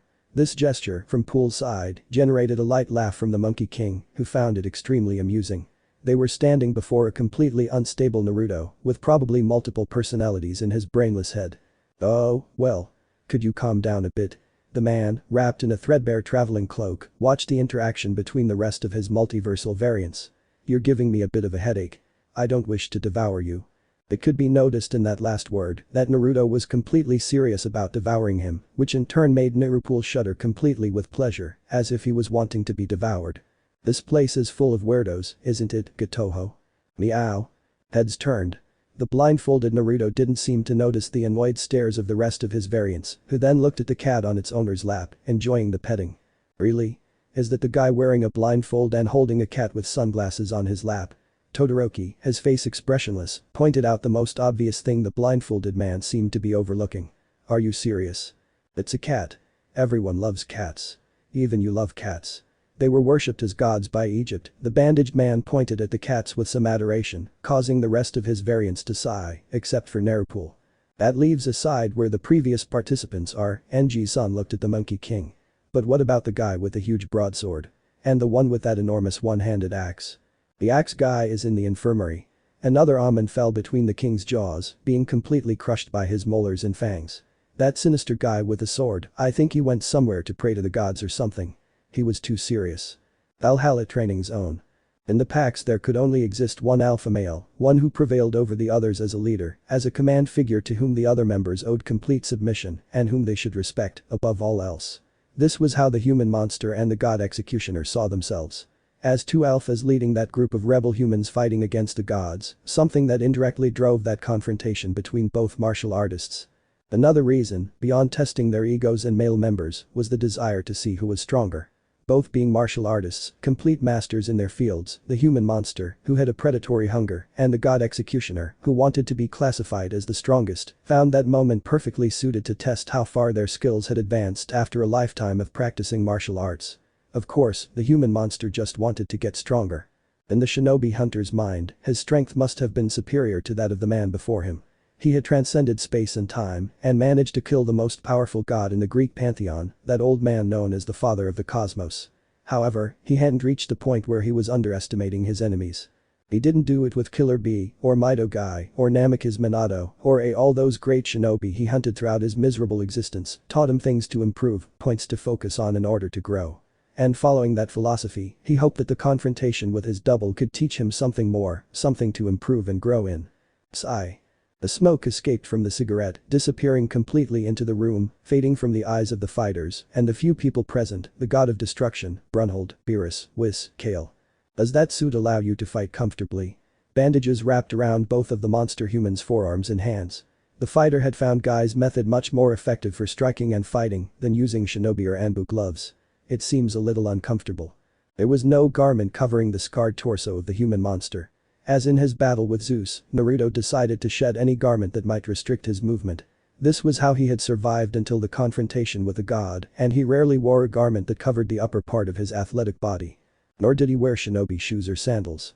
His feet, as well as his torso, were bare, touching the cold orichalcum floor for better mobility and a better strike. It wasn't as if he had been barefoot his entire life, but when he realized that his movements could be faster, he simply cast aside any garments that covered his feet or torso. Going naked isn't going to improve my skills any further either. As if understanding the human monster's semi-nakedness, the god executioner calmly mocked this, perhaps trying to find a gap in his opponent's psychic defense. It was well known that breaking an enemy's mind in the middle of combat was very beneficial. One should keep one's mind calm, and if one allowed one's emotions to overwhelm it, one could simply give up the fight. Ha! The human monster fell into his signature fighting stance. Like a predator, he bared his teeth at the god's executioner. You're not going to get inside my head. His index finger tapped his left temple. I've had enough of those tricks. A few words aren't going to hurt me or make me angry. God's executioner focused his full attention on his cigarette. Once he managed to keep it lit, he relaxed his posture and reached into his left pants pocket, his hand gripping his particular vice. At least someone difficult, huh? This will be fun. It was clear that the monster of the elemental nations exuded a sense of power, of dominance over the rest of the presence. He towered over the others as if nothing could harm him, even more noticeable than his adversary. In contrast, the god's executioner maintained a calm, perhaps cold, demeanor, sending no sense of relief to either his enemy or the small audience watching them. It almost seemed like he didn't exist, that he wasn't there. "Heh. I see you're going to drag this interlude out too long with that cigarette." A cracking sound accompanied those words. Grabbing his neck, the human monster crunched it. "I'm going to have to change that." The sensation of death began to emanate from every pore of the human monster's body. Standing still, with his legs slightly bent, the fighter sent his sensation of death directly toward his opponent in an attempt to break his spirit. But even as he attacked, he was surprised when his essence failed to even strike the soul or disturb the heart of the god executioner, who brought the cigarette directly to his lips. "I'll have to have my cigarette while I kick your ugly ass." The monster's eyes caught a movement. By simple reflex, the fighter raised his arm, and thankfully, his body reacted. His opponent's right leg connected directly with his forearm, causing the arm to drop a few inches and creating a small opening in the defender's defense. "You focused a lot." Leaning on his enemy's arm, the god executioner brought his leg down with a direct movement and hit the human monster's face, sending him flying, spinning in the air. The human monster's body reacted within a second. He extended his legs and used his arms to stop the movement, falling onto his legs. He leaned his body forward, slightly, to create a small wall of air that would prevent him from moving further backward. "It was good. I must admit you have strong legs, kid. But I've been a fighter longer." He bent down. He flexed his legs. He let his arms hang limply. He completely abandoned any thought other than defeating his enemy, other than destroying him and crushing his bones to the point of pulverizing. "You are a human beast." White eyes, sharp teeth, a completely savage face. Since the blow, the human monster had unleashed all his savage instincts, filling the room with a familiar feeling. That of danger, that of death. God's executioner understood the sentiment and recognized his adversary's state of mind. He had abandoned all human rationality and, like any animal, focused his mind on his goal, allowing his body to be imbued with instincts. The wild dog, exhaling a puff of smoke, God's executioner observed his opponent's animal state. He gives off anger, he gives off fear.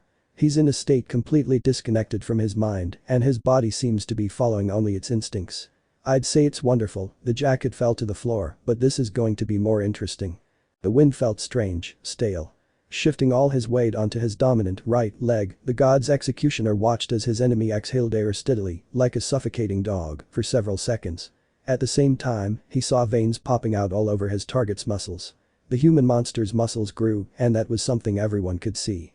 "Is the blood moving constantly?" The god's executioner opened his eyes wide. The wind stirred his hair, and he soon felt his chest crushed by a powerful direct blow that knocked him back several meters. Off blood spurted out in a small red waterfall that stained the floor. A state of madness. "It's bucking strong." Hollow sounds began to be heard. The executioner moved his head, his eyes like a tennis match.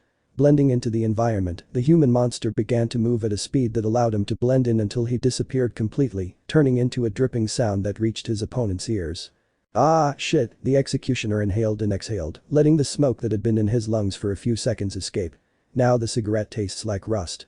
The human monster appeared behind the executioner, its mouth open like an animal's. Twisting its torso and swinging its arm, the monster attempted to swipe out a claw to tear off its enemy's head.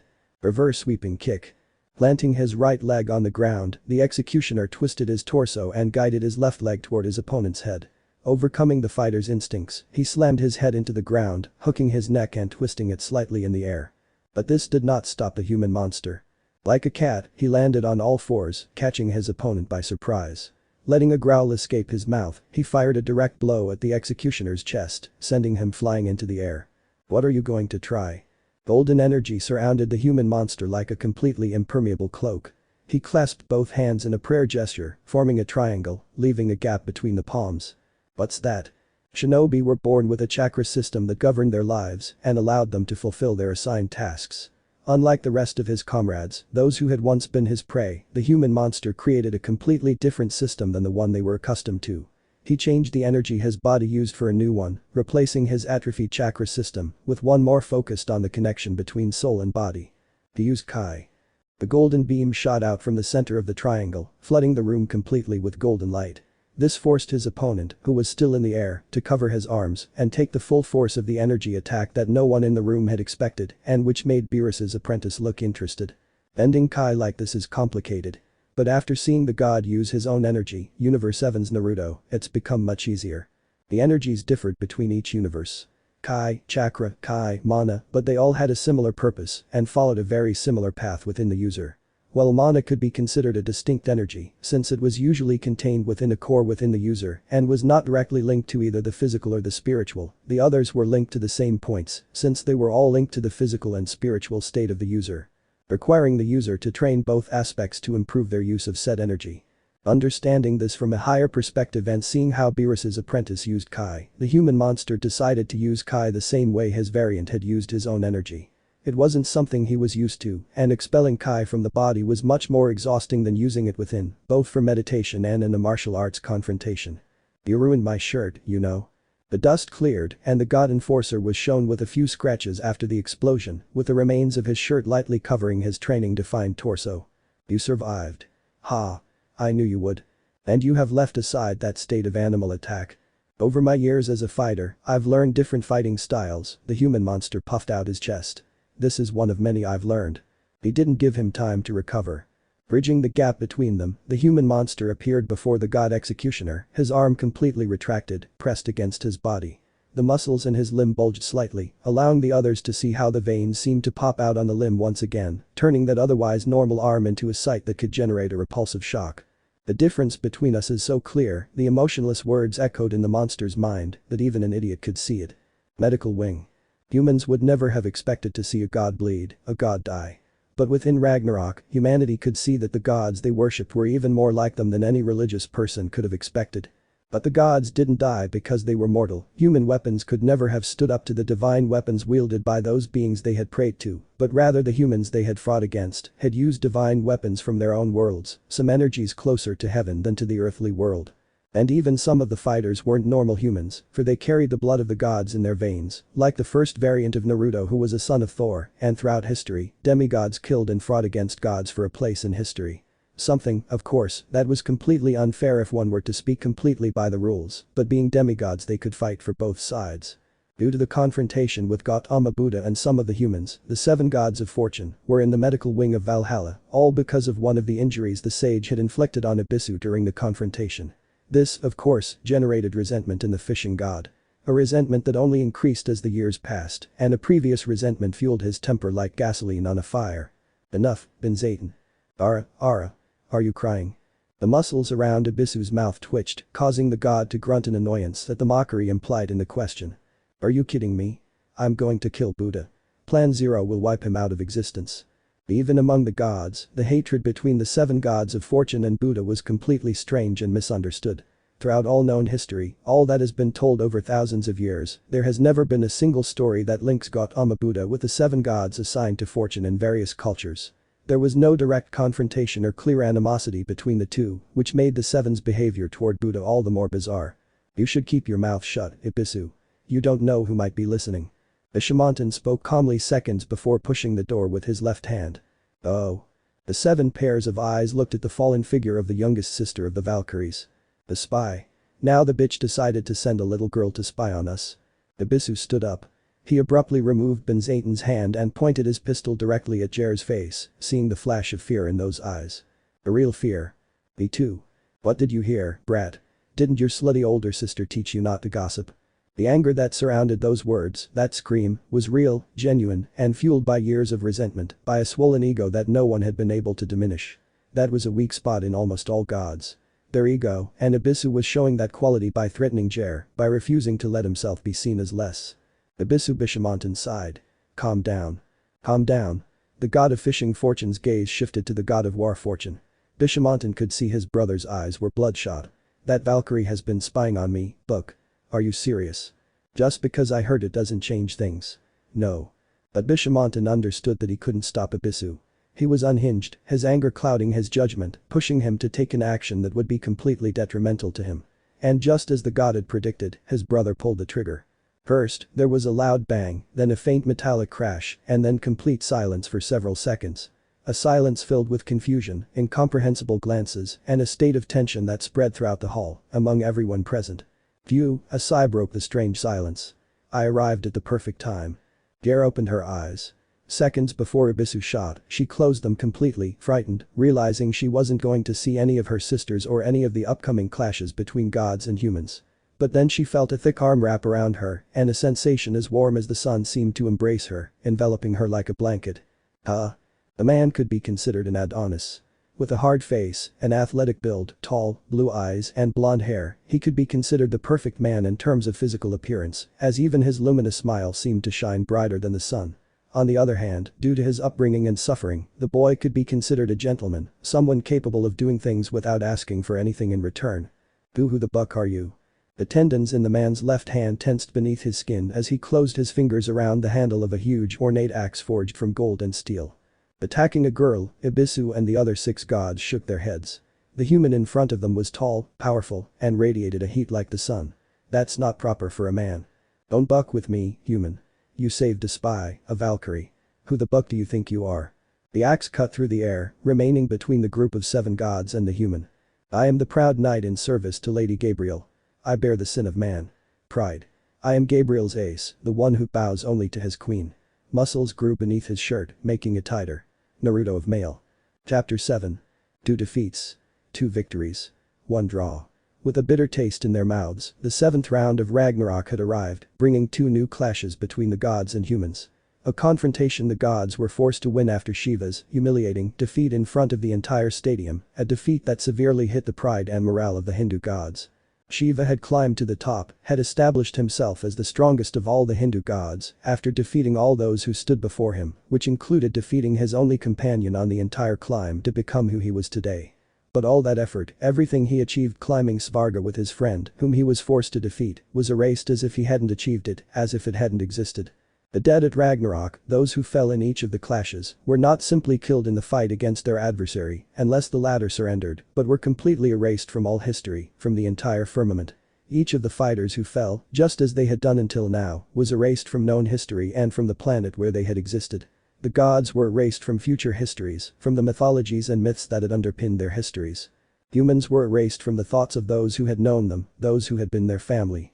With this in mind, those gods descended from Shiva were devastated, consumed by sadness at the knowledge that their progenitor would be erased from the history of the gods. Nothing would remain to remind them of what Shiva had done in his time as a god. He would be completely erased, remaining only in the memories of those who had been there at Ragnarok. But it wasn't the defeat that had generated a deathly silence among the gods. Something like losing wasn't what bothered them, not to the point of remaining silent as they watched, alongside the humans, as the survivor walked out of the arena without any problem. It was the ease, the speed with which the human had defeated Shiva that generated that annoyance and discomfort. Taking the title of God of Destruction, the human had killed Shiva with a single move, with a blink of an eye, and hadn't even allowed the god to do anything to survive his enemy's attack. With a word, Shiva was completely erased from history, and no one of future generations would ever know who the god of destruction and creation had been in Hindu mythology. There would be no more believers in Shiva, no more followers of the god capable of destroying the universe with his dance. It was a sad moment, one that millions of beings would remember until the end of their existences. One of the greatest gods had been eliminated, and not even the death of Thor or Zeus had generated that complete silence. Part of that silence was due to the ease with which Shiva was defeated, a cold feeling that the gods would not forget for a long time. The other part was due to what Shiva's death meant, being a victory for humans, and the oblivion of a god with children, with a family. Thor hadn't had a wife or children present to mourn him. Zeus was an old man, with all his children already adults, without a grandson to mourn him like a baby. The only one of those gods who had left children and a truly worried family was Shiva, the god killed in the last round, the spoils who were exterminated by another god of destruction. Now, how could the gods regain their honor and morale? The humans were completely euphoric, exalted by the victory that gave them a tie against the gods, putting them in the lead at the end of the world. Of course, this forced the gods to use a god in the next round who could give them victory, who could put them back in the race. The rosters were presented during the first round of Ragnarok, establishing the participants. This roster could not be changed unless the gods permitted it. Each fighter was established, and any changes had to be approved by the organizers. And the one selected to fight in the 6th round had been one of the most recent gods in history. Gautama Buddha, the man who achieved enlightenment when he cast off everything that bound him to the mortal world, thus following his own path to happiness. That had been the god selected for the 6th round, the one who would fight on the side of the gods to give them victory in that confrontation. The gods were hopeful. When they saw Buddha appear after Heimdall's announcement, they all cheered, amidst the laments of the gods' human followers. How could Buddha, such a benevolent being, wish for the destruction of humanity? It seemed incongruous in the eyes of the sage's worshippers, of all those who had once followed him as his disciples. It seemed that the gods had found the weak point of humans. Hello? Can you hear me okay? Buddha had taken, by force, though Heimdall couldn't resist, the Gjallarhorn from the Norse god's hands, moving him aside to allow him to speak with the gods. The wise man had stopped walking in front of the god's box and spoken directly to them, earning the incredulous stares of all the gods in the box, Odin, Loki and Ares, along with Hermes. Yes, I want to, I'm going to fight for humanity. The fluttering of a fly's wings could be heard as silence fell over the audience. Gautama Buddha's request had reached the ears of the entire audience, including Odin and probably Brahma, who had withdrawn with the rest of the Hindu gods, to offer his condolences to the family of the deceased Shiva. You.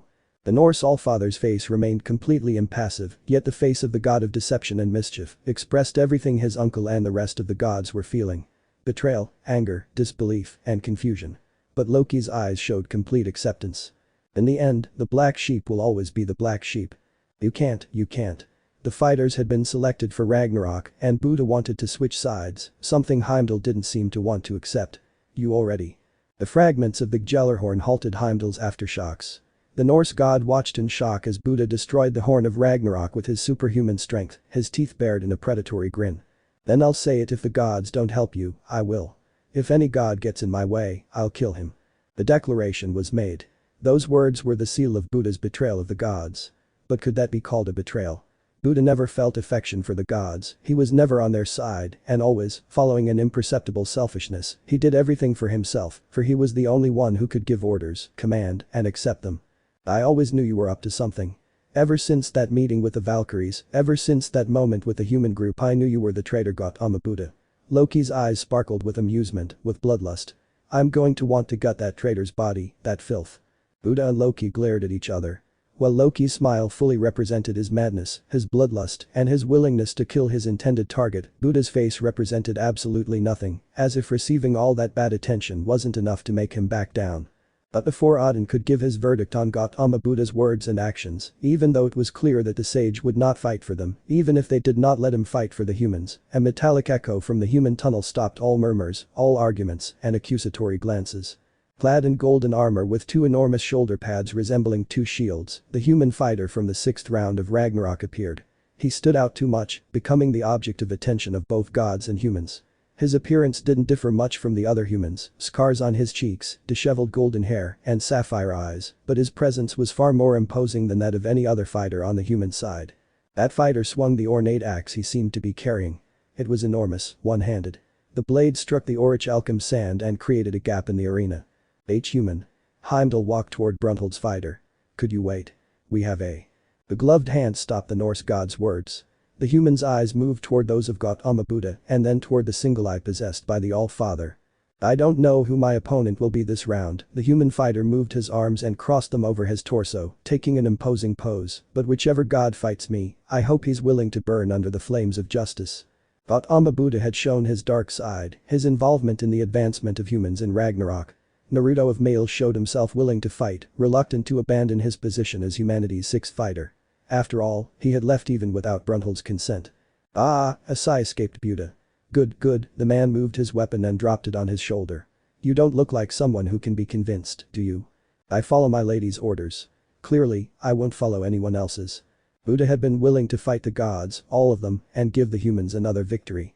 Watching the gods' hopes crumble when he presented himself as a representative of the humans was gratifying.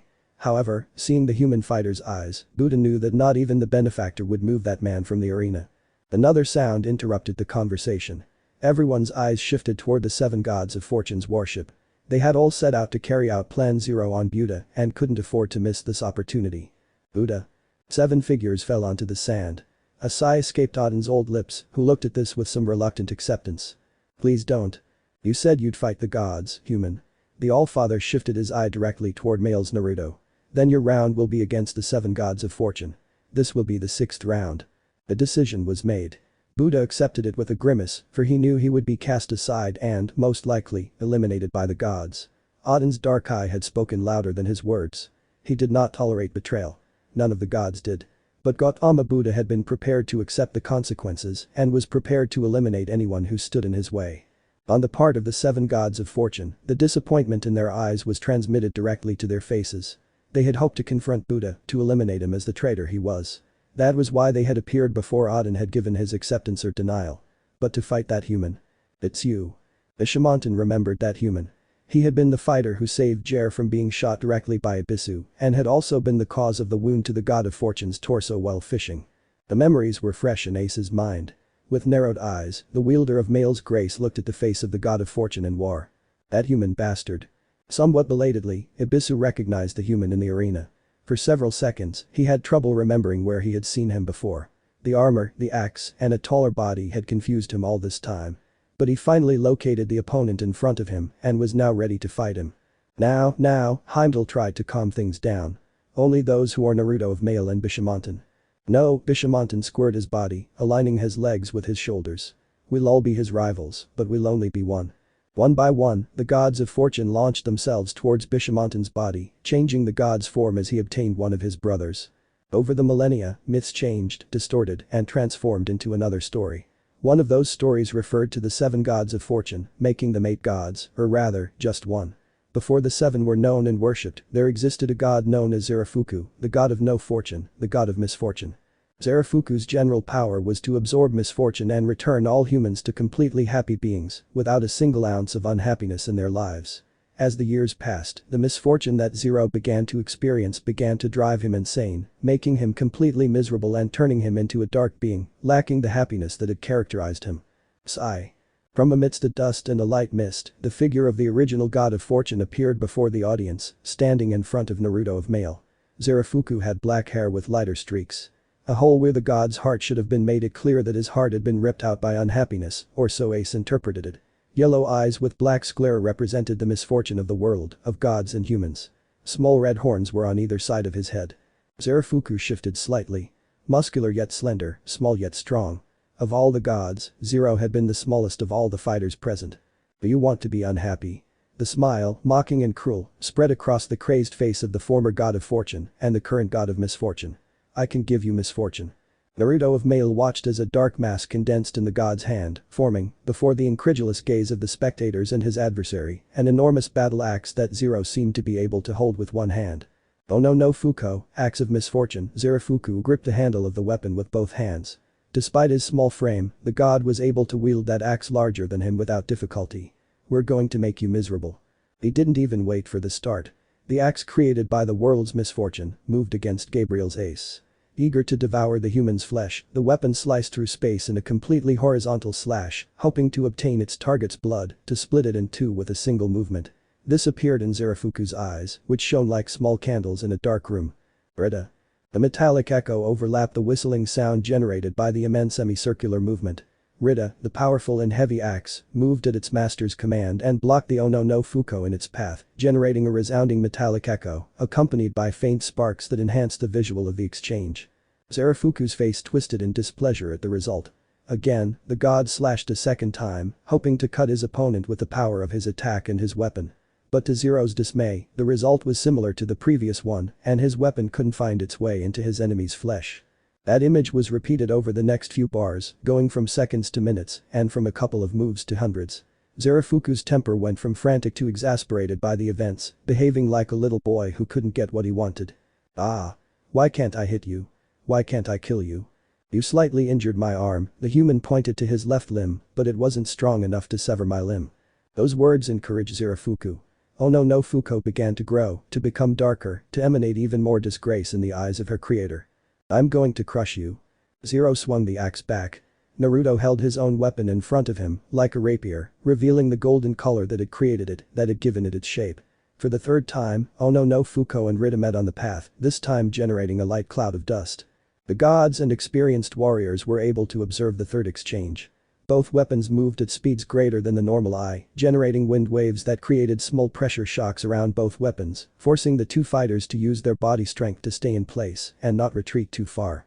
After about 20 or 30 exchanges, both weapons collided for the last time and separated, causing Naruto and Zero to be forced to retreat a few meters, increasing the space between them. Ah.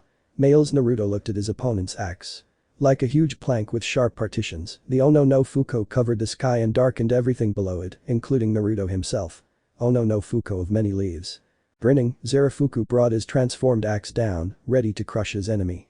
And this was what the audience thought. The Ono no Fuko swung down and crushed a large portion of the arena, completely covering where the fighter of humanity should have been.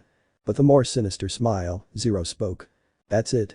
I've plunged you into disgrace, you bastard. You should watch better.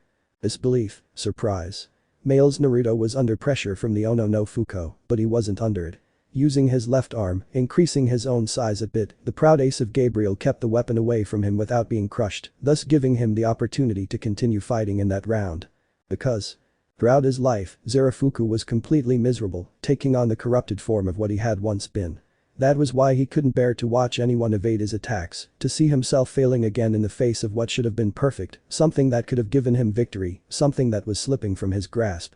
I don't really know what came over you to make you feel so miserable, Zero blinked, but you shouldn't act like a lunatic. Why don't you just enjoy life? Stop worrying about it, just be you. This isn't how it's supposed to go.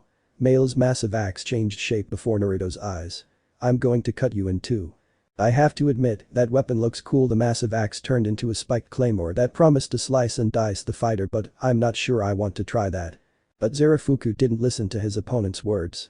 He circled the handle of the sword his axe had transformed into and proceeded to attack in a circular motion, forcing Naruto to jump back, allowing the slash to miss him. I'm going to show you the misfortune of the world. The wind swirled around the human. Males Naruto watched from his position as the sword swung toward him, slashing down in a crushing vertical slash that could have sliced through his armor like butter, passing straight through his body. That would certainly have been a bigger problem. If Zarafuku's attack had connected, Naruto was certain his body would have sustained fatal damage that would have taken him out of the fight. That was, of course, if he didn't die from the attack. In response to the move, Ace stepped to the side and moved Rita, deflecting the slash. The claymore hit the Orichalcum sand with a shattering crash. Pieces of the ground flew up, accompanying a dense cloud of dust that hid both fighters for several seconds. Why can't I kill you? Despair escaped with a heart-rending scream from the God of Fortune, striking his adversary with the feeling behind the scream. Naruto felt desperation, the desperate agony of seeking help and understanding. And being who he was, serving who he served, he couldn't turn away a lost soul like the god before him. Both god and human stared directly into each other's eyes, their struggles born from their different heights. The man's blue eyes displayed a profound calm, a warm tranquility that combated the black despair emanating from the eyes of the god before him. How could a being who should have been perfect be so broken? Naruto asked himself that question over and over again, racking his brain as he deflected the God of Fortune's attacks. The reincarnated angel stomped down and kept Rita blocking his opponent's blade. Zarafuku gripped the handle with both hands. The veins on his arm stood out, reflecting his effort, his unsuccessful attempt to finish off his opponent. I want to kill you. If you had wanted to, you would have done it from the beginning. Both weapons moved. The claymore changed shape into double swords. The golden axe stood firm, deflecting the first of the swords, while its owner received a cut from the second. Misfortune, unhappiness. Why do you try to take that from humans? Why not let them grow? When humans suffer, they have the opportunity to grow and improve. You should see how wonderful a person can become with the right guidance. Don't try to undo unhappiness and let everyone be as they should be. Zarafuku was overwhelmed. Naruto deflected both double-bladed swords. Gaining momentum, the reincarnated figure faced the god, passing through his defense. With a reverse motion, the ace slammed the god into the arena floor. Blood splashed on the warrior's immaculate armor. NGH. Zarafuku was the god known as the god of misfortune. He didn't attract evil, he didn't corrupt happiness, but quite the opposite. Despite what his name might suggest, Zero was the god who absorbed misfortune, who brought happiness to humans wherever he went, and it was precisely this that ended up clouding his judgment. Believing that absorbing all the misfortune in the world would bring happiness, the god ended up corrupting himself and became a vessel for the world's misfortune. Understand that humanity can be happy simply by being themselves, without anything truly grandiose, just doing the smallest things, Gautama Buddha felt mentioned from the Valkyrie's box. You should stop dwelling on those negative thoughts and simply observe happiness, be a little happier and less worried. Naruto spoke from experience. His life, compared to any present variant, was harassed and battered by the cruelty of the world. There were marks on his back that he remembered exactly as they were made, mostly from cigarettes and whips. His body constantly recalled every physical and psychological abuse his foster parents inflicted upon him. Even now, having found companions and friends, his mind couldn't stop recalling every single one of those events, every single one of those moments that marked him. Come on. The audience, completely incredulous, watched as Naruto extended his hand toward the fallen god. That gesture, which at any other time would have passed for affectionate, a gesture of respect, now seemed like a cruel mockery of the gods. That was the general thought among the divine audience, who narrowed their eyes cautiously at the movement. There were feelings that melted away despair. Within every universe, Naruto Uzumaki's variants had experienced restoring happiness to those who had lost everything. An evangelization, as some had called it. And male's Naruto was no different from most of his variants. Warm words, bright eyes, and a soul as radiant as a warm sun. Silence filled the stadium. Humans and gods alike stood expectantly, watching the interaction between the representative of humanity and the gods, waiting for an outcome. The gods expected a counterattack from Zarafuku. The humans hoped the god would accept this simple gesture of good faith. But no one expected what followed.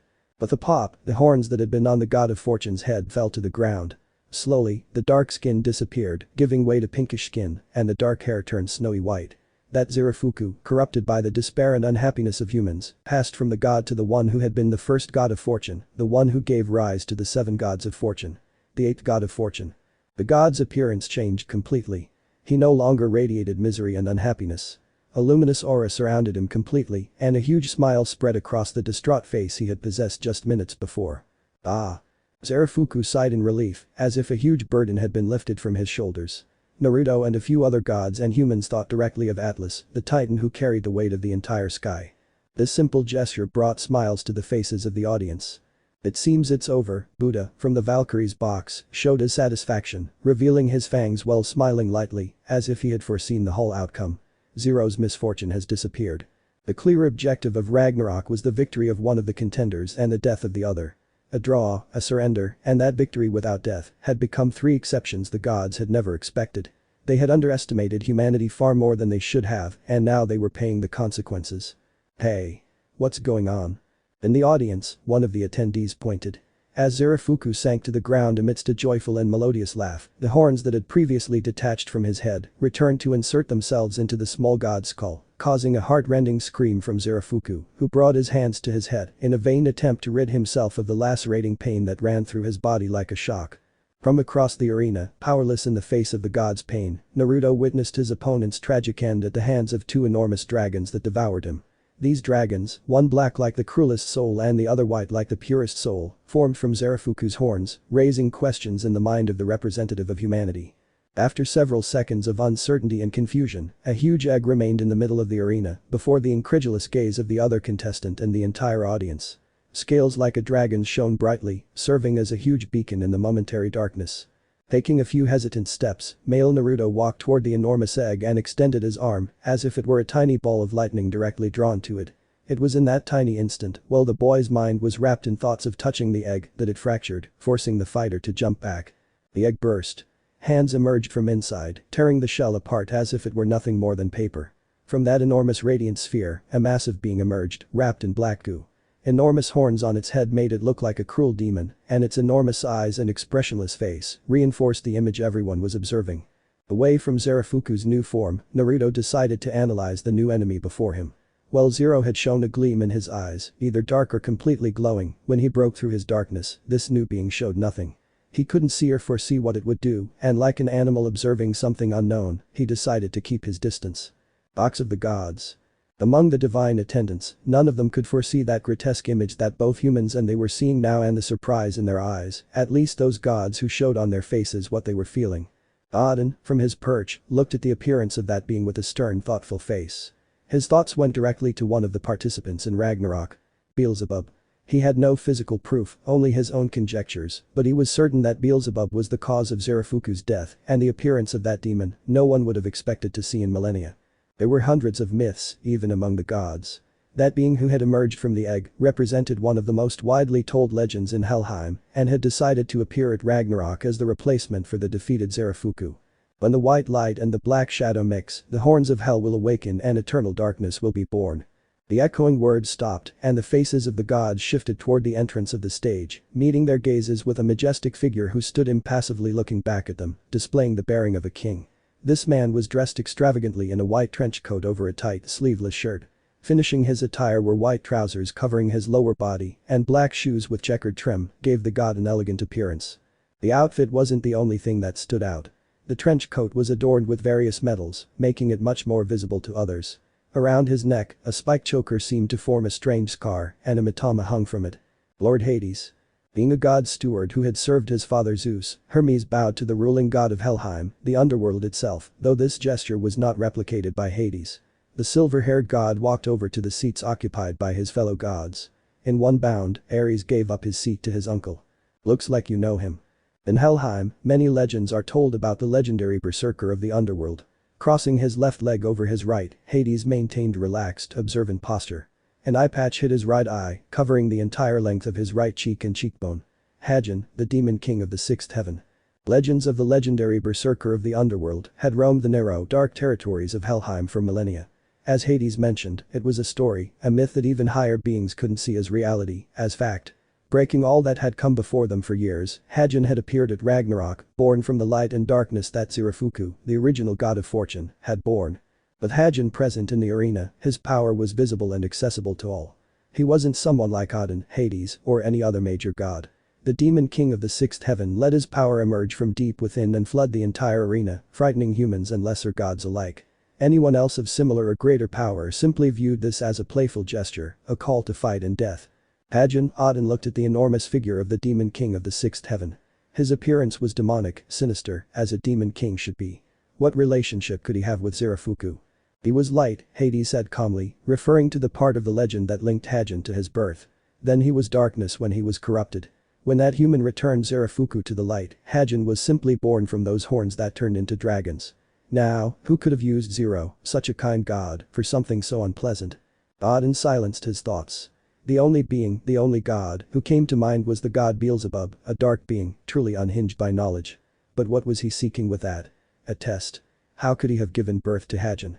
In legend, in the myths related to the seven gods of fortune and Zirafuku, nothing indicated that they were linked to the demon king of the sixth heaven. If a god were fighting, the odds would be 50-50. Hades bowed his head until his cheek rested against his left fist, but it's a human standing before the demon king of the sixth heaven, the legendary berserker of hell. How long can he last in a confrontation with him?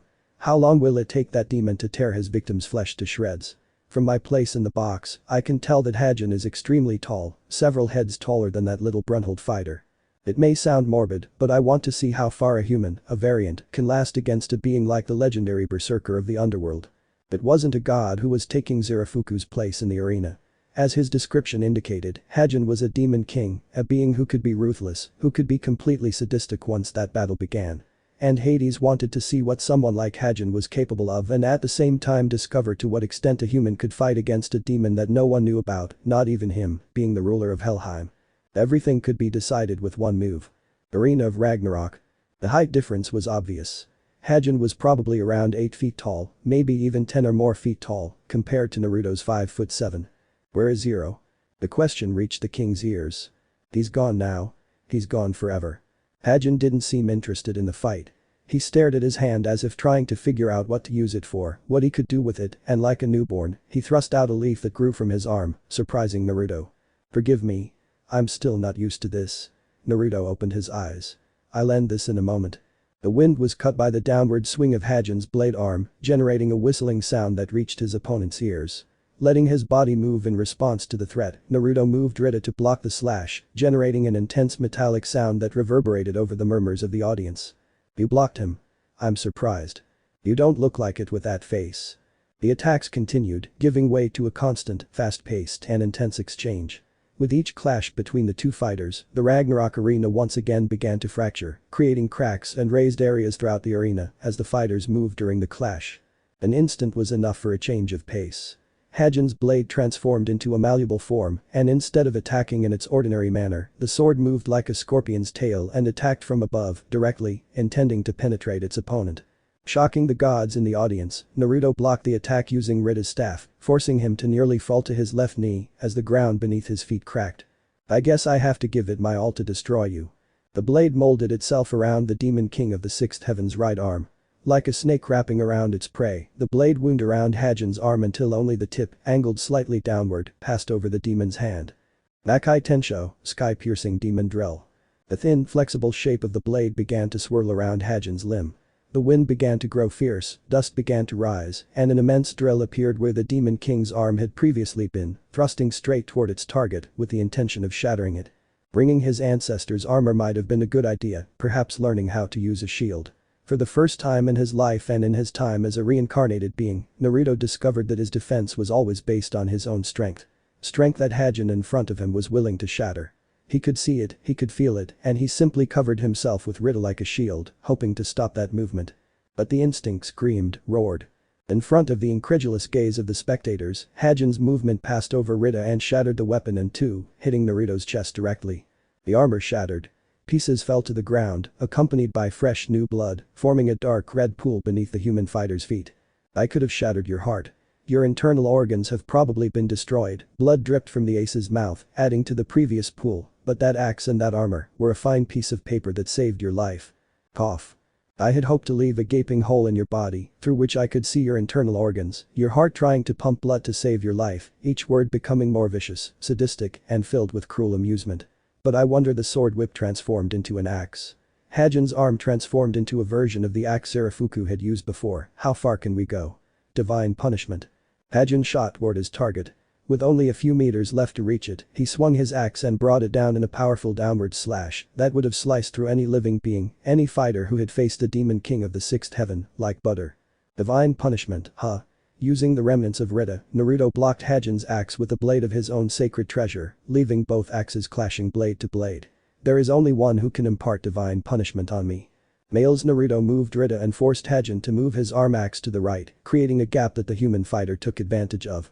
Closing his left hand, he channeled all the available strength and launched his arm into the Sixth Heaven Demon King's chest. But that wasn't any other demon he'd ever faced. He wasn't like Razor, a loudmouth with no superhuman strength. He wasn't like Gallant of Truth, all arrogant.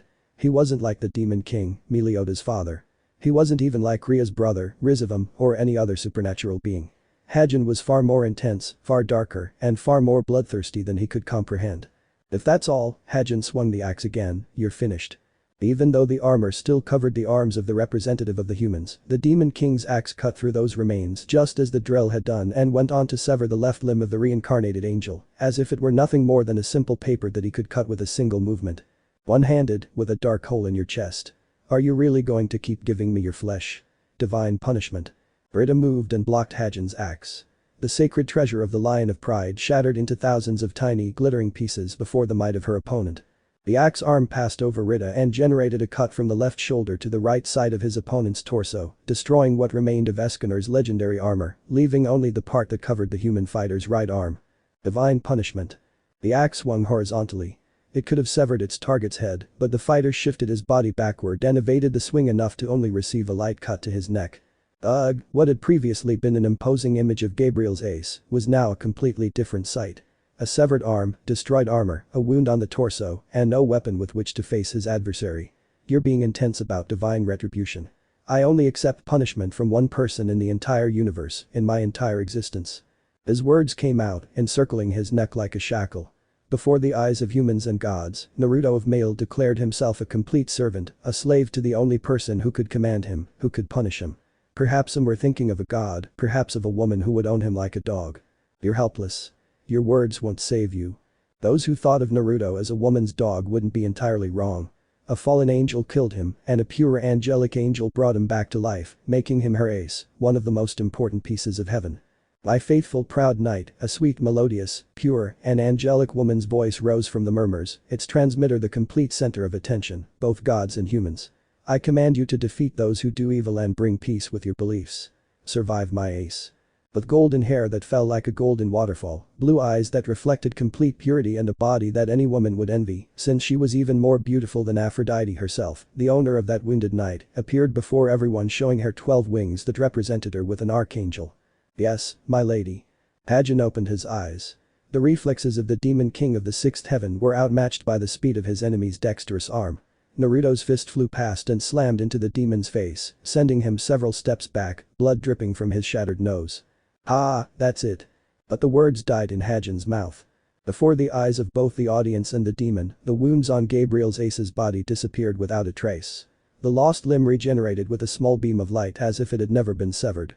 Don't speak of divine punishment, the left arm traveled and struck Hajin's torso, forcing the demon to hunch over. Because only my lady can speak of divine punishment. Muscles grew, body height increased, closing the gap.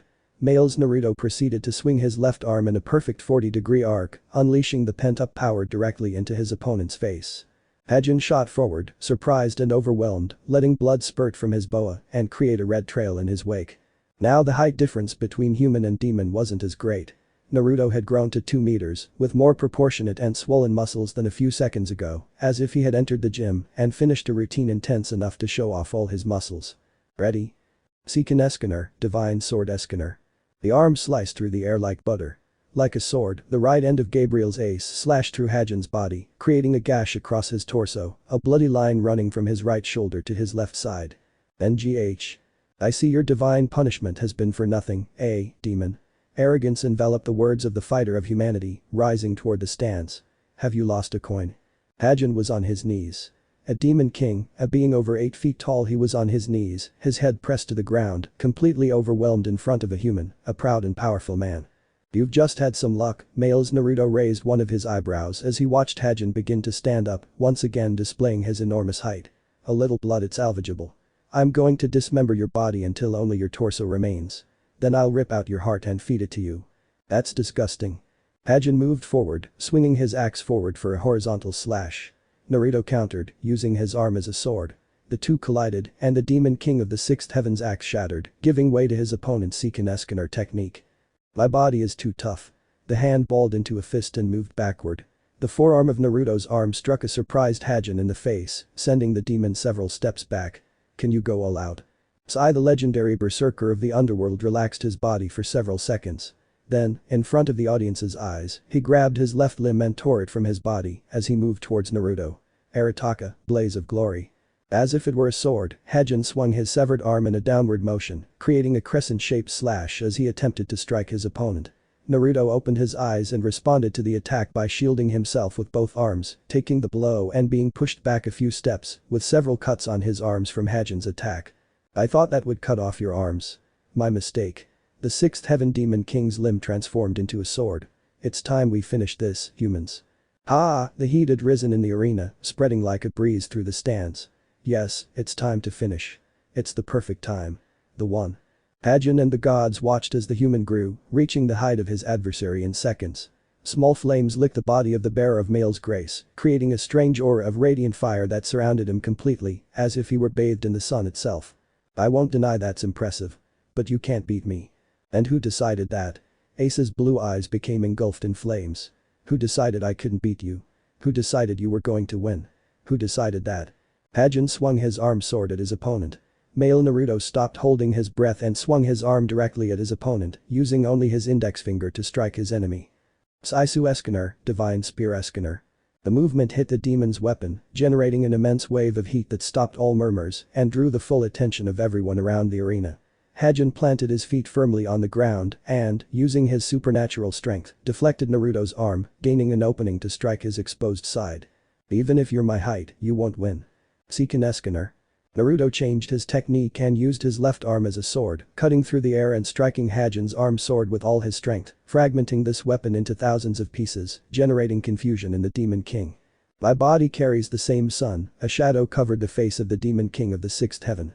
It's time. The arm swung down. Like a roar of thunder, the sound of the blow completely shattered any other sounds that had been heard around the arena. The fist slammed down, and Hajin fell to the ground on his back, his jaw shattered. The power that made one invincible, immortal for just a minute, was a key point in the fight. But the minute ended, allowing the user of Male's grace to revert to his base form without the tremendous strength that power gave him, and Hajin simply stood up.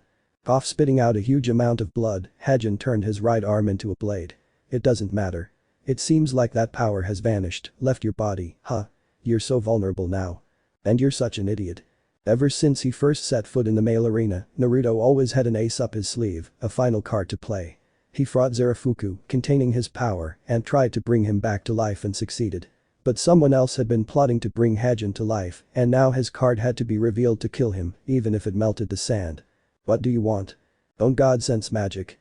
The human's right arm slowly rose, palm up, while a huge smile spread across his face. I'm doing this for zero. I didn't use the one to win this battle, but to fuel my final attack with as much magic as possible. I've been at half speed since the start, idiot. Male's grace granted the user immeasurable power, partial control over the power of the radiant heat-filled sun. That, of course, gave him the ability to create suns using magic. And that was what Naruto had been doing throughout the battle. Fueling the cruel sun to become the largest possible greatest sun, turning it from a mere miniature to a massive sphere that would undoubtedly melt orichalcum sand. And the spectators along with Hajin noticed when Naruto finished his technique. But. It's time. Greatest sun. Lowering his arm, Naruto ordered the technique to descend into the arena and fall upon them both. The ace was willing to sacrifice himself for victory, but Hajin wasn't willing to die in that battle. No, I won't let you kill me. Late using his left arm, Naruto sent a direct blow against Hajin's stomach, making him fall to his knees. Because it's time for divine punishment. Both were devoured by the gigantic blazing sun, leaving the audience in agonizing seconds of waiting to see who would emerge victorious, who would survive the devouring sun. Chapter 8. The audience remained silent as the orange flames of the sun faded one by one, leaving an entire field completely red, as if magma itself had fallen upon the orichalcum at a temperature so high as to generate that exotic image. An image that painters throughout human history were already portraying, witnessing the two figures standing amidst the steam, amidst that explosion of heat. On that battlefield that had already seen several deaths and would see one more as stipulated by the rules of that Ragnarok, leaving only two exceptions. Of the two combatants, one towered over the other imposingly, in all his glory, showing a complete nakedness that would have made more than one lady or man in the audience blush, and he really succeeded. But the body that seemed to have been sculpted by the gods and recreated with the image of perfection, the representative of humanity stood in front of the fallen demon king of the sixth heaven, being two sides of the same coin, because while the human represented perfection, a body without scars, the demon was completely wounded. With his skin burned to microscopic levels and with internal wounds that no regeneration could heal, because that attack managed to carbonize the very cells, and they would not have the time to regenerate to continue the fight, and there was very little probability that they could regenerate to make the demon come back to life. The humans' victory over the gods in that round was an undeniable fact for anyone watching, for anyone who could perceive the power realized. The humans' final move had nearly melted the stadium. He had used the heat of a sun to destroy a being no human should have been able to defeat, and now the humans had 3 victories over the gods too, putting them one step ahead. But the end of the 6th round, many things were revealed to the gods, who were finally able to find the traitor in the figure of Gautama Buddha, the god who sided with humans to achieve victory at Ragnarok. But now, with Buddha's betrayal complete and the 6th round over, the god side had one less fighter to use in Ragnarok. The sage Buddha had been removed for obvious reasons, but no one had been chosen to take his place in any of the matches following the last round. If the same had happened among humans, their difficulty in finding someone would be much greater. However, within the gods, there were millions who could fill the vacant position left by Gautama Buddha to fight against the humans. But what god could possibly occupy that position? Perhaps Amaterasu of the Shinto gods. Perhaps Indra of the Hindu gods. Or perhaps Brahma of the major gods of the Hindu pantheon. The possibilities were as numerous as the pantheons existing throughout human history, throughout all life on Earth. Perhaps Ra, the sun god, could give the gods victory to equalize humans, to regain some of the honor stained and lost to humans in previous confrontations, in the words of the human fighters themselves. Or perhaps Amun, king of the gods of Egypt, could be a perfect candidate to occupy the position of the traitor and the one who bestowed the respect that the gods deserve. But of all the gods who could have taken the traitor's place on the list and possibly fought in the 7th round, one stood out above the rest with a clear goal in his mind, in his stern gaze, and in his firm words. He stood out among all the gods and was recognized as the 7th fighter on the divine side without complaint, without opposition, for no god could have opposed the decision of the king of the underworld, the ruler of Helheim. Hades had risen above the candidates to take the position as the 7th representative of the gods at Ragnarok, letting everyone know his goal. Revenge for the death of Zeus, the death of his younger brother at the hands of one of the human fighters. As the elder brother, Hades was obliged to take the place left by Buddha and fight against the humans in the 7th round, though he would have preferred to see Zeus's killer killed by his own hands. And that decision, of course, left a stir among the gods inside the VIP room for the higher gods, those who were above the rest. Are you sure about that, Mr. Hades? Before Hades could even decide to take part, Ares had decided to take Buddha's place in less than a second after a strange look from Hermes, his brother and companion among the 12 Olympians. But the king of the underworld was quicker and much more determined than his nephew. It's something I have to do as the older brother. The eye patch that had covered Hades' right eye was now in the god's right hand, being gripped tightly. Small cracks began to appear on the eye patch until it shattered into dozens of smaller fragments that scattered across the floor. Slowly, Hades stood up. The eye patch no longer covered his right eye, leaving it visible to anyone who looked at his face. There was no scar, no missing eye, no wound that would have forced a god to take precautions. Without the eye patch, Hades's face appeared more majestic, beautiful as life itself and cold as death itself, thus representing the realm of his divine power. Death. If humans must face him, Hermes broke the silence. Which human will they use to defeat him? The possibilities are endless, and the list of humans hasn't been set. Wait. Isn't that cheating? Oh. And now you realize? One of the god of war's eyebrows twitched slightly. Hermes smiled casually, as if he knew Ares' thoughts and words were headed in that exact direction. Apparently, Zeus allowed Brunhilde to modify the final list, which was barely presented in the previous round. Although those will be the actual human fighters. List of representatives of humanity. Naruto Thorson. Naruto the human monster. Naruto Uzumaki the red leaf of vengeance. Naruto the god executioner. Naruto the god of destruction. Naruto of male. Naruto the berserk. Todoroki Naruto. Naruto the strongest sorcerer. Namikaze Naruto the lightning god. Naruto the sun Wukong. The benefactor and Naruto the archer. All with the same names, the same appearances, and the only stranger is the benefactor. The strangeness that the gods felt at the mention of the benefactor within the human fighters was also felt by Brunhilde and Jer when the same man decided to participate in the fight, all after 5 rounds of Ragnarok, displacing one of his fighters for completely unknown reasons.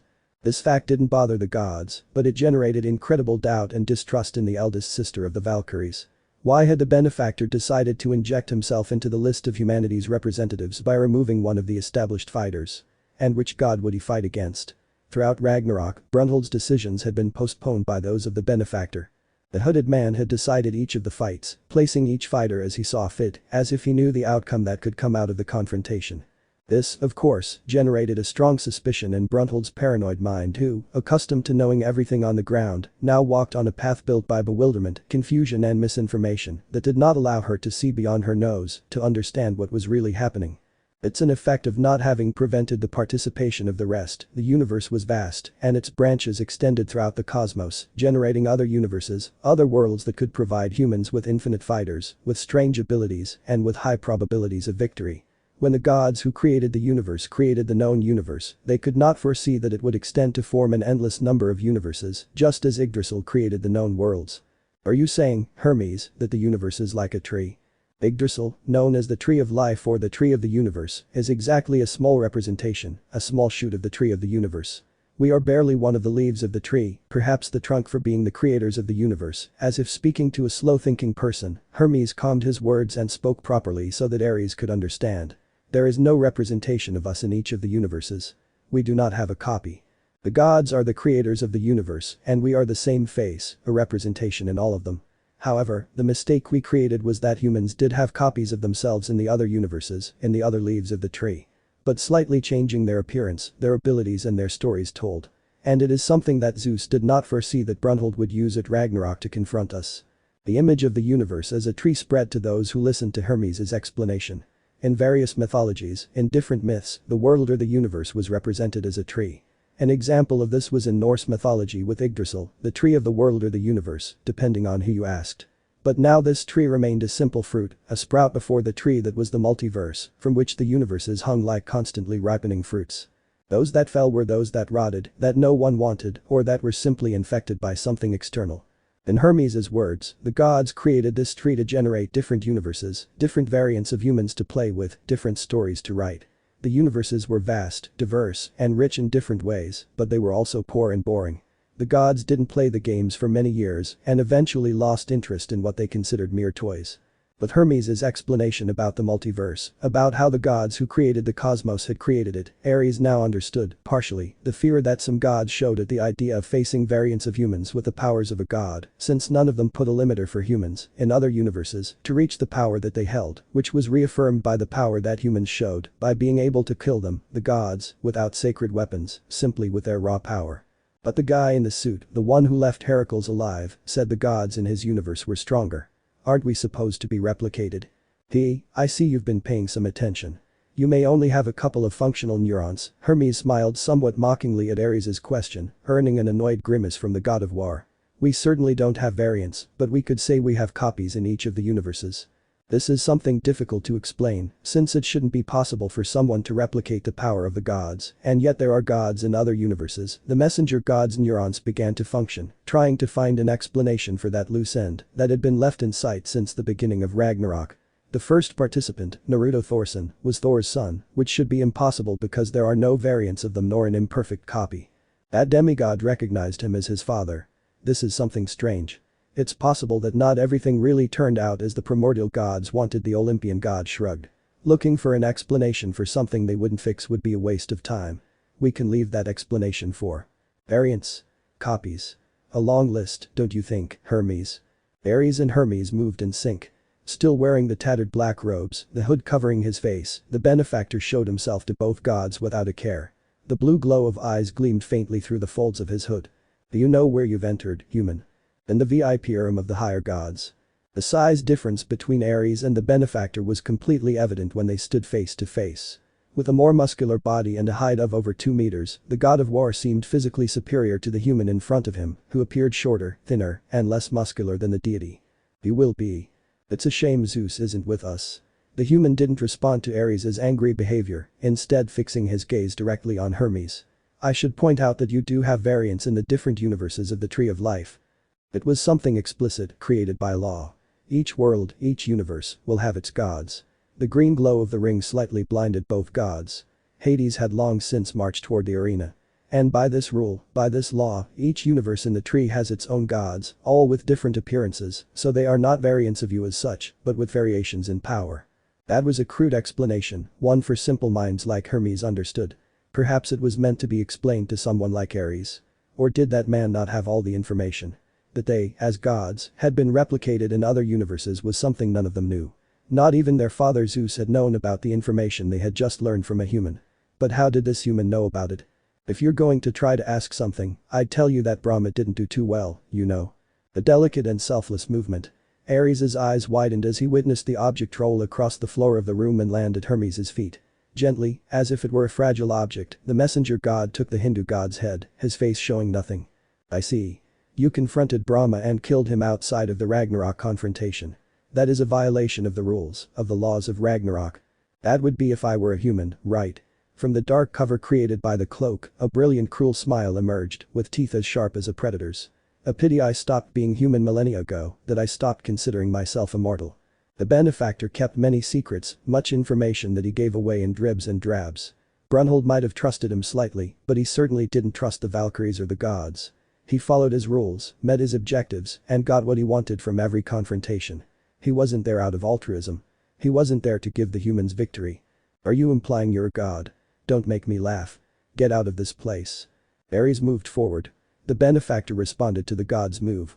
Before both deities' eyes, the man struck the war god's chest with a single finger and collapsed onto his legs, as if the energy had been drained from his body. Nga. Pressure points, nerves. A true god of war would know about the different martial styles, how different they can be, and what points they can hit. The benefactor's arm returned to its initial position.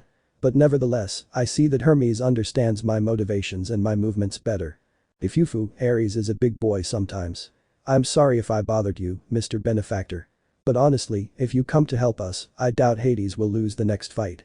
From this point on, the humans' chances are slim. I'd say almost zero. Oh. So Zeus and Thor were mere instruments. Shiva was a plaything. The benefactor named the powerful gods. The key pieces of your side have been eliminated. Someone has manipulated one of your people to bring Hagen, and the balance on the side of the gods has been upset by the side of the humans. Need I remind you, Hermes, of the sayings of the human fighters so far? Even Heracles was spared in his confrontation. Every mockery, every failure. It all flashed through Hermes' mind before Ares' blank stare. Humans had insulted them, spat on them, and repudiated them, not only by abandoning established religions, but now with their victories over them at Ragnarok, with the murders of the chief gods, those who were the pillars of Valhalla. You're going to hit hard, huh? A new voice interrupted the exchange between Hermes and the benefactor. A man stood in the doorway. He had long, slightly curly black hair and a slightly sharp tanned face. An eye patch covered his right eye, hidden by a thick lock of hair. Like any Japanese man, this man wore a bluish kimono with a sea wave design, contrasting the light and dark blue. A pink haori with sakura petals was draped over his shoulders. Tying the kimono and holding what looked like a Chinese sword was a wine-red haramaki. A straw hat completed his outfit along with wooden sandals. Susanoo-sama. Susanoo no Mikoto was the name of the god of storm, battle and the sea within Shintoism of Japanese mythology. Anyone would have expected to see a fierce warrior, an expert fighter. This Susanoo was the complete opposite. A blush caused by drunkenness took up a significant space on his sun-tanned face. Beneath the kimono, he hid an athletic body, toned and slender, compared to what all the gods had been up until that point. This human has really hit us where it hurts, eh, Hermes? The three men watched the god walk toward the couch previously occupied by Hades. From his right hand hung what appeared to be a clay jug, from which a foul odor of sake escaped. My lord Susanoo. This man is the benefactor, the man who provided Brunhilde with the variant humans from other universes. Oh ho, the storm god's head moved. His single eye, as black as the abyss itself, stared straight into the benefactor's figure, unblinking. You're an interesting fellow, an interesting fellow. His Adam's apple bobbed up and down as the god drank from his tankard. Ah. There's nothing more delicious than sake. Don't you think so, friend? What do you think, Hermes? Looks like little Ares needs a nap. There was a certain mockery, a certain contempt in the voice of the god of storm, battle, and the sea. That contempt and mockery were captured by the ears of the benefactor, but at the same time they were also captured by the ears of Hermes, who surprised a hooded man when he simply let out a laugh. Ho that's right, Lord Susanoo. Wahahaha. It's a baby in the body of a god. Drunk. Cynical. Mocking. The adjectives used to describe Susanoo no Mikoto were long, enough to fill an entire scroll spread out on the floor. But despite all this, the benefactor understood something when he saw how Hermes treated him. Susanoo had power, the power to back up his actions. Zeus the strongest. I think this makes it clear that, as far as the gods go, Zeus was just a senile old man who couldn't even wipe his ass with a tissue. From his visit to the gods, the benefactor obtained what the Valkyries craved. Information. Everything was getting complicated. Medical wing. The 7th round of Ragnarok was about to arrive. A round where the gods had to give their all to match the humans and not fall behind. It was an enormous pressure, one that Hades didn't address or feel pressured by. There was no god who could speak ill of him, do anything to pressure him in their next fight. Precisely because of that, the king of the underworld was now in the medical wing, right where his adoptive nephew Heracles and his younger brother Poseidon were. Zeus was dead. Revenge was Hades' goal, his choice to take up his weapon and take Gautama Buddha's vacant place in the ranks of the gods at Ragnarok. But it wasn't the only reason he decided to be the one to fight the next human. He knew Ares had been willing to fight for his father and he saw it as noble, but his young nephew didn't have the power to match whatever the humans were about to throw at him. His younger brother had been killed by one of those mortals and he wasn't willing to lose another round or to see the gods outsmarted by humans. Beelzebub had been the cause of the rebirth of the demon king of the 6th heaven, Hagen, a being who thousands of years earlier had led Helheim to its near destruction, all without any help, either external or internal, from another god or demigod. And despite all the power Beelzebub and Hagen wielded, the ruse was unraveled when the human destroyed even the smallest cell of the demon by sending a sun down upon the arena. For the king of the underworld, the 6th round was a double defeat. The first part of the defeat was the death and defeat of Hagen and his confrontation with his rival, which was a direct blow to them, even though the demon king was not a god. And the second part was the indirect defeat of Beelzebub, which caused Hagen to appear in the battle. The gods were doubly hit and Hades was one of the few gods who could grasp this point, something that would likely escape Brunhilde and all the humans they were currently facing. Brother. The gods feared and hated the tyrant of the sea. They feared him for his righteousness, for his character, for always being the embodiment of what a god should be. But they hated him because he despised them, never looked at them, and was capable of killing one of their brothers when the latter tried to convince him of a conspiracy against Zeus. Hades sat beside the bed of Poseidon, king of the seas, tyrant of the sea. As the eldest brother of the chief Olympians, Hades felt compelled to protect his brothers, even going so far as to confront any threat that might have posed to their fate. Because of this, Zeus had considered him the strongest of them all, the truly powerful god. Our younger brother was killed. You saw it, you witnessed it. I want your opinion on humans, on how they fight. All the gods were aware of the victories and defeats of Ragnarok, which meant they knew about the deaths among the gods and humans, of those who survived. Hades, being contrary to his kinsmen and peers, had maintained little interest in what was happening around Ragnarok until he received news of the death of Zeus, his younger brother. The god's left arm was bandaged. From the elbow down, there was no limb with which Poseidon could hold his trident. Humans are mere trash, mere remnants that we must eliminate at all costs. But they've also been able to face us. Cerulean orbs observed the missing limb. Poseidon showed nothing on his sculpted face. No discomfort, hatred, or complaint about the outcome, about the missing limb. Since his fight in the third round, he had occupied that bed recovering from his injuries. Brother. I would say you can't be complacent. The humans have defeated the pillars of the gods, they have put us against the wall. Zeus, our brother, fell in the second round. Or lost in the first round. Shiva, Hajin, these humans have surpassed my expectations. Those words of Poseidon's would never have come from his mouth before their confrontation at Ragnarok. God shouldn't feel envy, shouldn't feel hatred, shouldn't feel lust. God was perfection, capable of judging a human without falling into that which would strip him of his position as a god, a being above humans. Ragnarok only demonstrated the imperfection of the gods, how they allowed human feelings to guide their actions in front of others. Zeus himself proved to be more human than God when he took Shiva's place in the second round of Ragnarok, getting carried away by his own euphoria. And that had led to his death. It's strange that you speak so highly of someone, especially mortals. Hades's grey eyes studied his younger brother, the tyrant of the sea. Could he be seeing something similar to respect in his brother's icy eyes? It was common knowledge that Poseidon never looked anyone in the eye, never showed them even a shred of love or respect. Adamas found this out when he was torn apart by Poseidon's trident. His brothers fought, and the self-absorbed Adamas fell. Should I be worried that you will follow in the footsteps of Buddha? Who knows? Both gods laughed heartily. Any god who had seen this would have found the image depicted strange and implausible. The two most feared and probably most powerful gods were casually laughing as the fight for survival was taking place 100 meters from that room. Brother, Hades looked at Poseidon. I want you to have this. After the fight, that human's last swing broke my trident. The top of Poseidon's trident was offered to the king of the underworld by the tyrant of the sea's chief servant. Proteus, the god of rivers and ocean bodies. I want you to use it in the confrontation. Despite all of Zeus's sins, I know you want revenge. Hades delicately took that fragment of the trident. This is the only thing I will do to support your confrontation with the humans. You're still as cold as ever. The tyrant of the sea, with a pale light, Hades's bident assimilated the part of Poseidon's trident, thus giving a new form to the weapon of the king of the underworld.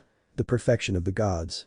The vibrant metallic sound of the bidente's flagpole hitting the floor of the room traveled throughout the entire corridor, disappearing seconds later.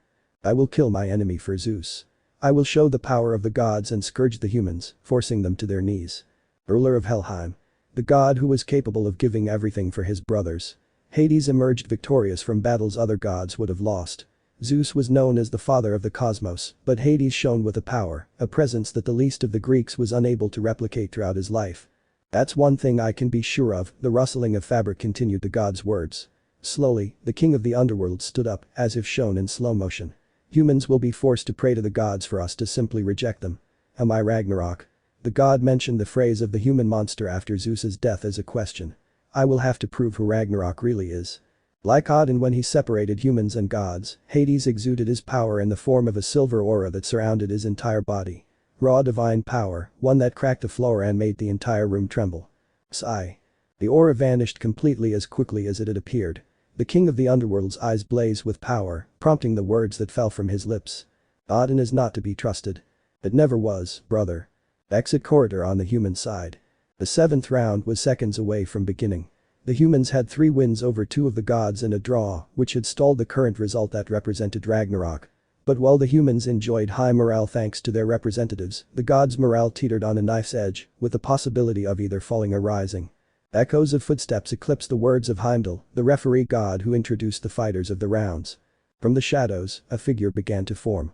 Tall, about 6 feet 2 inches, with a muscular body and clothing as black as the abyss itself. A bloody-colored cloth scarf covered the man's lower body, leaving only his blue eyes visible, slightly hidden by blonde strands of wild, disheveled hair.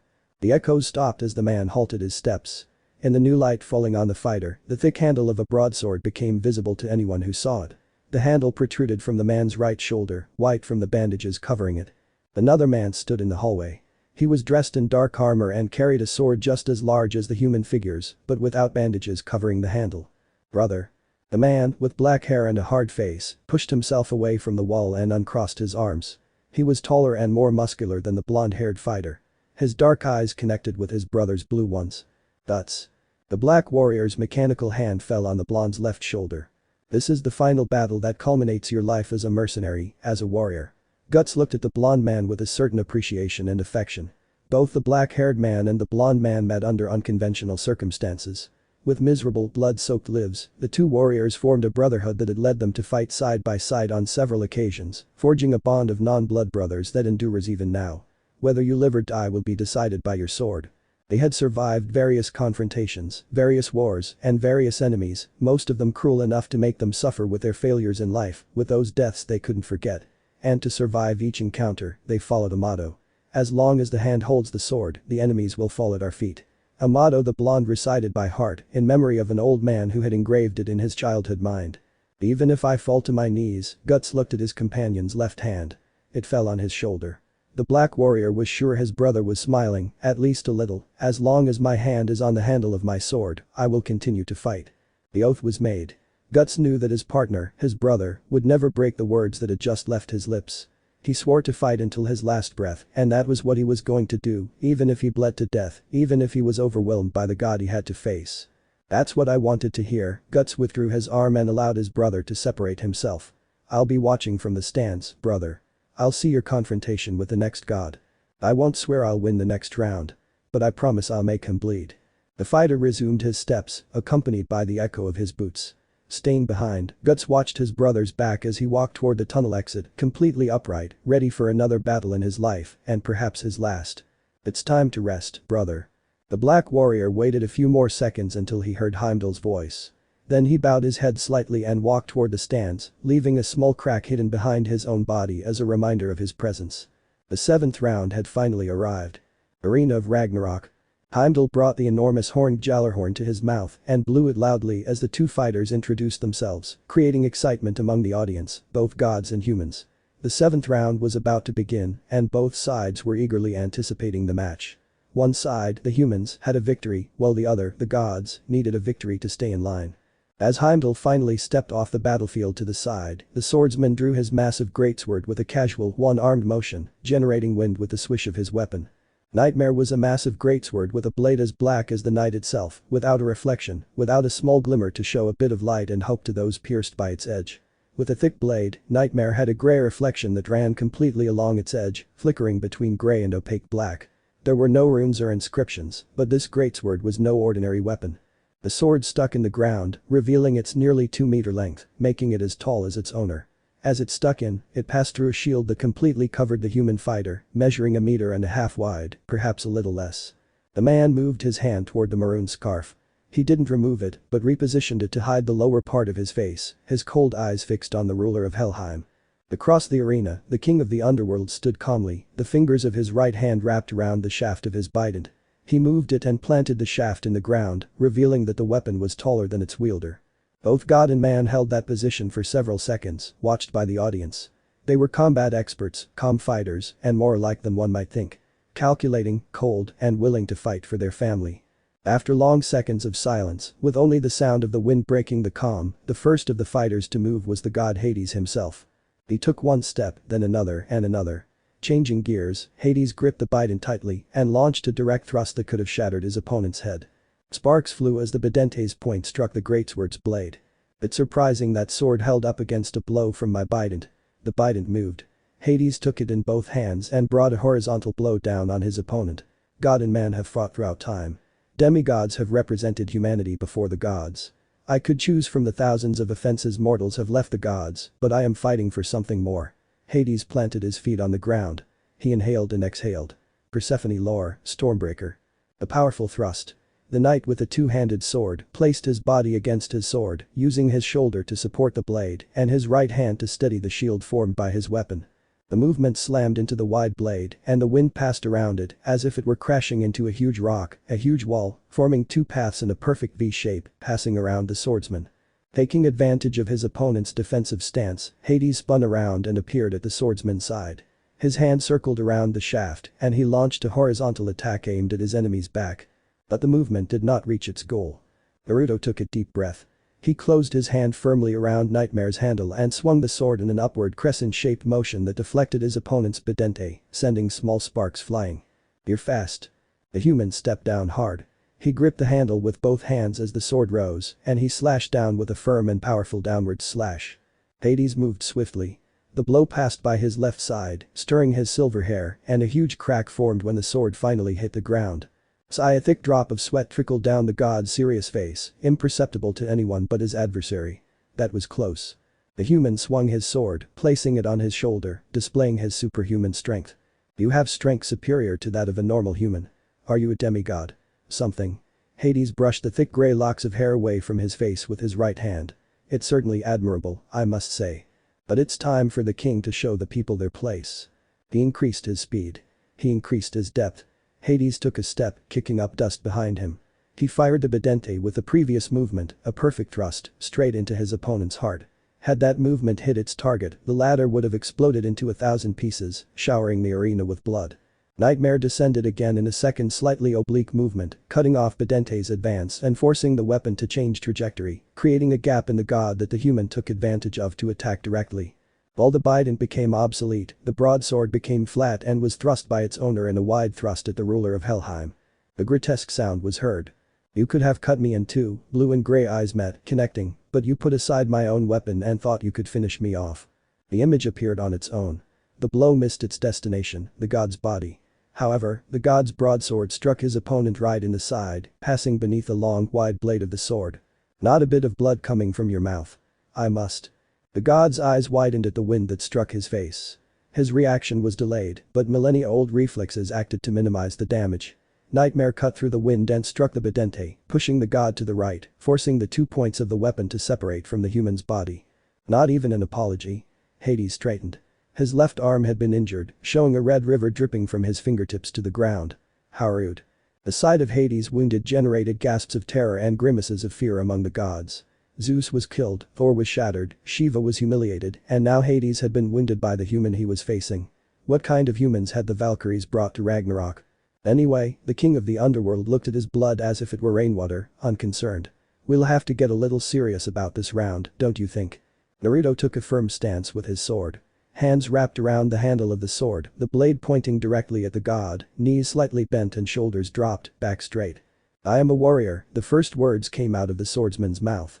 If you don't get serious with me, even if you are a god, you will die by my sword. Hades smiled in amusement at those words. He moved his hand to the tip of his bident, leaving the entire shaft free. Oh, I have to say I'm surprised you were talking. I expected the only thing coming out of your mouth to be blood. The god moved. The warrior's muscles tensed. Persephone Titan, Earth Demolisher. A downward blow. Hades' hand moved from the tips of the bident to the bottom of the shaft. His fingers firmly encircled the shaft, and the god delivered a powerful downward blow, straight down toward the warrior's head. Sparks flew and a deafening metallic echo were the result of the god's blow against the human's sword, who had placed the sword over his head completely horizontally, forming a shield over his body. Ahaha. Hades went from the downward movement to shooting a thrust against Naruto's body. You're funny. Just as Hades went from one move to another, Naruto went from covering his head to covering his body with the sword, stopping the thrust and being pushed back by the force of the movement. Fighting isn't fun, it's bloody. Black Sickle, Haz Negra. Nightmare responded to his master's commands. His hands tightly wrapped around the handle of the greatsword, and a powerful horizontal slash was launched at Hades, generating a fierce wind that matched that generated by the king of the underworld's Persephone lore, something that surprised the god and the audience itself. The Dante and Nightmare collided, and the strong wave generated in response to the exchange separated the god and the human by several meters. I don't understand how your weapons can clash with those of the gods. Were they forged by some kind of god in a god's forge? That's the only explanation I can think of. Hades had watched every clash, every round that had taken place at Ragnarok. The first clash saw Thor's Mjolnir matched by his opponent's Gungnir, a spear that had once belonged to Odin. In the third clash, the samurai's two swords were able to confront Poseidon's trident. And finally, in the sixth clash, the proud human's golden axe was able to confront Zarafuku's axe. And now, the warrior's Nightmare was repelling the Bidente of the king of the underworld. I don't understand how other weapons work, Hades looked at the human, but Nightmare was forged to obtain the souls of my adversaries. It is an indestructible weapon. Nightmare glowed slightly at those words. Thousands of drops of blood have watered this blade. Nightmare's history was long and bloody. No one knew it perfectly, and the dwarf man who gave it to Naruto couldn't tell him exactly where he got it from, because one day it simply appeared in his armory, accompanied by the stench of blood. Oh ho. That's interesting. The hair was brushed back, and Hades smiled. Don't get me wrong. I don't hate you, and I might even consider you a friend under different circumstances. The silver aura surrounded the god again. But I must fulfill my objective. My vengeance will be etched on your mortal body. The king of the underworld moved forward. The warrior responded to the movement. Their weapons met in the path, generating a metallic echo. Come on, god. Hades raised his injured arm, receiving Naruto's leg that pushed him back. NGH. The leg fell to the ground. The hands wrapped around the handle of the sword firmly, securely. The blade cut through the wind and closed the gap with the king's body. The ruler responded. He deflected Nightmare's blade with ease, as if it were nothing to his Bidente. He responded to the heavy swing with a straight blow, piercing the warrior's left side, sending Naruto several meters back, leaving a trail of his own blood behind him. Don't be too confident. Hades jumped. Naruto grabbed his wounded side as he swung his broadsword. Persephone Kalicharan, hammer of the underworld. A direct downward blow. A crushing blow. Hades stood over Naruto and delivered a powerful downward blow directly at his opponent. The force was such that the ground cracked. Blood splattered the orichalcum floor, and the god's cheers were immediate. 2 wounds. A semi-direct blow that brought the struggling human to his knees. Hades positioned himself over his opponent with a clear advantage for a clear victory. Stance. Uncertainty, fear, and confusion. The humans watched the confrontation between the human and the god with their hearts in their throats. They had had 3 victories over the gods, morally, they were 4, and morale was sky high. However, the humans in the stands acting as spectators were not idiots. They were fighting the gods, the creators of their lives, those who forged their worlds. They were not other humans whom their fighters could easily defeat. These men they were facing were gods in every sense of the word. Knowing they were fighting gods caused stress among the humans in the audience. They were leading 3-2 against the gods. But to be complacent when fighting against men who were up against very powerful beings would be careless. And Poseidon had already proven he could fight brutally. Hajin displayed the sadism of a supernatural being. Hades was demonstrating the raw power of a ruler of the underworld. The chances of defeat were as high as those of victory. 50-50 each and fluctuating as the fight progressed. Witnessing the lord of the underworld beat and wounded his representative, the human spectators gritted their teeth, held back their screams, bit their nails in nervousness, and witnessed the uproar from the god side of the stands. They were already declaring Hades the victor. But why? Hades, like his brother Poseidon, moved at a speed that his adversary's swordsmanship could not match. Backed by that speed, which placed him above humans, the god possessed superhuman strength worthy of admiration by the other gods. Heracles and Zeus may have been powerful, but Hades demonstrated that he possessed the perfect physique of a battle-hardened warrior. Someone who could not be underestimated. 2 abilities that were posing a problem for the swordsman. The human was strong, with a body larger than any other human, and he possessed spectacular skill with a greatsword, even when wielded with one hand. But using a greatsword slowed him down, reduced his maneuverability in combat, and that made him vulnerable to his opponent's superior speed. 2 men had been watching this exchange of movements between the god and the man. They had been interested, analytical about the clash between the king of the underworld and the unknown swordsman. If he had more manageable weapons, the swordsman could have wounded Hades a couple of times, with just a couple of moves. Only 1 wound was present on the body of the king of the underworld. A wound that did not diminish the movement or power of the king's attacks, who had responded to his adversary with several wounds that were made on his mortal body. Something like short swords. 2 swords. A spear or a bow staff. Bingo. Something like that would have been great for the poor guy. Naruto the Berserk's blood had bathed the orichalcum floor. Red and bright, becoming the center of attention of the public. We can give up this round. The gods will have their 3rd round. Disheartened, one of the men slumped onto what had previously been his seat. That guy will be. Footsteps stopped that conversation between the 2 men. Butts appeared in the peripheral vision of the man who had given up on the round. The black warrior walked slowly, taking steps down toward the first few seats in the stands, near the wall that prevented them from falling into the arena. And that guy. He also has a sword. Looks like blows are the order of the day, man. Butts' hand slammed into the wall. They fell against it, and the black swordsman braced himself against it, leaning forward, his eyes fixed on the exchange of blows between Hades and his brother, his companion. The man seemed to know something the audience didn't. Arena of Ragnarok. Nightmare was pinned to the sand. The sound of raindrops hitting the ground was the sound that accompanied her a second later. Are you going to surrender? Biden shifted. Hades looked at his opponent expectantly. Would you bow down to the gods? Naruto the Berserk didn't respond to Hades' taunt. With his right hand, as if it were the most fragile object in the world, the warrior removed the scarf that had hidden his neck and the lower half of his face, revealing the fighter's full face. A sharp, hard, and serious face that accompanied those cold eyes directed at the god. 6 marks occupied their place on the man's cheeks. Bowling down will be the last thing I do, he wrapped his right hand around the bandaged handle of his weapon. I still have something to do, something to accomplish. The warrior didn't seem to feel the wound in his side, which caught Hades' analytical eye. The god was analyzing and preparing to counter his adversary. Water the world with your darkness. sow fear in those unwary minds. Envelop the world in your darkness. Nightmare. The voice was deep, cold, and husky. A voice that was anything but human was produced by Naruto's vocal cords for several seconds, preceding an awkward, cold, and sinister silence that made the audience expect what was going to happen next. They didn't have to wait long. Drawn to the sword, Naruto the Berserk wrapped both hands around Nightmare's handle. Veins popped out in the warrior's upper limbs. His muscles bulged slightly. His hair stirred. Dark flames emerged from the ground, enveloping the sword. Naruto bent his leg slightly. He straightened his back completely, making it straight, firm as he pulled his weapon in two opposite directions. Left and right, exerting an effort that was reflected in the veins marked on his limbs. When Hades went to speak, that strange dance ended. I won't say it was strange, two slightly curved swords had appeared, one in each of the warrior's hands, but you've traded your weapon for something that will give you more speed. I need some speed. The sound of fabric being ripped drowned out the warrior's words. Using the scarf that had been slightly obscuring his face, Naruto covered the wound on his side, slowing the blood loss and absorbing the liquid into the fabric. Shall we continue? Don't even doubt it. Hades relaxed his body, falling into a relaxed posture.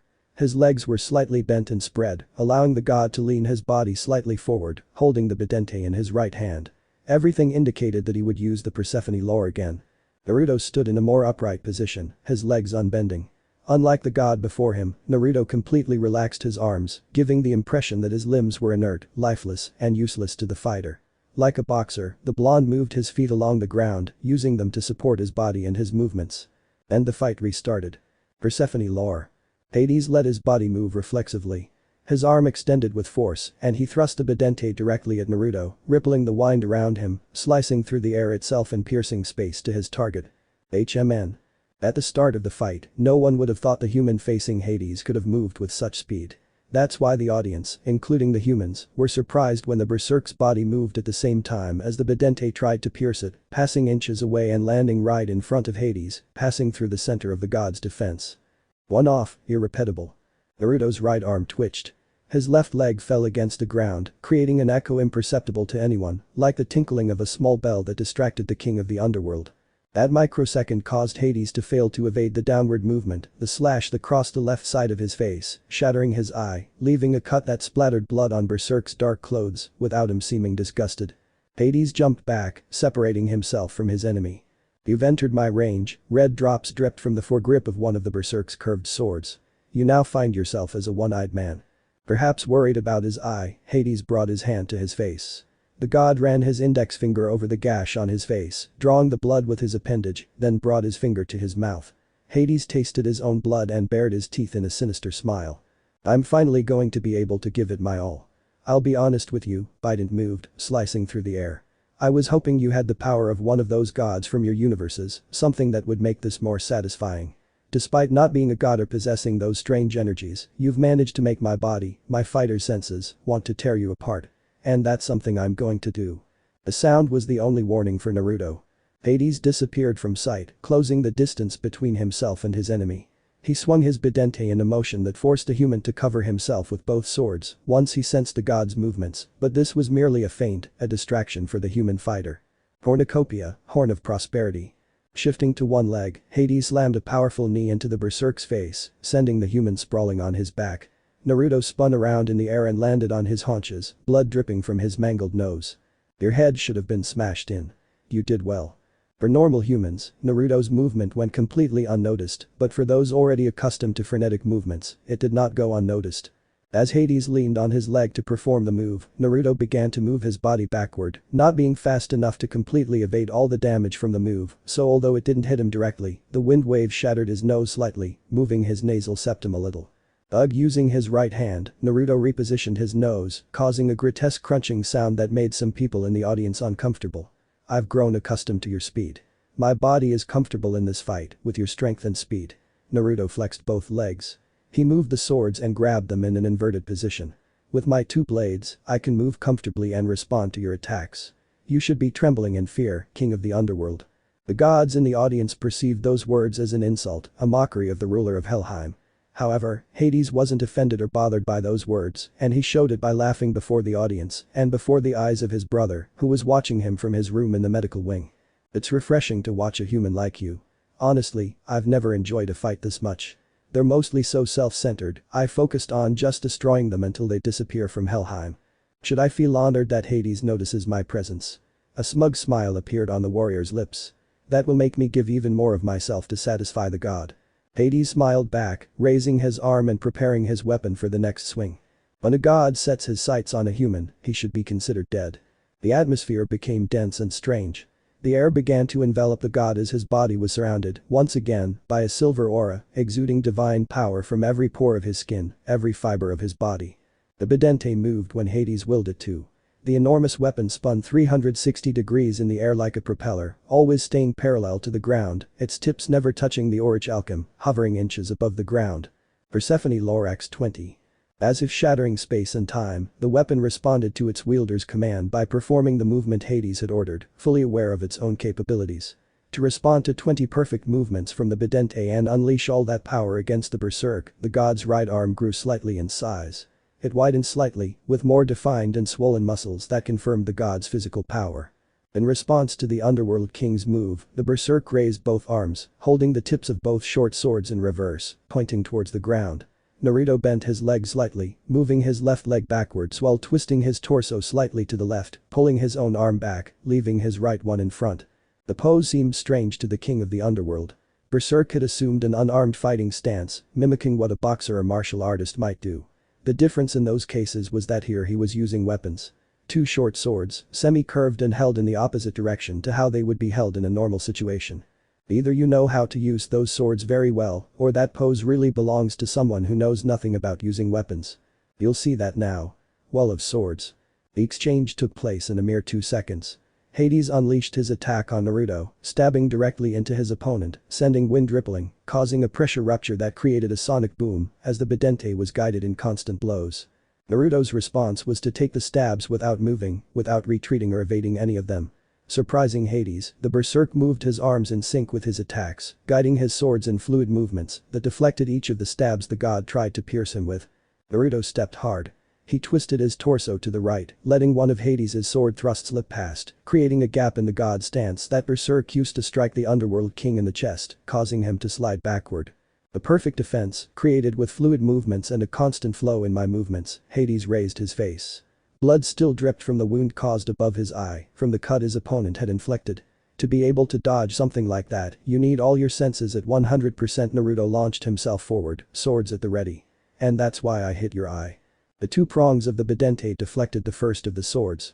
In midair, Naruto spun to the left of the weapon. The sword slowly separated from the gap between the two prongs of the bidente, and the human pulled his weapon back to deliver a crescent-shaped slash directly toward Hades' face. Zeus had been called the father of the cosmos. Poseidon had been called the tyrant of the sea. Hades had yet to find the perfect epithet to represent him. King of the underworld. Ruler of Helheim. Lord of the demons.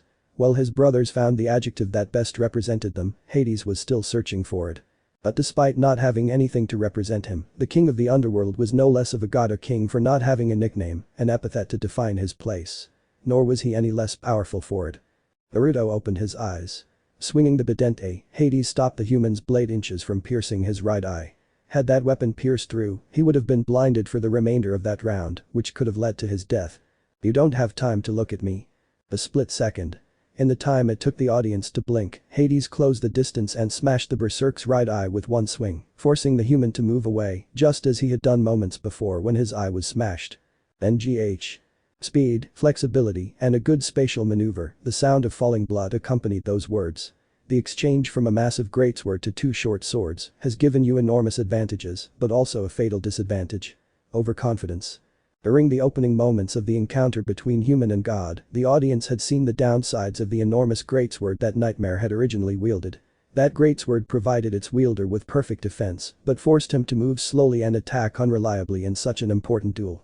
The change from a greatsword to twin swords was a plus for Hades' opponent during that duel, something the audience understood and praised, as they hadn't expected the human's power to be able to change his weapon. However, that gave his representative overconfidence. You thought you were faster. You grew more flexible. You thought you were superior to a god. A cut appeared on Hades' chest, and blood spurted out onto the sand, pouring out of the wound as if sprayed by a sprinkler. And the difference in physical abilities is overwhelming. Pluton Ichor, the blood of Hades. The ultimate move, the ace up the sleeve of the king of the underworld. When this blood is spilled on a divine weapon, it possesses the god's life force, gaining greater power to support its wielder and giving them an advantage in combat, but at the same time draining the life out of the god himself. The Biden slowly changed form from a Biden to a spear known as the Desmos, the ace that Hades himself only uses on occasions when his ordinary power is not enough to finish off an enemy. You've traded your Biden for a spear. Great. I see a great future for you as a blacksmith. The mockery reached the king's ears, who, ignoring the words, moved Desmos slowly from one hand to the other, creating a perfect circle. Naruto's eyes were able to observe this, thanks to the slight swing of the wind caused by the tip of the spear, as if it were caressing a sheet and creating barely perceptible ripples. The wave of wind slapped the berserk's face as Desmos abruptly stopped his movement, causing the warrior's thick blonde locks to whip around his face. Your petty teasing won't sour my temper. The arm rose slightly. The spear remained horizontal to the ground, pointed firmly at its target. I hope you're ready, human. I was born ready. Naruto crossed his arms in front of him, revealing the short swords he held with complete firmness and readiness. Hades tilted his lips to let his enemy see him smiling, keeping his eyes on Desmos pointed at the fighter in front of him. They both launched themselves. They ran toward each other with their weapons at the ready, and the metallic clang was the sound that told the audience that the two fighters had crossed swords. Desmos deflected one of the swords, leaving an opening for Nightmare to pass through to Hades, or so it seemed, another gap in the god's defense. Hades flexed his muscles throughout his entire body. He spun Desmos around and crossed the shaft of the weapon between him and Berserk, thus deflecting the possibility of a cut from his opponent's second sword. This abruptly stopped the human from advancing toward the god, leaving the two standing mere inches from each other. Desmos thrashed as the Helheim god's hands gripped his shaft. The spear spun, its tip sending it tumbling into the ground and its pommel slashing straight toward Naruto's chin. The boy felt the force of the spear as the butt of the shaft struck his lower jaw, shattering it. Blood was soon pouring from the berserk's hanging jaw. There was a gap. A gap that Hades exploited to attack his opponent. Overcoming the perception of Naruto's one eye, the king of the underworld moved Desmos in a faster motion than any previously shown, making it impossible for his enemy to respond to the spear that was swung in an arc. Seconds later, the sound of flesh being sliced filled the Ragnarok arena. Accompanied by the gushing of blood, the berserk's sinister limb fell to the ground with a wet thud. Hades-sama has overcome Berserk and cut off his right arm. The blood was red, almost black. From the elbow down, the human's left limb had been severed by the Desmos in a perfect undulating, arsing motion, culminating in that perfect surgeon's cut. There were no imperfections, and it was one of the cleanest cuts anyone could make with a spear, something that gave the impression that Hades was an expert spear fighter. The shattered eye Naruto, the berserk's right eye had been cut out by the god.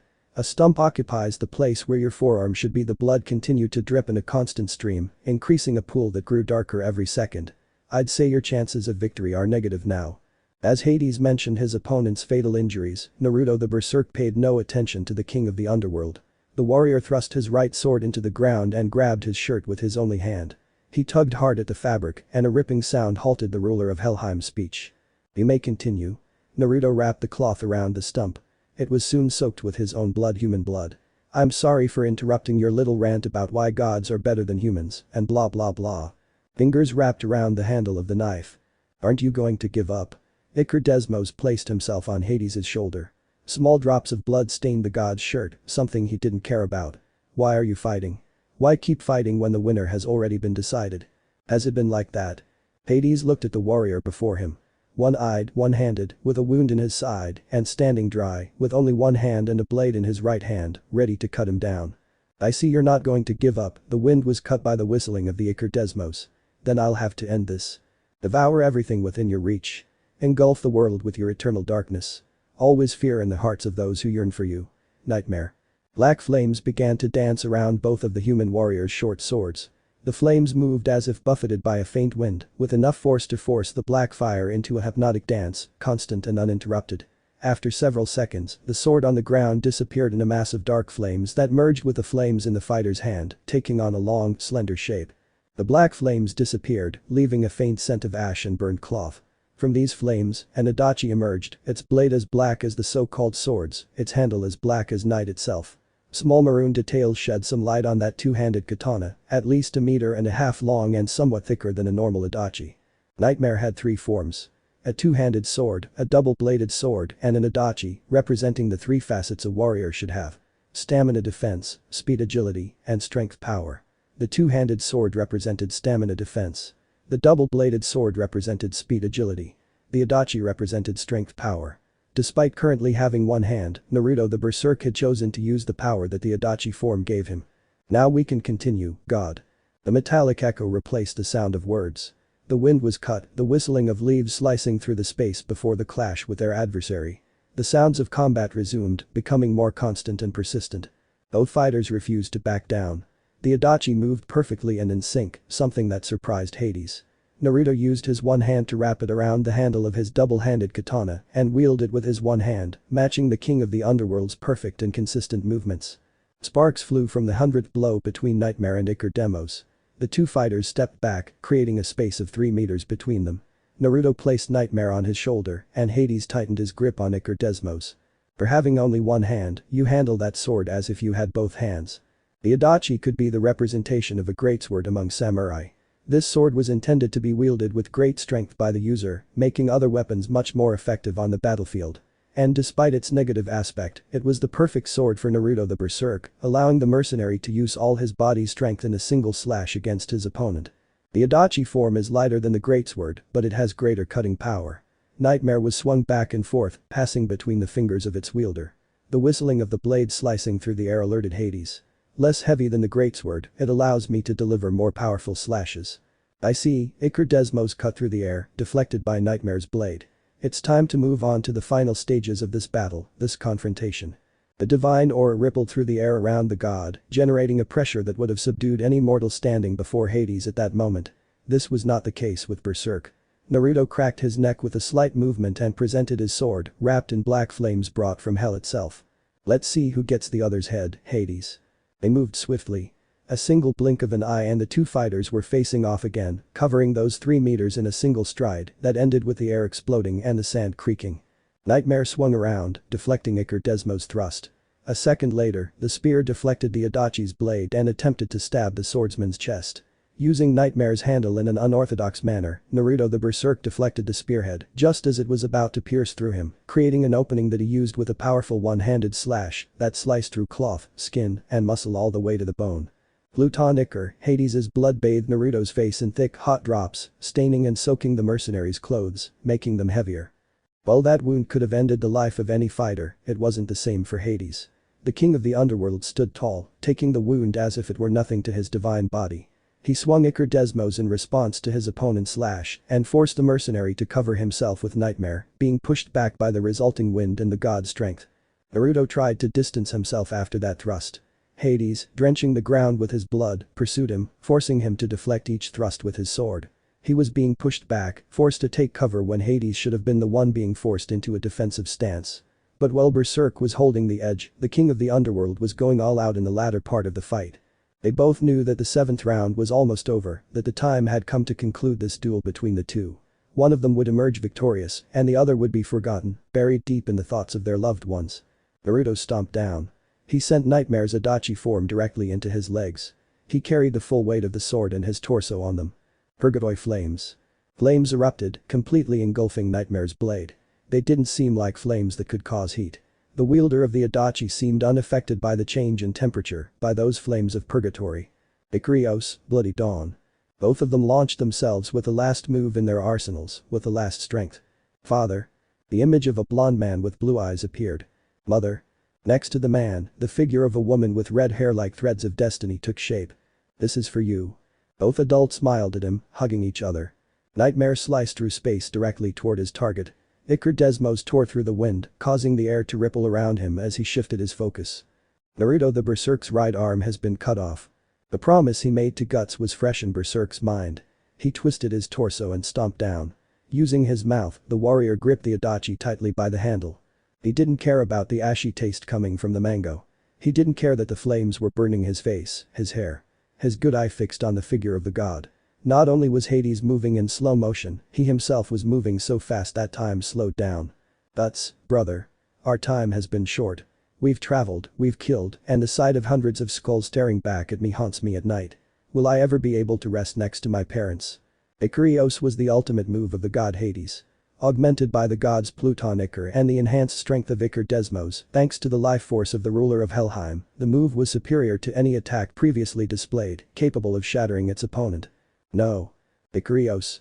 Without arms to guide the Adachi, Naruto's third berserk attack barely caused a small cut on the god's neck, a futile wound that would not cause the king's death. Blood spattered onto the orichalcum sand. Torn flesh, pulverized bones, and liquefied muscles scattered across the sand, staining the god himself. Hades Gana. The legs that had belonged to Naruto the berserk fell onto the sand. Chapter 9. Blood. Pieces of flesh. The body that had belonged to Naruto the berserk dissolved into tiny lights until it vanished, commanding the full attention of those present at Ragnarok, whether gods or humans, kings or slaves. Regardless of social or divine status, that fight had been a milestone achieved through the perseverance of the god of the underworld, the king of the underworld. Letting his bidente drip with his opponent's blood, pointing the tip at the variant's mangled body, Hades raised his face and threw it back, letting his silver hair fall like a waterfall bathed in his opponent's blood. His enemy lay 2 meters away from him, slowly dissolving into tiny fragments of light that would never reunite again.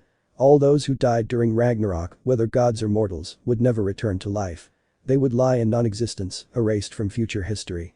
The deathly silence that accompanied the final move of the ruler of the underworld was shattered by the cheers of the gods, of all those supernatural beings who watched, whether from the stadium or from the hall set up for them in Valhalla, the final battle between humanity and the gods. Ragnarok was going to be a point of complete growth, whether for the gods themselves or for humans themselves.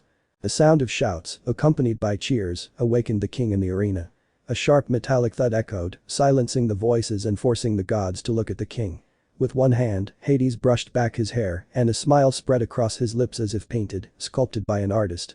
On the beautiful face of the god of the underworld, the king of Helheim, a smile appeared, shining as if bringing the light of the sun itself to the arena. That victory hadn't been a given. That victory hadn't included the death of one of the gods at the same time that the human sacrificed himself to obtain it. That victory hadn't left one of their own seriously injured. Hades was aware that those humans were powerful. But they were gods over humans. A part of the power of the universe ran through their veins. Hades raised his bident. The cheers intensified, reaching the ears of the human side. The Valkyries had watched the entire confrontation from start to finish. The only humans who had defeated the gods so far had been those with superior power, those comparable to the gods themselves. Both swordsmen lost to their opponents. It seemed as if the humans could only win if they had power that came from the divine, from the gods or demons of the world. Brunhilde turned her head. Her emerald eyes fixed on the still hooded figure of the benefactor. The man hadn't blinked, hadn't been bothered by the death of 2 of his companions, which made Brunhilde think about her actions, about what the man could take away from the victory or defeat of the humans in that event that marked the end of the known world. The 7th round had concluded with the gods' victory over the humans, resulting in a 3-way tie for each side, leaving the first round's draw as a complete no contest. The humans defeated Zeus, Shiva, and Hagen in their respective battles. In turn, the gods defeated 3 variants of the same person, one of those victories being a gift to the gods themselves. Thinking about that victory, about how Heracles had won because of the boredom of the god's executioner, who had allowed Heracles to remain alive, breathing, caused Brunhilde to analyze her cards, her next moves. Who would appear in the next round on behalf of the gods? Who would be sent by the benefactor to represent them? Just almost, it seemed like it was all an elaborate plan, a move on a battlefield, and she hated being removed from the processes preceding the move. Calmness is a virtue, Valkyrie. The words came from the hooded man. As if reading the woman's mind, the benefactor spoke after the end of the Valkyrie's train of thought, seeking her calm, her reassurance. The death of 2 of the combatants did nothing to affect the humans' victory, their advantage. Their calm is too disinterested, too cold. The man's eyes flashed for a second, for an instant. Brunhilde clenched her fists, holding back the anger gnawing at her insides. Why don't you care about your comrades, about those variants? Oh? You do it. Mockery. Brunhilde sensed the mockery in that question, and it was thrown at her like a poisoned dagger, intent on cutting. Silence is consent, woman, the sound of rustling clothes followed those words. I'm going for a walk. There's a tree I want to observe, whose fruit I wish to obtain. Silence. Guilt. Remorse. Brunhilde felt all of that as silence filled the room, as the benefactor's words faded like a freshly spoken whisper, leaving her with guilt, with the negative feelings that fell upon her shoulders like a heavy burden. Despite what the gods thought, what that strange man thought, she didn't see the representatives as a tool for an end, as a mere object. Perhaps she should have shown it beforehand, but all the dead were represented on her altar. She cried for them. I hope you don't believe this idiot. A new male voice that none of the women had heard before broke the thoughts of the eldest of the Valkyries, bringing a questioning look from her and a frightened one from the youngest of all, Jer. Another variant. Brunhilde had to add that this Naruto variant was attractive, imposing just by its presence. A head of hair tied in a high bun formed a beautiful golden sphere. Its single eye, the right one, gazed amusedly at both women, shining an intense electric blue, a truly sparkling glow, while its eye, covered by a dark eye patch, gave the variant a mysterious appearance. "If you want to call me variant, go ahead," the man bared his teeth as he twisted his lips into a mischievous grin. "But like everyone else, I have my name. But you can call me Muramasa, like the famous Japanese blacksmith who crafted demonic swords literally. Ha ha ha." There were no expensive clothes covering Muramasa's body, and Brunhilde could see that he did nothing to look good in front of them. Ripped jeans, a white short-sleeved t-shirt stuck to his chest and a dark brown jacket over his shirt, covering his arms that completely filled the sleeves. Strapped to his left waist, the man carried a katana sheathed in a dark night black scabbard with no adornment, but it made Brunhilde tense. "So," Muramasa's laughter died, "what did you mean by believing or not believing in the benefactor?" "The lines of the universe form a vast interconnected network that in turn forms the leaves, branches, trunk, and roots of the tree of the universe. Throughout the ages, many have attempted to take the fruit of the universe, cut down or conquer the tree, and rise above the others as the king of all, of the multiverse. He's playing with you, with all of you in fact. You're mere puppets in the hands of that benefactor, if you call him that." Muramasa closed his eyes for several seconds. The sword was calling him, beckoning him as usual. It was through it that he had come to Valhalla in the first place, drawn by the hidden source of power beneath the sand, at the center of the entire world of the gods. One of the offspring of the tree of the universe, Yggdrasil, was there, hidden from the human eye. But he did not have a human eye. Benefactor is going after the fruit of Yggdrasil. I assume he's trying to obtain a fraction of the power of the universe itself. The power of the universe, even if it were a small amount, a small fraction, could be equivalent to the destruction of everything known in the wrong hands, turning the person who consumed the fruit into a god above the gods, for he would have a power equivalent to that of a king of the gods. But wasn't that a myth told? Pierre spoke for the first time in several minutes. Brunhilde looked at her younger sister, and Muramasa smiled at the youngest Valkyrie's innocent question. "Myth?" Muramasa smiled slightly mockingly at the innocence of the youngest Valkyrie. "It's not a myth, little one. Each of the universes linked to the great tree of the universe has one of its offspring that bears the fruit of the universe. It's an endless opportunity for chaos. Are you saying that benefactor has been using us to search for Yggdrasil and obtain that fruit?" "That's exactly what I'm telling you, Valkyrie." Brunhilde stamped her foot. "And you're telling us now? Jumping between universes isn't easy, child. Time and space shifted with each leap." Muramasa had experienced that on a couple of occasions, involuntarily. It had only been recently, thanks to the demon in his sword, that he was able to move across the different leaves of the enormous tree that was the multiverse. One mistake and I could simply cease to exist, disappear as it emerges in Ragnarok, leaving nothing of me, not even my memories. The essence was completely destroyed. Body and soul moved with each leap so that the user leaped from one side to the other. As Muramasa had pointed out, one step could separate the soul and body, causing the latter to disappear, to cease to exist, leading to its elimination until its existence was completely erased, as if it had never existed, with no memories or history. Muramasa was aware of this. Somehow, the benefactor was jumping between universes with an ability capable of transporting different variants. That was precisely why he was there. A countermeasure, a firewall against the plan of that man who had assumed he was another variant, a truly greedy one, greedy for power. "It took me quite a while to come here without disturbing anything." Her hand fell on the dark handle of the katana. "I followed the trail we all leave when we jump between universes. That benefactor isn't someone different from all the variants of us in the multiverse. He's not someone different from who we are. Another variant of Uzumaki Naruto. That bastard." Brunhilde gritted her teeth. The Valkyrie was filled with rage at having been used as a mere puppet in the benefactor's plans. But why didn't she notice? And the rest of the gods?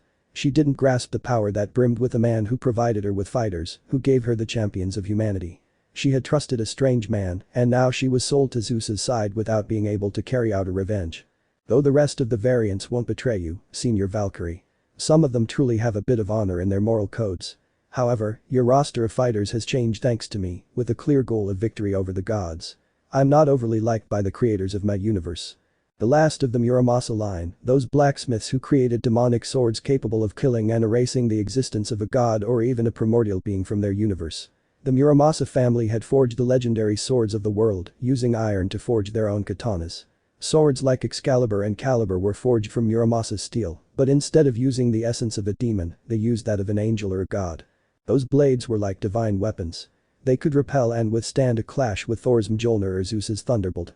Even other weapons perished before those forged by Muramasa, even though they had been created before the existence of the world itself, of life itself. Muramasa kept the secret of his forging, just as his ancestors had. He abandoned weapon creation when his mother passed away. But that led to a life more hectic than peaceful, making him a target for the various factions in his universe, forcing him to train, to become who he was in order to survive. Let's just say we have a code ourselves. Muramasa stabbed his own chest with the thumb of his right hand. We never back down from our promises, no matter the various adversities we face. Some have taken it to the extreme. But even someone like the Benefactor still carries it in his heart. What does that mean for me, for Ragnarok? The echo of footsteps diluted the words of the oldest of the Valkyries, forcing her to open her eyes wide when she observed the new variants of Naruto in front of her, all determined to win. It would be a bit rude if we didn't introduce ourselves. The young three-sword variant stepped forward. A shirt clinging to his chest showed his fabulously well-formed torso. As you can see, I am another Naruto. Using my name as a completely formal introduction has become irrelevant now. You may know me as the strongest swordsman, the Demon Slayer. Power, confidence, presence. There was no arrogance in his words. There were no negative feelings in his eyes. Brunhilde sensed the calmness with which he presented himself, the way he seemed like a man willing to keep his word. Although this other one is a bit quiet, isn't he? Muramasa slammed the other variant's back. Beneath a completely tattered cloak, the older Valkyrie could make out a full-body black uniform, with faint grayish markings running through it, and a katana at his waist. What is your name, or can we call you? Kaiju Zero, that's how I was assigned for a presentation and to stand out among the rest of the me present at the end of the world. But you can call me Kaiju, so I don't have to use the number. As you see, Brunhilde, each of us is completely different and brings something different to this Ragnarok. Even the boy who's going to fight now will do so using all his strength, all his power, and will show what heroes mean to him. The son of a father slightly unhinged by his desire to be number one, this self of ours is going to give it his all. Muramasa was knowledgeable about the multiverse, about the tree from which each universe hung gracefully, and about the fruit the Benefactor was seeking. Because of this, he also knew the followers the variant was recruiting for the next revelation of his plan. When he obtained the fruit he was seeking, he would simply take the heads of all the gods present and rise to power enough to destroy reality itself. Arena of Ragnarok. The eighth battle between the representatives of humanity and the representatives of the gods was about to begin. The audience still had fresh memories of the last of the human representatives being shattered, defeated, by Hades, the ruler of the underworld, one of the most powerful gods who could represent the divine side during Ragnarok. That victory granted to the gods had generated a mockery of the human fighters. Only humans with power borrowed from the gods could confront a god, kill one. According to the gods watching Ragnarok, those clashes had been like watching two gods clash over territory, which denigrated the victories the humans had achieved throughout the current tournament. To affirm this, the gods had pointed out that the two swordsmen who competed, the one who faced Poseidon and the one who fought Hades, could not obtain victory because they did not have the power of a god to back them up, the divine blood to push their strength to obtain victory again. Mockingly, the gods and divine beings watching Ragnarok laughed at the fact that humans had failed to beat them in any round, that they had used gods from other universes to confront them in order to defeat them, like when the apprentice of the destroyer god defeated Shiva, or like when the ace of Gabriel sent the power of an angel down on the demon king of the sixth heaven, nearly destroying the entire arena, leaving the orichalcum completely bathed in solar fire. Almost all of the humans who fought as representatives of the human race had used powers they obtained from a god of their universe and used them on themselves. It was a shame, an unregulated trap that they would have to change in the future if they were to win the Ragnarok filled with gods.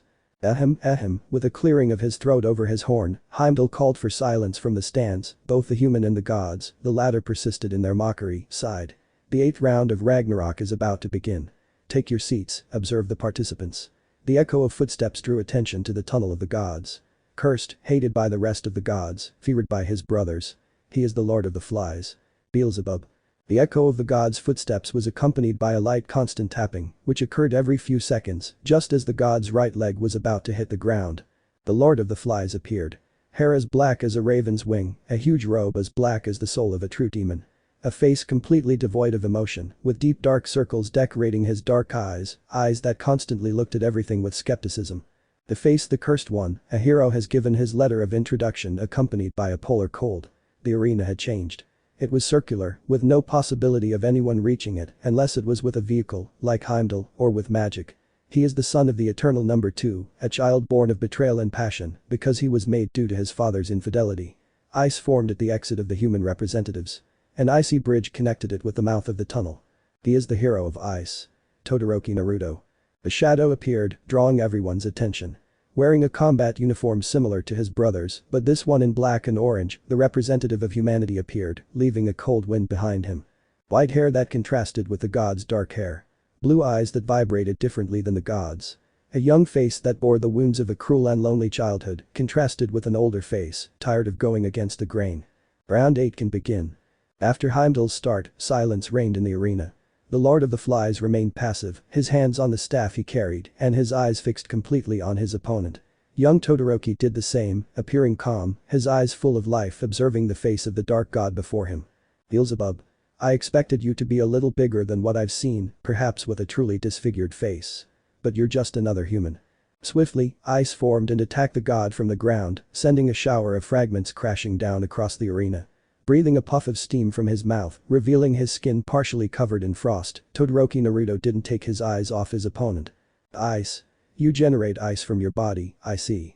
The Lord of the Flies' dark eyes studied the young hero's skin as frost began to coat his limb. I'll give this confrontation about 10 minutes. The human body can't withstand such low temperatures as you intend. The young man gritted his teeth. He swung his left arm, and a wave of ice surged toward the god, enveloping the Lord of the Flies in icy stalactites, obscuring him from the sight of his adversary. Don't look down on me. Ice. He had taken his mother's gift when he finally had his own quirk, his own ability to be a hero. It was the same ability as his aunt's. Cryokinesis. He could manipulate ice, generate it from any part he could touch or from any part of his body that allowed it to generate. I don't look down on that skill, boy, Lord of the Flies raised his staff. I'm just speaking the truth. Chunks of ice scattered across the battlefield. When the tip of the staff touched the orichalcum ground, it shattered into fragments, scattering them across the entire fighting area. We can talk all you want, kid, but your body can't handle those temperatures. Eventually, your system will begin to fail. It's a battle of attrition from the start. Naruto didn't respond to Beelzebub's provocation. He remained calm, just as his mentor had taught him, just as his father had asked him to. We could go on talking, the young man clasped his hands together, forming a fist. But there's no time for that, nor for your contempt, God. Ice Age. He had trained his quirk, pushing it to a new level of what someone could consider a quirk like his own. Others had done the same, and he had simply pushed it into his own cells, his own muscles. The sea of ice surged out from behind its summoner. Coating the young man and leaving him with a light layer, the ice passed directly toward its target, like a massive shower of sharp spikes formed of shimmering ice. A normal person would have been buried, impaled, and turned into a mess of blood. Someone with a resistance or defensive quirk would have fearlessly withstood that overwhelming attack that would take out anyone in its path. But a god like Beelzebub, who had known everything there was, everything that made up the world, did not fear a simple movement of ice. Beelzebub raised his staff. He made no unnecessary gestures. He was interested in the boy who was attacking him. He was interested in knowing his physiognomy, his body. Once he defeated him, he would take his corpse and study it to understand how he had that power. Just like the first time, the ice was completely shattered. That ice age was completely destroyed by his adversary, stunning the young hero, who remained paralyzed for several seconds, breathing heavily and feeling his throat frozen, his body and arms heavy. I sent you to die. You should know that. I'll enjoy your death, boy. Those words hurt, they burned. Despite the clear warning, he simply went out to fight. The benefactor was willing to see him die in that confrontation. But he was willing to fight for humanity, for his people, like the hero he was. Your arms feel heavy, your throat cold to the bone. Your hands are shaking, and I can see it from this distance. You're a complete failure to your parents, to your role in your world, boy. Another wave of ice attacked the god. Beelzebub swung his staff, destroying it completely. He attacked directly with words, observing those eyes filled with rage at his words. Humans were so simple, Beelzebub found it boring. I'll use your body for my next experiments. This battle is boring and pointless. You're a mediocre human who's going to die by his own hand. I'm the protagonist of this confrontation.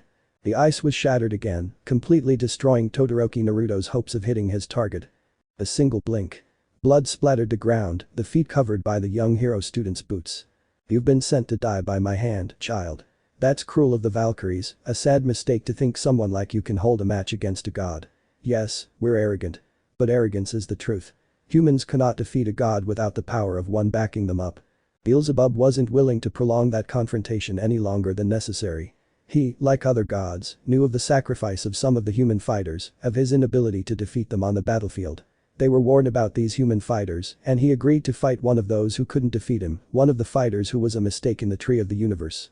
A mistake they were correcting with his death, rewriting. I will study your body. I will understand why someone wanted you eliminated and why it is so easy to kill you. I will study and understand that which has given you an icy power, and I will remove it to use in my experiments, boy. I must thank you for your death, for it is a giant step forward for my science. The grotesque sound of rupturing flesh accompanied the Lord of the Flies movement as he withdrew his staff from the young UA student's body, allowing him to fall to the cold orichalcum floor, lifeless. The boy was completely dead, and it was his easy victory. Beelzebub wins. I need some help. I want this body moved to my lab. The blazing fire forced the god to move. You will not touch that body, son of a bitch. I'd say I can do whatever I want, sir. Surpassing the height of his son and that of the god, the eternal number 2 appeared wrapped in fire, showing why he was the hero of the flame, the one who ascended to the number 1 hero, with the retirement of the previous one and father of the current combatant. Do whatever you want, huh? The right arm moved swiftly. Beelzebub saw it, saw the man try to land a blow directly to his face. And he also saw Adama's move to save him. A loud bang. A grotesque sound accompanied by a murmur and blood once again filling the arena floor. Wow, wow. I didn't expect that. Adama's left arm was torn from his body, severed by the heavy blade of another of the spectators. Clad in his dark armor, the black swordsman aimed his greatsword directly at the resurrected god's throat. We should move. We're blocking. The heat rose to a critical point. Beelzebub used his left arm to shield himself from the scorching fire, which drew him further away from his coveted trophy, that body to study. I don't give a shit what you want, you bastard, Endeavor stomped his foot on the sand, placing himself between the Lord of the Flies and his son's body. Because I don't give a shit that you're a god. You should calm down. We're being okay. That struck Adama's throat with the tip of his sword. Calm down. When some son of a bitch wants to take my son's lifeless body. The hero's smile twisted. You're a bit of an idiot. I'm not going to calm down when someone can take whatever they want just because they're a god. Todoroki Enji was prepared to fight every god present in that arena. Giving his life to protect what remained of his son wasn't a bad way to make up for what he'd done right. Beyond this was a bit boring. The fight didn't even excite me. But the man with the huge scar on his face shows real emotion. What passion. That's art. Blonde, with skin as golden as his hair and eyes as blue as 2 enormous sapphires. Carrying a golden bow, the sun god appeared with a calm smile in an attempt to calm those present. Apollo, Beelzebub looked at the Greek god with some disdain. Could you please inform the Lord that his son's body belongs to me now? You, bastard. You're right, actually. Apollo crossed his arms over his bare torso. He wasn't the only god watching the confrontation, and he knew others would take the lives of those 2 mere spectators. It's just the body of another brat, a dead boy. My partner has won the confrontation and can take whatever he wants from the battlefield. You're being targeted by various gods from every pantheon. You'd be eliminated in just a second. I'm going to. That's halted Endeavor's movement. When the hero looked at the swordsman, the latter made a slight gesture to stop him. It was not the time. Let me know in the comments below if you guys want the next part. Also check out my other video that has been shown and left. Thank you for watching. If you enjoyed this video please like and share this video. And have a fantastic day. Bye.